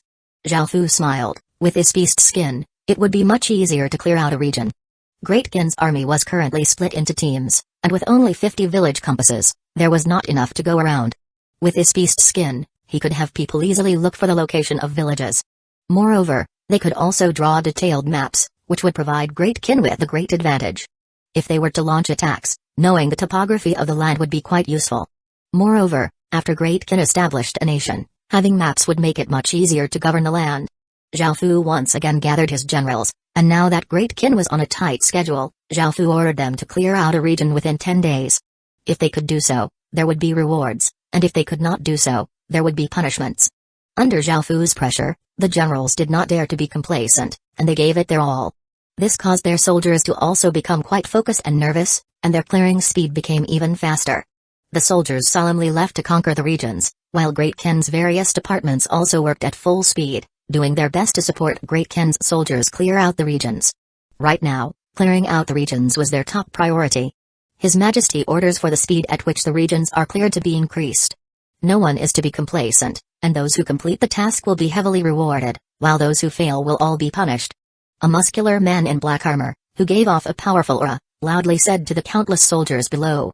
The soldiers all looked incredibly serious and had grave auras, creating an incredibly austere and mighty atmosphere. The muscular man took out a sheet of paper and yelled out, "Gongjiao. Take 1,000 soldiers and head 13 kilometers northwest. Destroy the basic village there as fast as possible." Yes. This subordinate obeys. An armored man walked up and said, "Shu Heiqian. Take 5,000 soldiers and head 10 kilometers south. Destroy the intermediate village there as fast as possible." Yes. This subordinate obeys. Another armored man walked up and said, "Dai Zonggong. Take 5,000 soldiers and head 10 kilometers southeast. Destroy the intermediate village there as fast as possible." Yes. This subordinate obeys. Another armored man walked up and said, "Kui Yi. Take 1,000 soldiers and head 15 kilometers north. Destroy the basic village there as fast as possible." Yes. This subordinate obeys. Another armored man walked up and said, After the various orders were given out, Great Kin's soldiers quickly headed out to their destinations and started to attack the villages. Their speed was incredibly fast, and they acted in an orderly fashion without any chaos at all. Within Great Kin City, Zhao Fu was searching for his next target. There were 20 or so regions allied together, and there were 71 system main cities, with a force totaling 10.4 million soldiers. The eastern side 6 regions alliance, which had 21 system main cities and 3.1 million soldiers, had already been destroyed, and they had taken over those regions. The western and southern sides each had 5 regions allied together, and each side had around 19 system main cities with 2.6 million soldiers each. However, because Jing Hyangsu and the 3 other city lords had tried to assassinate Zhao Fu, the western side's strength was only as strong as the northern side's now. The northern side had 4 regions allied together, with 14 system main cities and 2.1 million soldiers. As such, Zhao Fu decided that his next target would be the southern side. After getting rid of the southern side, the remaining 2 sides would not pose much of a threat. Before signing the contracts, even though it seemed like neither side would be able to attack each other, there were some small loopholes in the contracts. As such, Zhao Fu used those loopholes to attack. Even though it was a bit shameless, Zhao Fu had no other choice. If they were not willing to surrender, Zhao Fu could only destroy them. Great Kin could not coexist with them, and if Great Kin was to restore its nation, it would have to take all measures. Currently, Great Kin's task was still to clear out the regions before making any attacks. After digesting those 7 regions, Great Kin's strength would once again greatly increase. Furthermore, Zhao Fu wanted to revise Great Kin's laws and decrees. The time for the restoration of Great Kin was coming soon, and it was time to start preparing for that. Laws were necessary to govern a nation, or the nation would descend into chaos. It was just that he did not have anyone from the school of legalism with him. However, he could still borrow laws from the real world. However, this would still take some time, as many of the laws in the real world did not suit the Heaven Awakened world. After all, the real world was more democratic, while Great Kin would be more imperialistic, which meant that there was a great difference between them.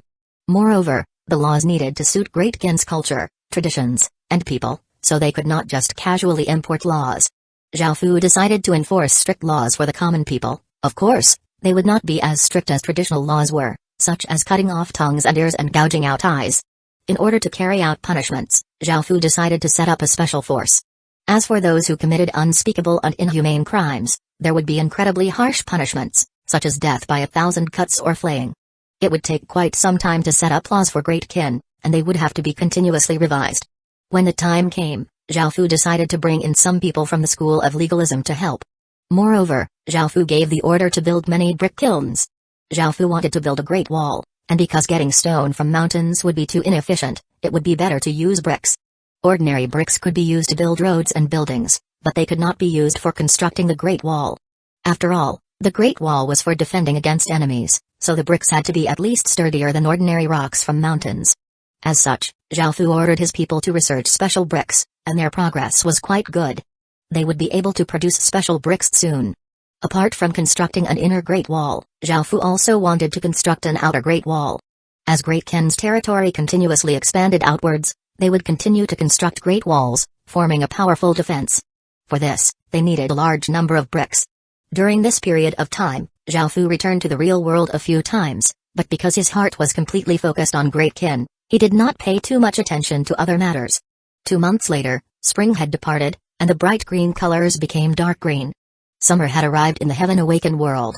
The sunlight was incredibly intense, and it was quite hot. During this entire time, Great Kin had not left its territory. None of the factions had heard anything from Great Kin, as Great Kin had been completely focused on developing. By now, it had finally finished clearing out the 7 regions, had unified the eastern side, and had become vastly more powerful. 650 advanced Great Kin now had 45 million residents and 8 million soldiers. 5 million of them were Stage 1 soldiers, 100,000 of them were Stage 2 soldiers, and 5,000 or so of them were Stage 3 soldiers. That was Great Kin's current strength. With that sort of strength, it would not be any problem for Great Kin to deal with the 3 other sides. This mainly required everyone in Great Kin to work together. Great Kin now controlled 13 regions, and its strength was many times that of the other dynasties. However, Zhao Fu still felt that this was not enough, as this sort of strength would be nothing in the face of more powerful enemies. They were still too weak, and Great Kin had to become even stronger. In those 2 months, Zhao Fu had constructed many brick kilns, which could create bricks that were tougher than ordinary rocks and even steel. This was because, during the creation process, they would add metallic powder, and this sort of brick would be used for building the Great Wall and city walls in the future. In terms of laws, Zhao Fu had Shang Yang take charge. Many of the law reforms in Great Qin had been conducted by him back then, so Zhao Fu decided to hand this job to him again. Of course, it was impossible for a single person to complete this monumental task, and it would require the help of many people. At the same time, Great Qin prepared to start to attack the southern side. Back then, the contents of their contract were that Great Qin's soldiers and city lords were not to step within the contracted regions. However, people who did not fall into one of those categories, such as Great Qin's assassins, were not restricted. Zhao Fu looked at the 100 assassins next to him. They were the elite of the elite and proficient at all forms of assassinations, and they were incredibly stealthy. At the same time, their cultivations had all reached stage 3. Your Majesty, I'm ready. For some reason, Little Shah still could not speak very well, and he was still at the same height and looked the same. He still looked like a 12 or 13-year-old boy and had blood-red eyes and sharp teeth, which looked quite scary. Even though Zhao Fu did not know much about the Sin Devil bloodline, just from the 500 years lifespan alone, Zhao Fu could tell that Little Shah's background was not ordinary at all. At the same time, Zhao Fu gave Little Shah an official name. His surname would also be Zhao, so his name was Zhao Shah. Within a system main city, there was a handsome-looking city lord. He was called Zhong Nan, and he was the city lord of Water Spirit City. Now that 2 or so months had passed without anything happening, many city lords had relaxed and thought that Great Qin would not dare to attack them. After all, with those powerful contracts, it would be very difficult for Great Qin to do anything to them. Zhong Nan also thought that way. 2 months had already passed, so there was not much to worry about anymore. He was quite satisfied with their current life, as he was able to live with his wife in bliss and look after his aged mother. He was also awaiting the birth of his first child. His wife was about 8 months pregnant now, and there would be less than 2 months before his child would be born.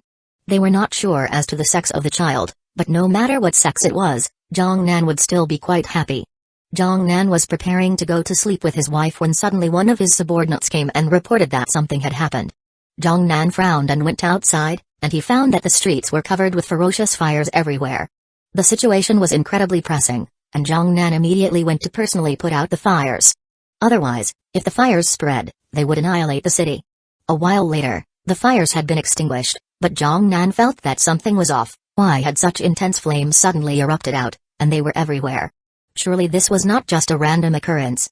After returning to his residence, Zhong Nan's gaze became cold. His ill premonition had been correct. His beloved wife and his mother had been captured, and there were sharp knives pressed against their necks. Zhong Nan felt quite furious, as these 2 people were the 2 most important people in his life. Who are you? Return my wife and mother. Wang Ergu smiled and replied, City Lord Zhong, as long as you follow our instructions, we'll naturally let them go. Zhong Nan felt a sense of danger, but looking at his wife and mother, he held himself back and asked, what do you want me to do? It's very simple, we just want City Lord Zhong to take your soldiers and attack Great Qin's territory before returning. Afterward, you can take your people and family away, and Great Qin will not stop you at all. Wang Ergu said as he smiled. Zhong Nan's heart trembled, so they were from Great Qin. However, if they did this, their side would be breaching the contract, and all of their stats would be reduced by 40%. They would not be able to fight against Great Qin at all. If Stage 1 soldiers' stats were reduced by 40%, they would be far weaker, and the 5 regions would not be able to stop Great Qin anymore. By now, Zhong Nan had realized Great Qin's objective, and his expression became quite ugly as he furiously roared, so Great Qin was not planning on having peace at all. Isn't it too shameless to use such methods? Wang Ergu did not mind Zhong Nan's words, and he lightly ran the blade across Zhong Nan's wife's bulging belly. Zhong Nan's wife was scared to the point that her body uncontrollably shook, and tears streamed out of her eyes. City Lord Zhong, I'll say it one more time, take your soldiers to attack Great Qin, after which you, your family, and your people can run away. Otherwise, your wife, mother, and your unborn child might not live to see tomorrow. Wang Ergu stared at Zhong Nan as his voice suddenly became cold. Zhong Nan felt incredibly furious, but after looking at his crying wife and his trembling mother, he still agreed in the end. Wang Ergu once again smiled. Before acting, all of the assassins had found what the city lords treasured the most so that they could use those things to force them to submit. Following this, Zhong Nan gathered his soldiers and made preparations for the city to be relocated before invading Great Qin's territory. System announcement. The southern side has invaded Great Qin and breached the contract. The southern side has received a 40% debuff to all stats. This system announcement was like a peal of thunder in countless people's ears, and after hearing this, they all looked incredibly shocked. Zhao Fu was currently riding on Black Forest and was leading 8 million soldiers and countless generals. They had long since been waiting at the boundary region, and as soon as the system announcement sounded out, Zhao Fu gave the order to attack. Great Qin's army flooded forward with immense momentum. In order to strike as quickly as possible, Zhao Fu and Bei Qi each led half of Great Qin's army and generals to invade 2 regions. Some of the city lords who had no idea what was happening wondered why the contract had been breached and why it had been their side that had breached it. They wondered if they could go and sign a new contract with Great Qin the next day. After all, over the past 2 months, Great Qin had given them many gifts and acted incredibly courteously. In fact, they had even eaten with Great Qin's representatives a few times, making them greatly trust Great Qin. 651 southern regions. As such, the city lords of the southern regions all came to trust Great Qin and believed that Great Qin would not do anything to them because they were friends. Since ancient times, all emperors had committed unspeakable wrongs. Zhao Fu also felt that doing this was wrong, but Great Qin had to destroy them. City Lord, there are a large number of enemies attacking our city. Reports flooded in, causing the city lords who still held on to some hope feel utter despair. Esteemed Light City was the first city that Great Qin attacked, and the city lord, Fang Yun, had the best relationship with Great Qin. After hearing about this, he hurriedly went to the city walls and saw a dark mass of soldiers below and 20 or so city lords in the air, giving off powerful auras. Fang Yun's expression was quite bitter. Having taken one wrong step, they had gone in the completely wrong direction. If they had allied with the other sides and attacked Great Qin back then, things would not have turned out like this. However, it was a pity that there was no chance for regrets. When the most powerful eastern side had been destroyed, their fates had already been sealed. Right after the eastern side had been destroyed, they had perhaps a sliver of hope, but after Great Qin got 2 months to develop, Great Qin had grown too quickly, and it was impossible for them to defeat Great Qin now. Brother Fang Yun, given our friendship, I don't want to kill anyone. As long as you submit to me, you will still be the city lord of this city. I'm sure you already know that you cannot win. Zhao Fu looked at Fang Yun and tried to persuade him. After knowing him for so long, Zhao Fu's impression of him was quite good. However, Great Qin had to restore its nation, and no one could stand in its way. Fang Yun looked quite furious. He had actually taken Great Qin to be a friend, and yet they were here to destroy him. However, looking at the soldiers below and the city lords above, esteemed Light City would be completely butchered. They would either all die together or live together. After thinking for a while, Fang Yun sighed and knelt down and said, I am willing to submit to Great Qin. A trace of a smile appeared on Zhao Fu's face, and they quickly conquered this city before moving on to the next city. Eastern Sun City, surrendered. Sunset Spring City, surrendered. South Rome City, destroyed. The plan was extremely successful, and the southern side was unable to retaliate at all. They were simply unable to resist Great Qin's army and completely collapsed. One reason was because of how suddenly Great Qin had attacked, giving them no time to prepare, which was why they were unable to stop Great Qin's assault. The second reason was because all of the system main cities received a backlash for breaching the contract, which reduced all city lords and soldiers' stats by 40%.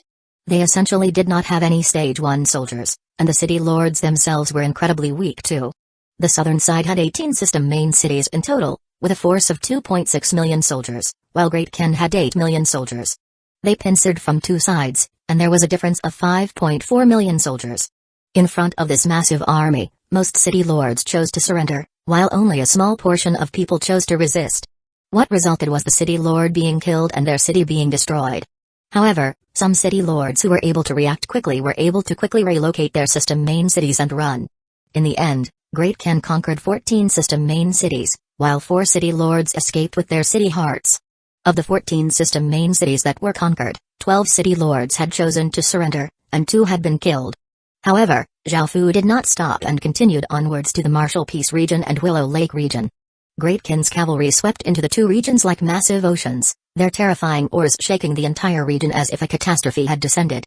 Those 2 regions were unable to respond in time as well, and Zhao Fu was not in a hurry. Now that he had enough soldiers and city lords, taking down a region was quite easy. As such, Zhao Fu displayed his full strength to force them to surrender. This would make things much easier and much more efficient. The Martial Peace region had 3 system main cities and a goblin city, and the Willow Lake region also had 3 system main cities. The system main cities all chose to surrender, while the goblin city was forcefully conquered, and the city lord was killed by Wei Liao. They had finally conquered the southern side, and Martial Peace region faced the middle of the Midland continent. The northern part of the region was flat while the southern part had tall mountains, which formed a natural defensive line.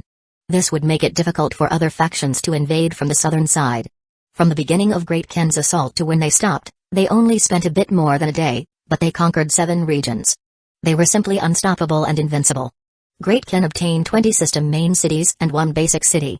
After taking down the southern region, Zhao Fu immediately made a public declaration that the southern side had suddenly attacked Great Kin, causing the deaths of hundreds of thousands of Great Kin's residents.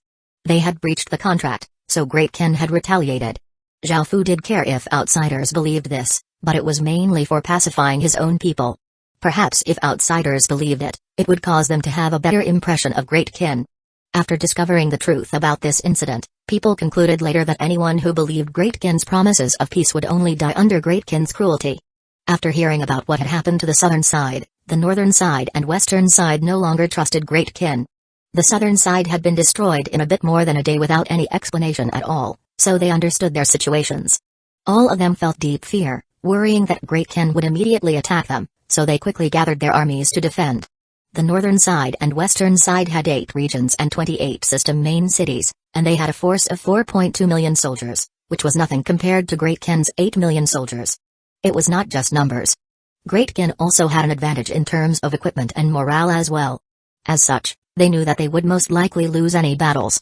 If Great Kin had used the method to make the southern side breach the contract on them, their situation would be even worse. They now regretted not banding together to deal with Great Kin. They shouldn't have trusted Great Kin, but it was all too late now. What should we do? The city lords all gathered together with unsightly expressions. They thought about what they could do to stop Great Kin. A white-haired elder said, "We can only ally with even more regions to defend against Great Kin. Let's hurry and do that." The others all nodded. They could only do this, or else, with their strength, they definitely would not be able to defend against Great Kin.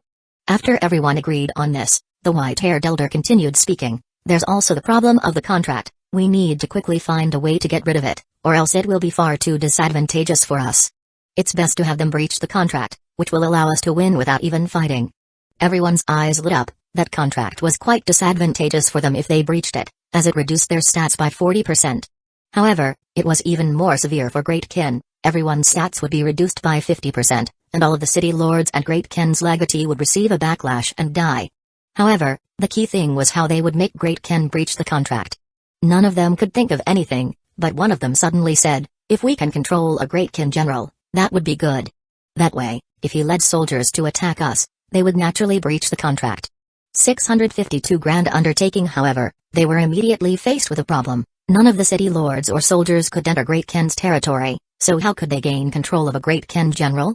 This was quite a great problem, as Great Kin's generals were all at least stage 3, while everyone from the system main city side who was at least stage 3 was a city lord or general. They could not enter Great Kin's territory, and even if they could, they would not necessarily have the ability to gain control of one of Great Kin's generals. A young woman said, "I have a secret method that can temporarily gain control of a person's mind. With my strength, controlling someone with stage 3 strength should not be too difficult." Hearing this, everyone felt quite delighted. A mustached man then said, "I want to give my city lord position to someone else and make myself a commoner. That way, even if I don't have my city lord seal, I'll still have my stage 4 cultivation, and dealing with someone with stage 3 cultivation should be no problem at all." After all, the contract does not restrict commoners from entering Great Kin's territory. After hearing this, everyone felt that this plan was quite good, and they all nodded in agreement.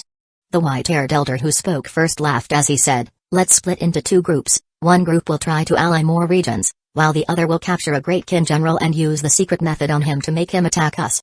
Following this, the city lords all left. Most of the city lords went to talk to city lords from other regions, while 5 of them headed to Great Kin. The 5 of them soon arrived at a void zone, and they looked at each other.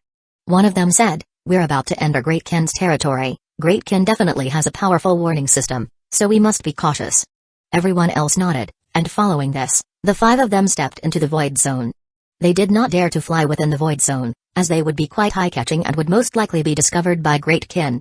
Zhao Fu had indeed set many warning systems in the void zones in order to prevent anyone from crossing over. Since they could not fly, they could only walk, but that meant that they were much slower.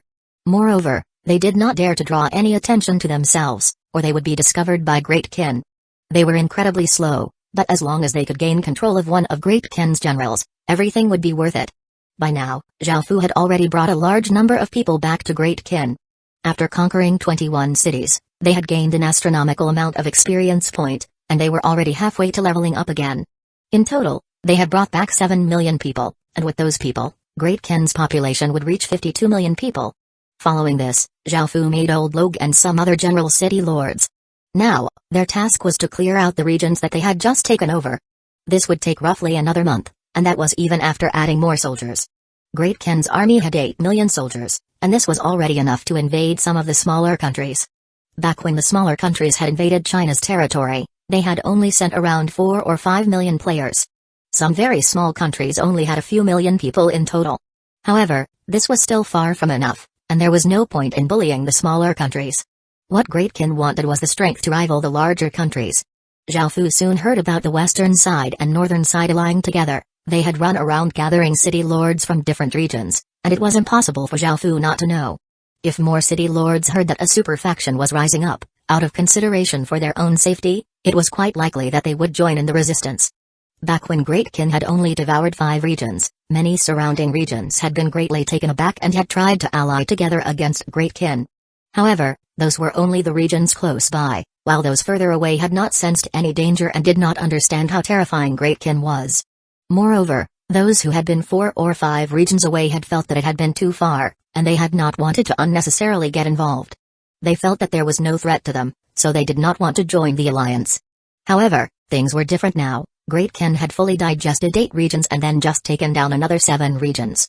Great Qin now controlled 20 or so regions, and any city lord who was not an idiot would realize how much danger they were in. The eastern side that Great Qin had already taken down had many regions allied together because they all realized what a great threat Great Qin was. They could not allow this to drag on, and the city lords would most likely gather many other city lords. When that time came, Great Qin would once again be surrounded on all sides. This time, they would no longer trust Great Qin and would directly attack. That would put Great Qin in a very difficult position, and they would have to be incredibly passive. Zhao Fu thought for a while, his expression cold. Right now, they could only take the initiative to attack and conquer all of the regions that they needed to restore Great Qin. They would then create a great wall as a solid defense so that they would have nothing to fear. Beiqi. Wangjian. Wei Liao. Expand the army to 10 million and give them some basic training before simultaneously attacking 2 regions. Zhao Fu decided to add another 2 million people to the army and have Beiqi give them some basic training. At least 1.5 million of those 2 million soldiers would be system main city soldiers from before, so they would be usable after some simple training. Moreover, their stats had returned to normal as they now served Great Qin.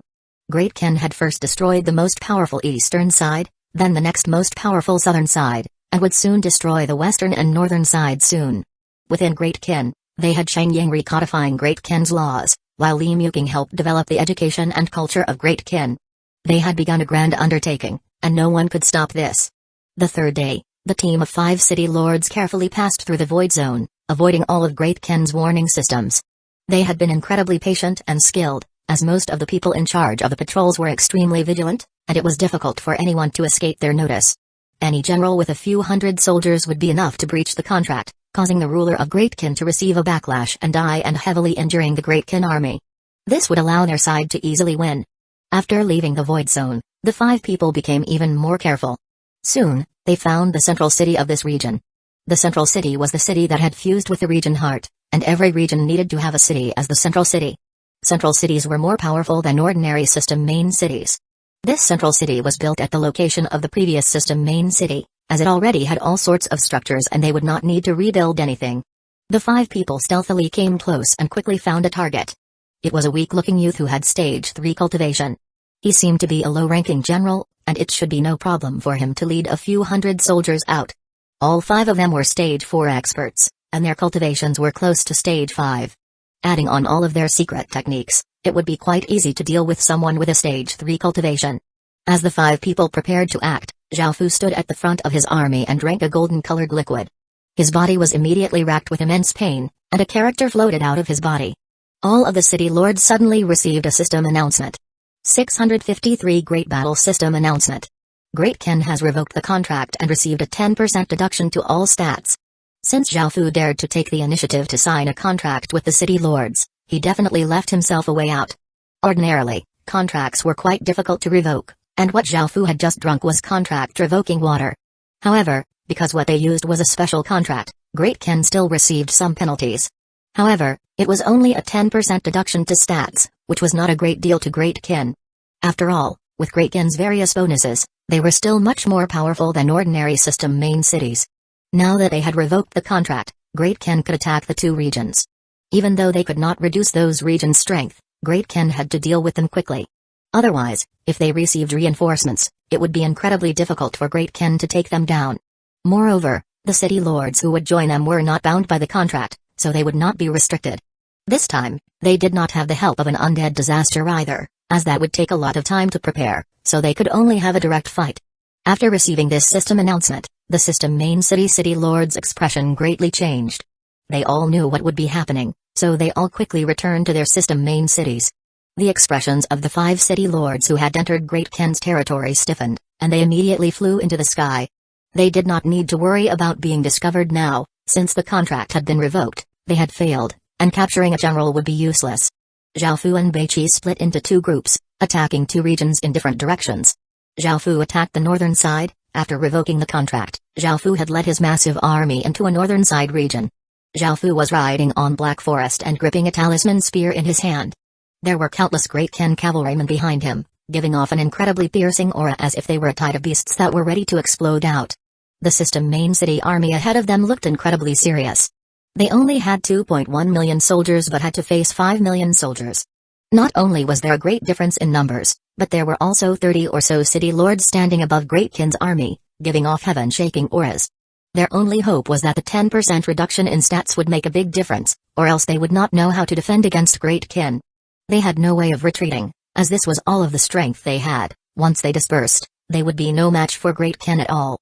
At least like this, they would have a trace of hope. Zhao Fu gave command of this battle to Wang Jian. Currently, his blood was boiling, and he wanted to personally go onto the battlefield and contribute to Great Ken's grand undertaking. As the ruler of Great Ken, Zhao Fu was the core figure of Great Ken. Many people opposed him going onto the battlefield, but since he insisted, they could only agree. After all, with Zhao Fu's strength, there were very few people who could injure him.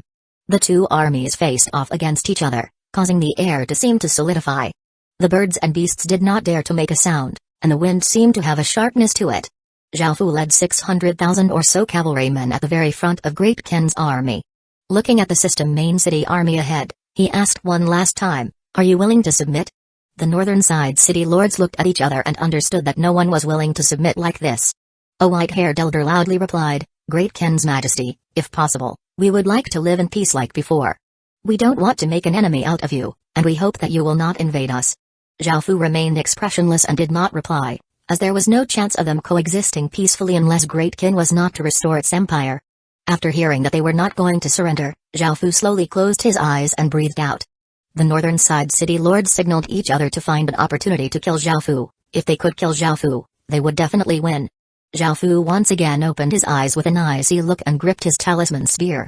This spear was black-colored and was made from epic rank materials. It was covered with golden talismans. Zhao Fu sent his cultivation power into it, causing it to give off a domineering black and gold light, and Zhao Fu's aura flared up. "Charge!" Zhao Fu roared. Black Forest understood and gave a loud whinny as green flames appeared around its hooves. It stepped on the ground and shot out like a lightning bolt. Boom! As Zhao Fu charged out, Great Ken's cavalry also rushed out like sharp arrows. The sound that they gave off was deafening, and they gave off an immense aura of suppression. Swish, swish, swish.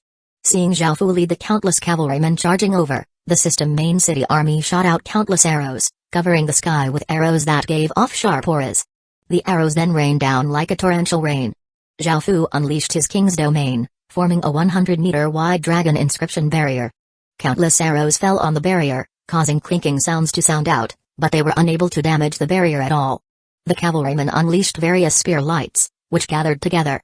With how fast their war horses were galloping, they formed a river of light that deflected the arrows, and very few reached the soldiers. Great Ken's cavalrymen gave off a ferocious and boundless aura as they charged towards the system main city army.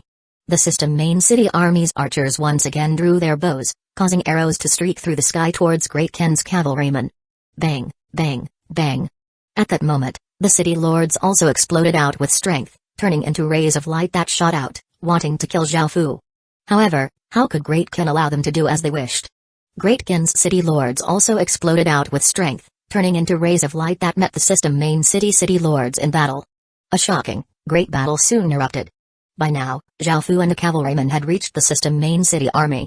The system main city army was forced to send out 300,000 or so cavalrymen, who rushed out of the army with immense speed. Looking at the system main city cavalrymen ahead, Zhao Fu coldly gathered his cultivation power and sent out a 5-meter-long spear light that gave off an immense amount of power. Boom! Zhao Fu dived into the ranks of the system main city cavalrymen.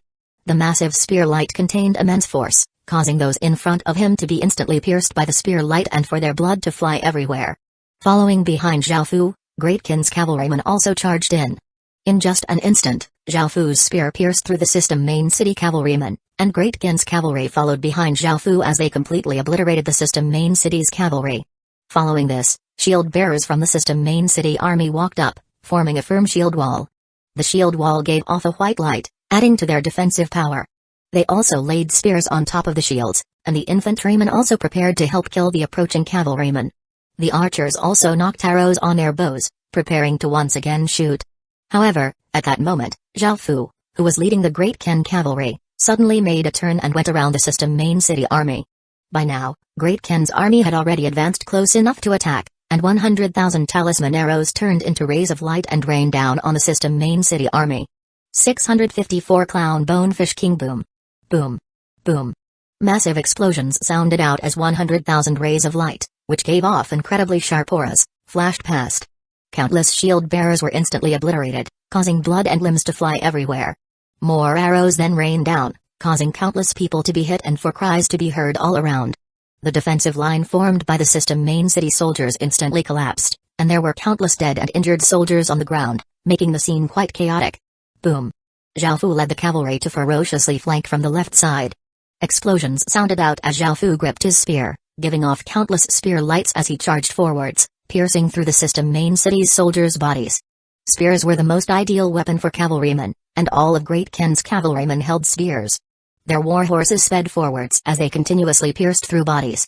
After receiving such a heavy blow, the disordered system main city's army completely collapsed. Seeing this, Wang Jian launched an all-out attack. All infantrymen raised their weapons and roared as they charged at the system main city soldiers like a black tide. The system main city's soldiers were covered with blood, and they also roared as they prepared their last stand. They gripped their weapons as they charged towards Great Kin's soldiers. Clang, clang, clang. The two armies fiercely collided, and the sound of weapons clashing could be continuously heard. Death continuously spread as roars sounded out, filling the surrounding 10 kilometers. On the other battlefield, Bai Qi, Sima Qiu, Wei Liao, Li Mu, and Meng Tian raised their general weapons and shouted as a massive aura formed. Different colored pillars of light shot into the sky, and the terrifying power that they gave off caused people to tremble. The soldiers gave off different colored auras, which gathered towards the 5 people. Bai Qi created a blood-red eagle with a wingspan of hundreds of meters, Sima Qiu created a blue fish that was hundreds of meters long, Wei Liao created a massive green wolf, Meng Tian created an azure ox, and Li Mu created a violet, blood-red colored leopard. The 5 massive beasts gave off a powerful and frightening power as they charged into the system main city's army and started to rampage about. The blood-red eagle created massive blood-red gales, which were like sharp blades that cut the system main city's soldiers into countless pieces. The massive blue fish twisted its body, sending countless soldiers flying as if it was flicking sand everywhere.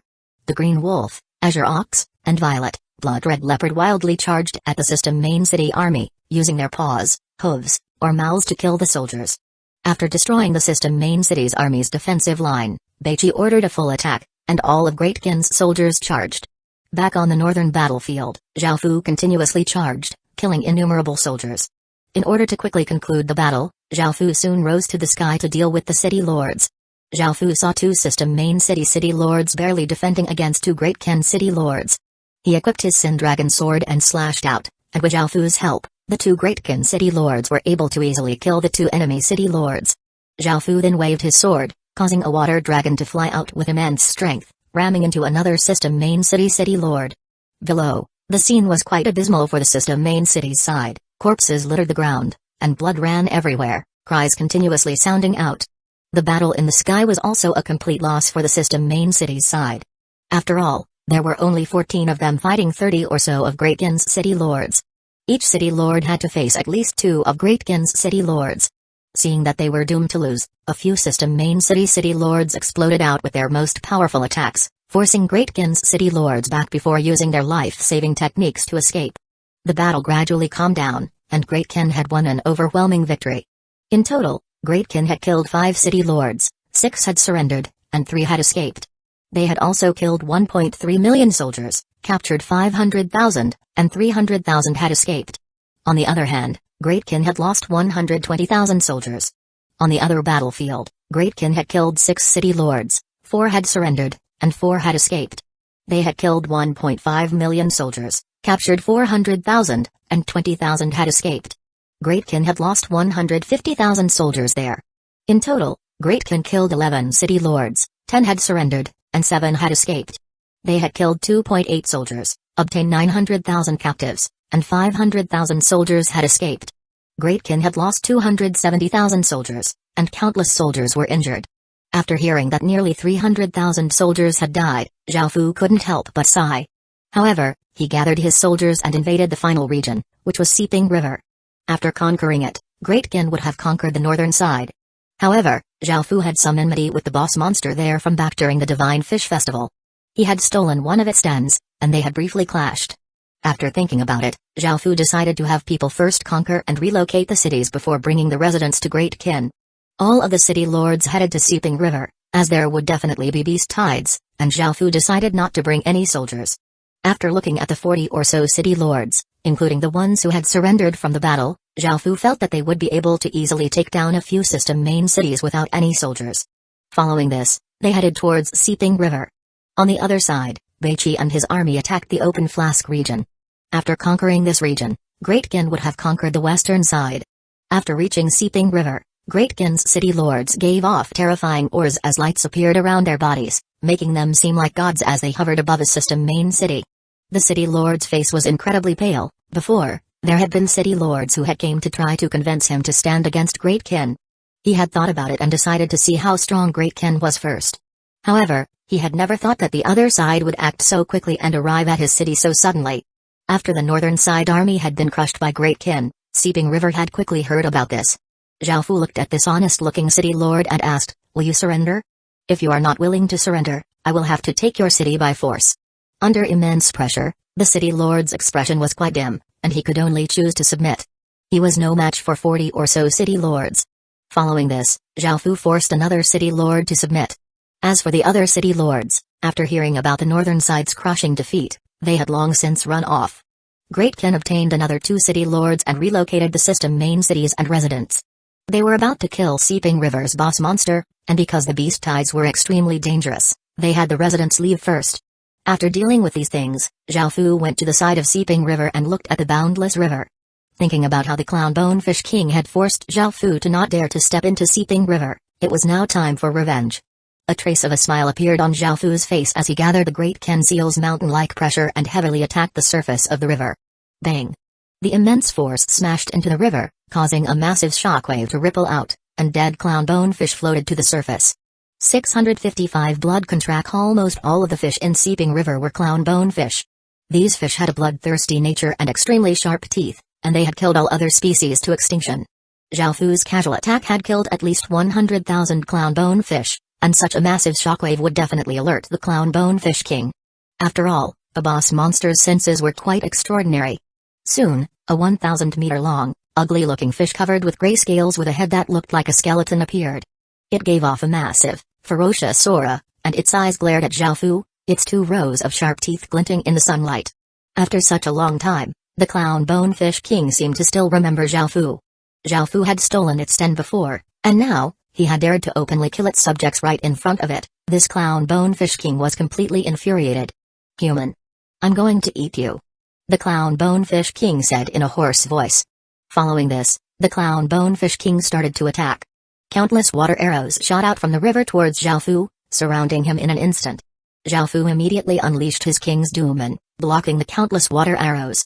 Zhao Fu looked at the clown bonefish king and lightly laughed as he said, "We'll see who will be eating who. However, seeing how ugly you are, I doubt you'd taste very nice." Roar.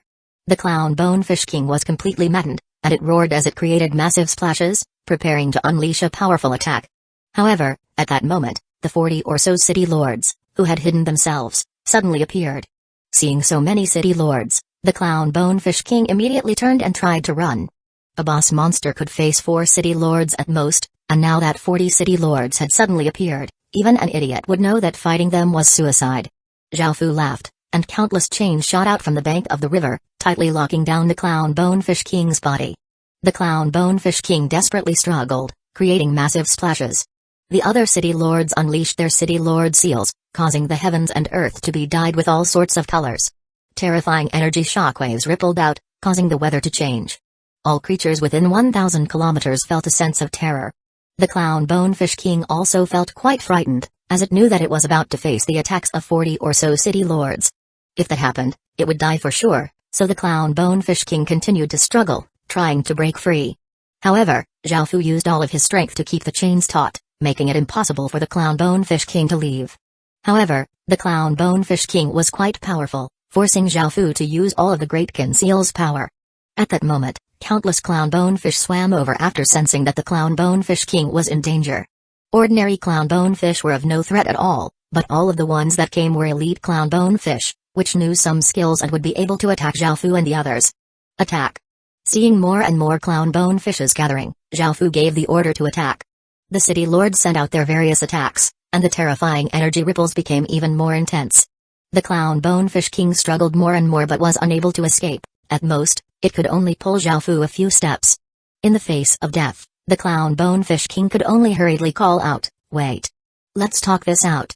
Don't attack." Xiaofu felt quite surprised, but he still told the city lords to stop and asked, "What do you want to talk about? If you want to surrender, I guess I can accept you." With how powerful boss monsters were, being able to subdue one would be quite good.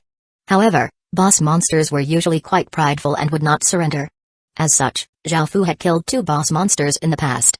Moreover, apart from the clown Bonefish King's strength, Xiaofu also quite valued the clown Bonefish's power. Seeping River flowed across many regions, and there were countless clown bonefish. If he could subdue the clown Bonefish King, he would be able to control all of the clown bonefish. Moreover, Seeping River was one of Great Ken's natural barriers. If he could control these clown bonefish, Great Ken's defensive power would be even greater, which made Xiaofu feel quite tempted. After hearing Xiaofu's words, the clown Bonefish King felt quite displeased, as it was the ruler of this region's monsters. However, it was facing the combined attacks of 40 city lords, and it felt quite afraid as its only other choice was death. However, could it really submit to this person? As the boss monster of this region, it would be too humiliating. Xiaofu could tell that the clown Bonefish King was thinking, as it had not immediately refused. As such, Xiaofu laughed as he said, "You can think about it at your leisure. I'm a bit hungry, and since you're so big, eating a bit of your meat should be fine, right?" The clown Bonefish King inwardly shuddered, thinking about the people surrounding it eating its flesh. "Wang Jian, go and bring me some meat," Xiaofu said. Hearing this, Wang Jian grinned and lifted his sword as he was about to go and cut off some meat.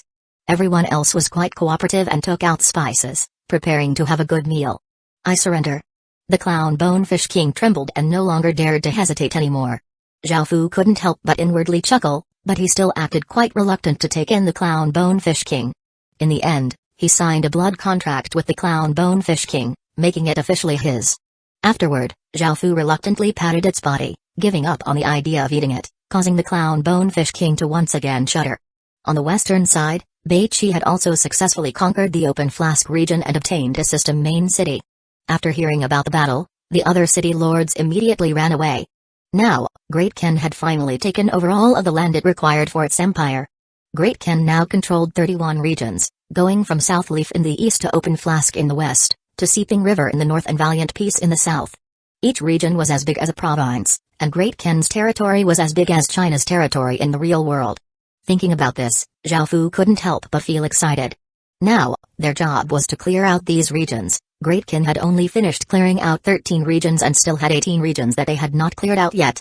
This would be a monumental task and would not be able to be completed within a short period of time. Moreover, Great Ken needed to start building an inner Great Wall. Together, with the void zones and natural barriers, Great Ken would have a powerful defensive line, which would give Xiaofu some security. Now, they only lacked a bit more experience point for Great Ken's level 3 great city to once again level up. In total, They had obtained 24 system main cities and 7.8 million residents. Now, Great Kin's population had risen to 60 million, and it had 86 great cities and 6 cities. After clearing out all of the regions and constructing a great wall, Zhaofu would have the confidence to face off against a nation. However, clearing out the regions and constructing a great wall would take an incredibly long time. Now, Great Kin would go into a period of steady development. 656 Kin culture now, their main task was to clear out regions. However, because they had just had a few big battles and Great Kin had been developing incredibly quickly, Zhaofu decided to give everyone a break. He gave the soldiers a few days to rest and relax in order to prepare for the task of clearing out the regions. At the same time, Zhaofu prepared to build a great wall. Because of how many regions they needed to cover, it would take a long time, so they had to start early. If they only started after clearing out all of the regions, it would be a bit late. Because spatial rings could store materials and food and people were stronger than in the real world from cultivating, construction was many times faster in the Heaven Awakened world than in the real world. Those were Great Kin's two main tasks. With respect to internal affairs, Shang Ying and some others had roughly codified some laws, but they had to continuously revise them. Right now, they had a strict rule of law. Li Muking helped develop the culture of Great Kin, such as poetry and songs. Such things manifested in different ways for different cultures and peoples. For example, there was the Confucian culture, the peace culture that valued peace, and the martial culture that valued might. Every country had its own culture, which represented that nation's traditions and values. As such, Qin culture was different to Han culture, Chu culture, Zhao culture, Yan culture, and others. Qin culture valued military might, which was a martial culture. This greatly boosted soldiers' readiness and willingness to fight, such as the ancient Qin war song, "How can you say that you have no clothes? I will share my robes with you. The king is raising his forces, and I will prepare my lance and spear to fight the enemy with you. How can you say that you have no clothes? I will share my underclothes with you.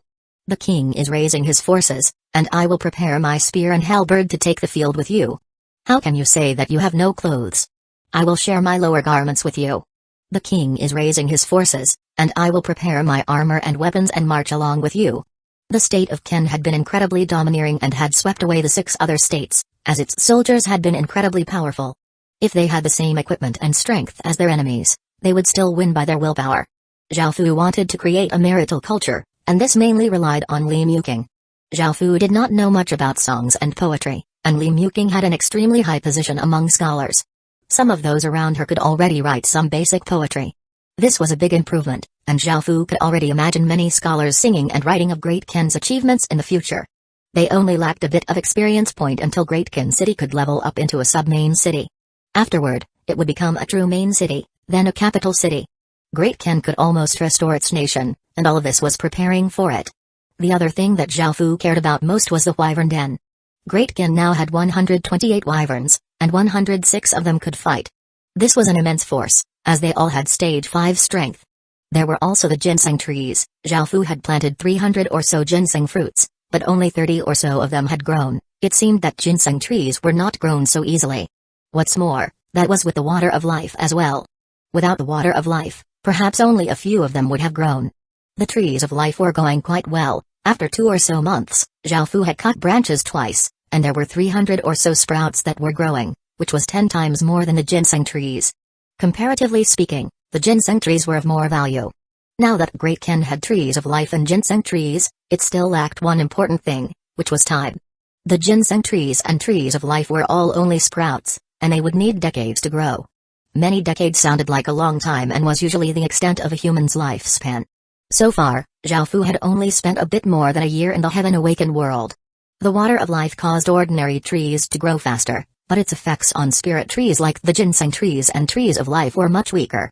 The most important thing was the bonuses from the Great Qin City, which reduced the growing time.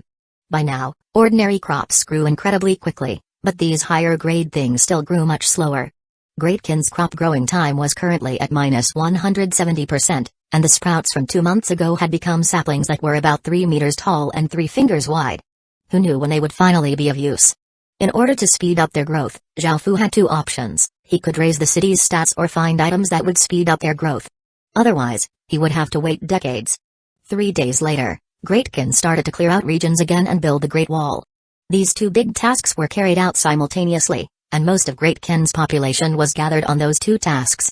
Because of players, it was very difficult to hide the fact that Great Ken had conquered 30 or so regions. Everyone was quite shocked at Great Ken's growth rate, and they felt that the day that Great Ken restored its nation would not be too far away. This caused countless factions to feel quite nervous and afraid. With Great Ken's battle power, they would be able to face off against an entire country. Right now, there was no faction that could rival a country, so Great Ken's restoration would be a disaster to countless people. The one who was the most scared was Vietnam. After all, 2 regions away from Seeping River was Vietnam's border. They could now be said to be neighbors to Great Ken, and who would not be afraid with such a terrifying neighbor. At the same time, the Vietnamese Guard integrated itself more and more into Vietnam, becoming its top faction. With the appearance of patriotism and selflessness that Zhao Fu had created for it, it was loved by the people and was supported by the governmental faction as well. If it wasn't for the fact that the Vietnamese Guard took up so many resources, Zhao Fu would have also wanted to create similar factions in other countries as well. That way, when they went to war, Zhao Fu would be able to easily deal with them and unify the northern side of the Midland continent. The Midland continent, which had sunk into peacefulness, started to become filled with tension. Great Ken was growing too quickly, and everyone felt a sense of crisis, making it difficult for them to eat or sleep. The other ancient Chinese empires, such as Great Shang, Great Xia, and Great Zhou, all devoted all that they had into developing, yet they had only conquered 2 or 3 regions. There was simply too big of a gap. The large factions and dynasty legatees all started to secretly contact each other to discuss how to deal with Great Ken to give themselves some time to develop. Great Ken's massive strength not only threatened countless people but also made many people want to submit and receive its protection. This caused many people to send beauties to the Ying family, like the 4 beauties they had taken in a while ago. They had become Great Ken's legatees' concubines, and their families had joined Great Ken, making countless people admire them. By now, many people knew that Great Ken was gathering women with Phoenix Chi, as Phoenix Chi had powerful supporting effects for nations. However, there were still others who were ignorant and just thought that Great Ken's legatee was like other rulers and just wanted a large harem. 657 already taken. The actions also caused some other dynasties' ministers to try to convince their lieges to take in women with Phoenix Chi. Surely that was the reason why Great Ken's legatee was able to develop so quickly. As a dynasty legatee, no one would hesitate to do such a thing. Even though Nu Lu, who was ranked first on the ancient beauty rankings, already belonged to Great Ken, there were still many women on the rankings. In Great Xia, CG made Zishi's descendant his concubine, which was the 4th ranked person on the list, Shi Yuan. There was also Wang Zi, the descendant of Wang Xiaojun. Of course, they were only concubines, as the position of empress was incredibly important, and it could not be given to someone just because they had a lot of Phoenix Chi. The 2nd ranked Su Deifai, who was the descendant of Sudaji, was the young master of the Azure Hill faction. She was incredibly bewitching, and Azure Hill's women were all innately enchanting. More than half of them had been brought into Di Wushan's harem already. Su Deifai's relationship with Di Wushan was incredibly close, and some people said that she was already Di Wushan's woman. Others said that she was not his yet, making this matter not very clear. However, Di Wushan had already brought the 8th ranked person on the list, Zhao Hanayu, the descendant of Zhao Fian, as well as the 17th ranked person on the list, Ziaji, and the 20th ranked person on the list, Dong Xian, into his harem and made them concubines. Great Zhu's Ji Shenming brought the 9th ranked person on the list, Bao King, the descendant of Bao Is, into his harem and made her a concubine. The great Hans Liu Yi brought the 7th ranked person on the list, Du Zio, the descendant of Dai Ao Chan, into his harem and made her a concubine. Most of the top 10 beauties in the ancient beauty rankings now belong to someone, except for the 3rd ranked person on the list, Wu Qingmian, and the 5th ranked person on the list, Yang Yuan. The most attractive one was, of course, Wu Qingmian. She was the only legatee within the ancient beauty rankings, and she was even ranked 3rd. If one could obtain her, not only would they be able to obtain a peerlessly beautiful woman, but they would also be able to obtain a legacy. Moreover, with her domineering aura, countless men wanted to be able to subdue her. It was said that even many of the dynasty legatees expressed their affection for her. This included Great Tangsley Baking. It was said that he would do anything for Wu Qingmian to become his woman. After all, Wu Qingmian was the descendant of Wu Zishan, who had been a concubine of Great Tang. Wu Qingmian had not responded to this, but she had not rejected it either. The various dynasty legatees all displayed patience, expressing that they would welcome her at any time. Zhao Fu did not know what Wu Qingmian would do, nor had he asked her. Thinking about this, he felt quite melancholic inside. The other dynasty legatees had all made beauties on the ancient beauty rankings their concubines, and most of the women who ranked highly were taken. Zhao Fu did not care too much about this. Great Ken now entered a period of steady development, And because Zhao Fu once again did not have much to do, he returned to the real world. Thinking about how U11 had not replied on QQ or returned his call, Zhao Fu wondered if something had happened. Zhao Fu thought about it but did not call again, but he still felt quite uncomfortable inside. Following this, Zhao Fu logged into QQ and saw that Zheng Yukan said that she wanted to come where he was. Zhao Fu thought about it and sent people to bring her. After meeting again, Zheng Yukan, this beautiful and virtuous woman, seemed a bit more mature than before. Zhao Fu smiled and said, "Big sis Kin, long time no see." Zheng Yukan's eyes became red, and she walked over to Zhao Fu before pinching him hard as she said, "Why did you just disappear without saying anything? Do you know how worried I've been?" Zhao Fu rubbed his waist and looked at how angry Zheng Yukan was, feeling quite guilty inside. When he thought about how well she had treated him, buying clothes for him when it was cold, cooking for him when he was hungry, caring for him when he was sick even when it meant not working. He was in the wrong. Zhao Fu looked at Zheng Yukan and apologized sincerely, "I'm sorry, big sis Kin. I didn't think things through." Hearing this, Zheng Yukan lightly harumphed, but she was not angry anymore. She asked how Zhao Fu had been and was able to finally be at ease. "Zhao Fu, I bought some clothes for you. Have a look." Zheng Yukan took out a few jackets and said. Zhao Fu helplessly walked over. He did not lack clothes at all, but since Zheng Yukan had bought them for him, he could only go over and try them on. Seeing that the jacket Zhao Fu was wearing suited him, she helped him pull up the zipper and asked, "What do you think, Zhao Fu?" Zhao Fu looked down and replied, "It's not bad." Hearing Zhao Fu's reply, Zheng Yukan felt that he did not like it that much, so she said, "Zhao Fu, try this one." Zhao Fu did not care too much about what he wore, so looking at the 4 or 5 jackets, he laughed and said, "Big sis Kin, it's fine. I think they're all pretty good." Zheng Yukan patted Zhao Fu's chest and said, "Hurry. I spent quite a bit of money, so if you don't try them on, how would I know if my money was well spent?" Zhao Fu's heart trembled as he looked at Zheng Yukan's gentle, pouting face. Within his heart, a darkness rushed out, and Zhao Fu's mind went blank. Suddenly, Zhao Fu hugged Zheng Yukan, and before she could react, his lips pressed against hers. Zheng Yukan's body went numb, and she widened her eyes as she stared at Zhao Fu kissing her. She tried to push him away but found that she could not escape him. Zhao Fu's tongue moved past Zheng Yukan's teeth and started to tangle with hers. Zheng Yukan tried to resist because the young man in front of her was someone she had always seen as family. However, traces of black chi traveled from Zhao Fu's mouth into Zheng Yukan's mouth, and after being alone for 10 or so years, Zheng Yukan finally lost control. She tightly hugged Zhao Fu and intensely kissed him back. After a while, Zhao Fu came back to his senses and he quickly let go of the gasping Zheng Yukan. At the same time, he found that there were 6 black balls of chi within his body. The 6 desires celestial art had somehow appeared in the real world. What was going on? Zhao Fu felt quite shocked. This was the first time he had brought something from the Heaven Awakened world into the real world, and it was actually an art. Back when Zhao Fu had cultivated the Great Ken King art, even though it was quite powerful, it had no effect in the real world. Zheng Yukan's face was completely red with embarrassment. Thinking about what had just happened, she felt incredibly ashamed. She pushed aside Zhao Fu and ran into her room, quickly closing her door. Zhao Fu hurriedly went to the door to apologize. He had no idea why he had just lost control. Zheng Yukan did not reply from within the room, and Zhao Fu could only sigh and enter the Heaven Awakened world to ask the Golden Dragon what had happened. Zheng Yukan laid on her bed, touching her boiling hot face. Thinking about what had just happened, she did not know how to respond to Zhao Fu. She had never thought that something like that could happen between her and Zhao Fu. 658 Fate of the World. However, as Zheng Yukan thought more and more, a sense of thirst entered her mind. Right now, she could only imagine Zhao Fu pressing down on her body and doing all sorts of things to her. She couldn't help but moan, and she moved one hand to her breasts and one hand into her underwear. Afterwards, Zheng Yukan lay powerlessly on the bed, feeling quite guilty. How could she imagine doing such a thing with Zhao Fu? She felt that she could not face Zhao Fu anymore, and she did not understand what she felt towards Zhao Fu.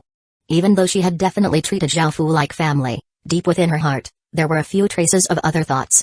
When she thought about that, Zheng Yukan's face became completely red, and she felt that she could not continue to stay here.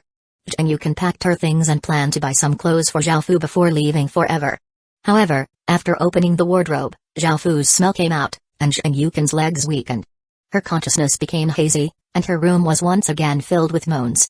It was that woman who brought out those desires, right? As a celestial art, the 6 desires celestial art is something that even I can't control. I knew that there was some darkness in your heart, so just let it take over, it'll help you and Great Kin a lot. The Golden Dragon said temptingly as if there were immense benefits. However, Xiaofu immediately refused, saying, "Don't give me the crap. I won't do it. I don't want to kill those closest to me. I don't want to kill Beiqi, Li Si, and the others. Moreover, isn't the six desires celestial art a bit too evil and domineering? There's something wrong with it, and I often lose control of myself." The Golden Dragon explained, "This depends on your own willpower. This celestial art tends towards the demonic path, how could it not be domineering?" Hearing the Golden Dragon's words, Xiaofu could only nod. It all came down to him. There would soon be a new festival called the Trial Festival, which required one to go through many trials. Clearing trials would award trial points, which could not be given to others, so this was an individual festival. This was one of the two final festivals. After these two festivals, there would no longer be festivals within the Legacy Land. Every festival was the system helping them, and no more festivals meant that they would no longer receive any help. In the end, they would have to rely on themselves to develop, and their strength would determine their lives. The arrival of this festival meant that the destruction of the real world was coming soon. Xiaofu needed to grasp these opportunities. If he did not take advantage of these two festivals, he would not have any chances in the future. The trial festival was important to anyone, as clearing trials would give all sorts of benefits. They could boost one's strength or give a powerful legacy, and the top 8 people would receive Earth Realm marks. Earth Realm marks were marks that the world gave after acknowledging someone. After obtaining this mark, one could be called a child of the world or a son of heaven, and they would obtain a portion of the world's source energy. It was something that was incredibly valuable. Back when the Chaos Imperial Star had descended and Xiaofu had been suppressed by countless sect masters and dynasty legatees, Xiaofu had used the Earth Realm mark to cause the world's consciousness to descend and easily break through everything. Everyone in front of him had been incredibly weak ants. The Earth Realm mark had also played a great role when he had met the Golden Dragon. It was because of the Earth Realm mark that the Golden Dragon understood that it could not kill Xiaofu, so it had chosen to work together with him. The Trial Festival not only boosted countless people's strength, but it also chose suitable legatees. After the real world was destroyed, the world's consciousness would fuse with the Heaven Awakened world, becoming part of the Heaven Awakened world. When that time came, the 4 guardian beasts would disappear. This world's safety would mainly depend on 8 people, who were the 8 legatees. The 8 legatees would be able to control the source energy of the world, which was very important in defending against invasions. This was the final life-saving measure of the human world's consciousness. When other races invaded, the human world would not receive any more help, and the guardian beasts would be gone. Because they all belonged to the Heaven Awakened world, the Heaven Awakened world's consciousness would not show any bias. This was a world where the strong devoured the weak, and if they could defend against the invasions, they would live. If they could not, they would die. Xiaofu had obtained Earth Realm marks twice, and he did not know if obtaining another Earth Realm mark would make him a special legatee. Xiaofu definitely wanted to become one of the most important 8 people to the human world, as they would control the fate of the world in the future. Most of this information was from the demon god's information, and the Golden Dragon knew about it. This was because before every world was devoured, the world's consciousness would choose legatees as the final line of defense to protect the world. It seemed that every world had these final 2 festivals, so Xiaofu had a lot of information on them. However, ordinary people definitely would not know these things. After hearing about this festival, Xiaofu felt quite excited, and he paused all of Great Ken's tasks. This was because the trial festival was important to every single person and could determine a person's fate, so he allowed everyone to rest during this time. At the same time, Xiaofu told his subordinates about the information he had and had them properly prepare. Great Ken also started to hang up festival items. After all, this was an important festival, so they should relax and do their best. Xiaofu came before the exchange stone seal and looked to see what rewards there were. The 10,000 Flower Festival's rewards were equipment, the Ghost Festival's rewards were professions, the Divine Fish Festival's rewards were city creation stones, the Ghost Festival's rewards were medicinal pills, and the New Year's Festival's rewards were generals. What would the Trial Festival's rewards be? Xiaofu quickly found out the answer: mounts. Number 1, a dragon egg with the Sky Desolation Azure Dragon bloodline, grade, Heaven, description, one of the world's guardian beasts bloodlines, which has immense power. Number 2, a bird egg with the Divine Sun Firebird's bloodline, grade, Heaven, description, one of the world's guardian beasts bloodlines, which has immense power. Number 3, an egg with the Sovereign Emperor White Whale's bloodline, grade, Heaven, description, one of the world's guardian beasts bloodlines, which has immense power. Number 4, an egg with the 9 celestial enchanting deer's bloodline, grade, Heaven, description, one of the world's guardian beasts bloodlines, which has immense power. Number 5, an egg with the primal chaos bloodline, grade, Earth, description, a bloodline from a Chinese epic rank for Ferocious beast. It has incredibly destructive power. Number 6. An egg with the Fenrir bloodline, grade, Earth, description, a terrifying European demon beast. It is extremely ferocious. Number 7. An egg with the Yamata no Orochi bloodline, grade, Earth, description, a demonic beast from Japanese legends that has an extremely evil power. Number 8. An egg with the Garuda bloodline, grade, Earth, description, an Indian divine beast that has holy power. 659 beginning monsters. There were only 8 mounts, not 10, so Zhaofu felt that they would most likely belong to the 8 legatees. After all, these mounts' bloodlines were quite terrifying. The first ranked mount, the Sky Desolation Azure Dragon, was something that Zhaofu had personally seen before, so he was clear as to how powerful it was. The top 4 bloodlines were all bloodlines of the guardian beasts, and from this, Zhaofu found out the names of the remaining 3 guardian beasts. The following 4 mounts were beasts from all sorts of legends. Even though their bloodlines could not compare to the bloodlines of guardian beasts, they would definitely still have immense strength and potential. Claiming these 8 eggs was not through using trial points but by using one's status as a legatee. This meant that each person could only obtain 1 mount. Zhaofu already had an Earth Realm mark, so perhaps he could exchange for one right now.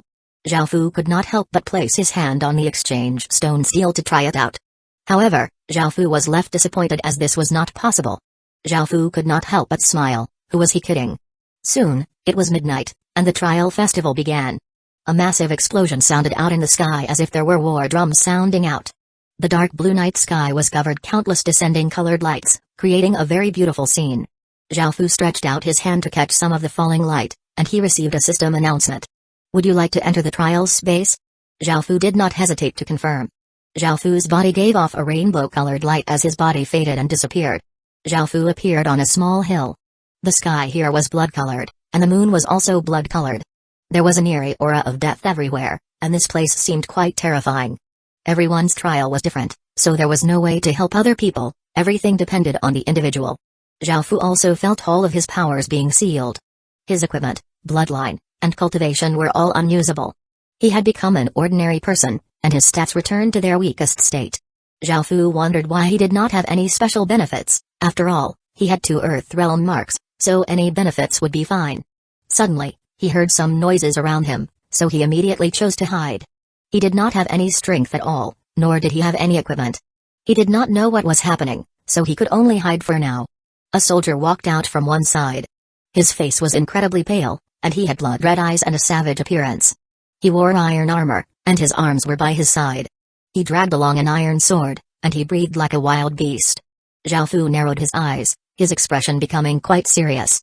This soldier's strength was about stage 1, and with Zhaofu's strength, he definitely would not be able to defeat him. If one died in the trial space, they would immediately be ejected. Each person had 7 chances to enter a trial space, which was once per day. After dying, they would have to wait until the next day to try again. Moreover, the time within the trial space was different than the outside world. A few years in the trial space was only a few hours in the outside world. As such, Zhaofu decided not to rashly move for now, as he did not lack time. Zhaofu could not defeat this stage 1 corpse soldier, and he did not understand this trial yet. Zhaofu hid in the surrounding grass and held his breath. Zhaofu watched as the corpse soldier slowly moved away before coming out. He did not know what to do except walk around and look for some weaker monsters. After walking about, Zhaofu was disappointed to find that the weakest monsters here were stage 1 corpse soldiers. The beginning monsters were simply too powerful, and now that he had nothing, how could he beat them? When he thought of that, Zhaofu did not know what to do. After walking around for a bit, his body started to feel quite tired, so he decided to rest. Clang, clang. At that moment, Zhaofu suddenly heard the clanging of weapons. Zhaofu snuck over and found that 10 or so corpse soldiers were fighting together, continuously slashing out blood-red sword chi and roaring like beasts. Their battle was incredibly intense. So, corpse soldiers fight among themselves. Zhaofu discovered a very useful piece of information. However, Zhaofu did not dare to stick around, as a corpse soldier riding a corpse horse had appeared. This cavalryman's strength was at stage 2, and because Zhaofu was worried about being discovered, he could only choose to run. If he didn't, he would not have any chance at surviving. After walking for a while, Zhaofu discovered another corpse soldier. Zhaofu was not as afraid, and he remembered its location before leaving. Following this, Zhaofu went and found some sturdy vines. He then threw a rock at a nearby corpse soldier, hitting its armor and creating a clanging sound. The corpse soldier turned, and its blood-red eyes found Zhaofu. It loudly howled and rushed at Zhao Fu incredibly quickly. Zhao Fu immediately turned and ran, but the Stage 1 corpse soldier was not weak at all. Soon, the corpse soldier was about to catch up to Zhao Fu. Feeling the corpse soldier close behind him, Zhao Fu's hairs stood on end, and his heart rapidly beat. Roar! The corpse soldier once again roared, and just as it was about to slash its sword at Zhao Fu, a loud bang sounded out as it fell to the ground. Zhao Fu knew that he could not outrun Stage 1 corpse soldiers, so he had bound the vine he had found between two trees. With the corpse soldiers' low intelligence, it was likely for them to fall for this. Zhao Fu took advantage of the corpse soldier falling over to continue running off. The corpse soldier furiously got up and continued chasing after Zhao Fu with even more killing intent. Zhao Fu used the vines to slow down the corpse soldier a few times before leading it to another corpse soldier,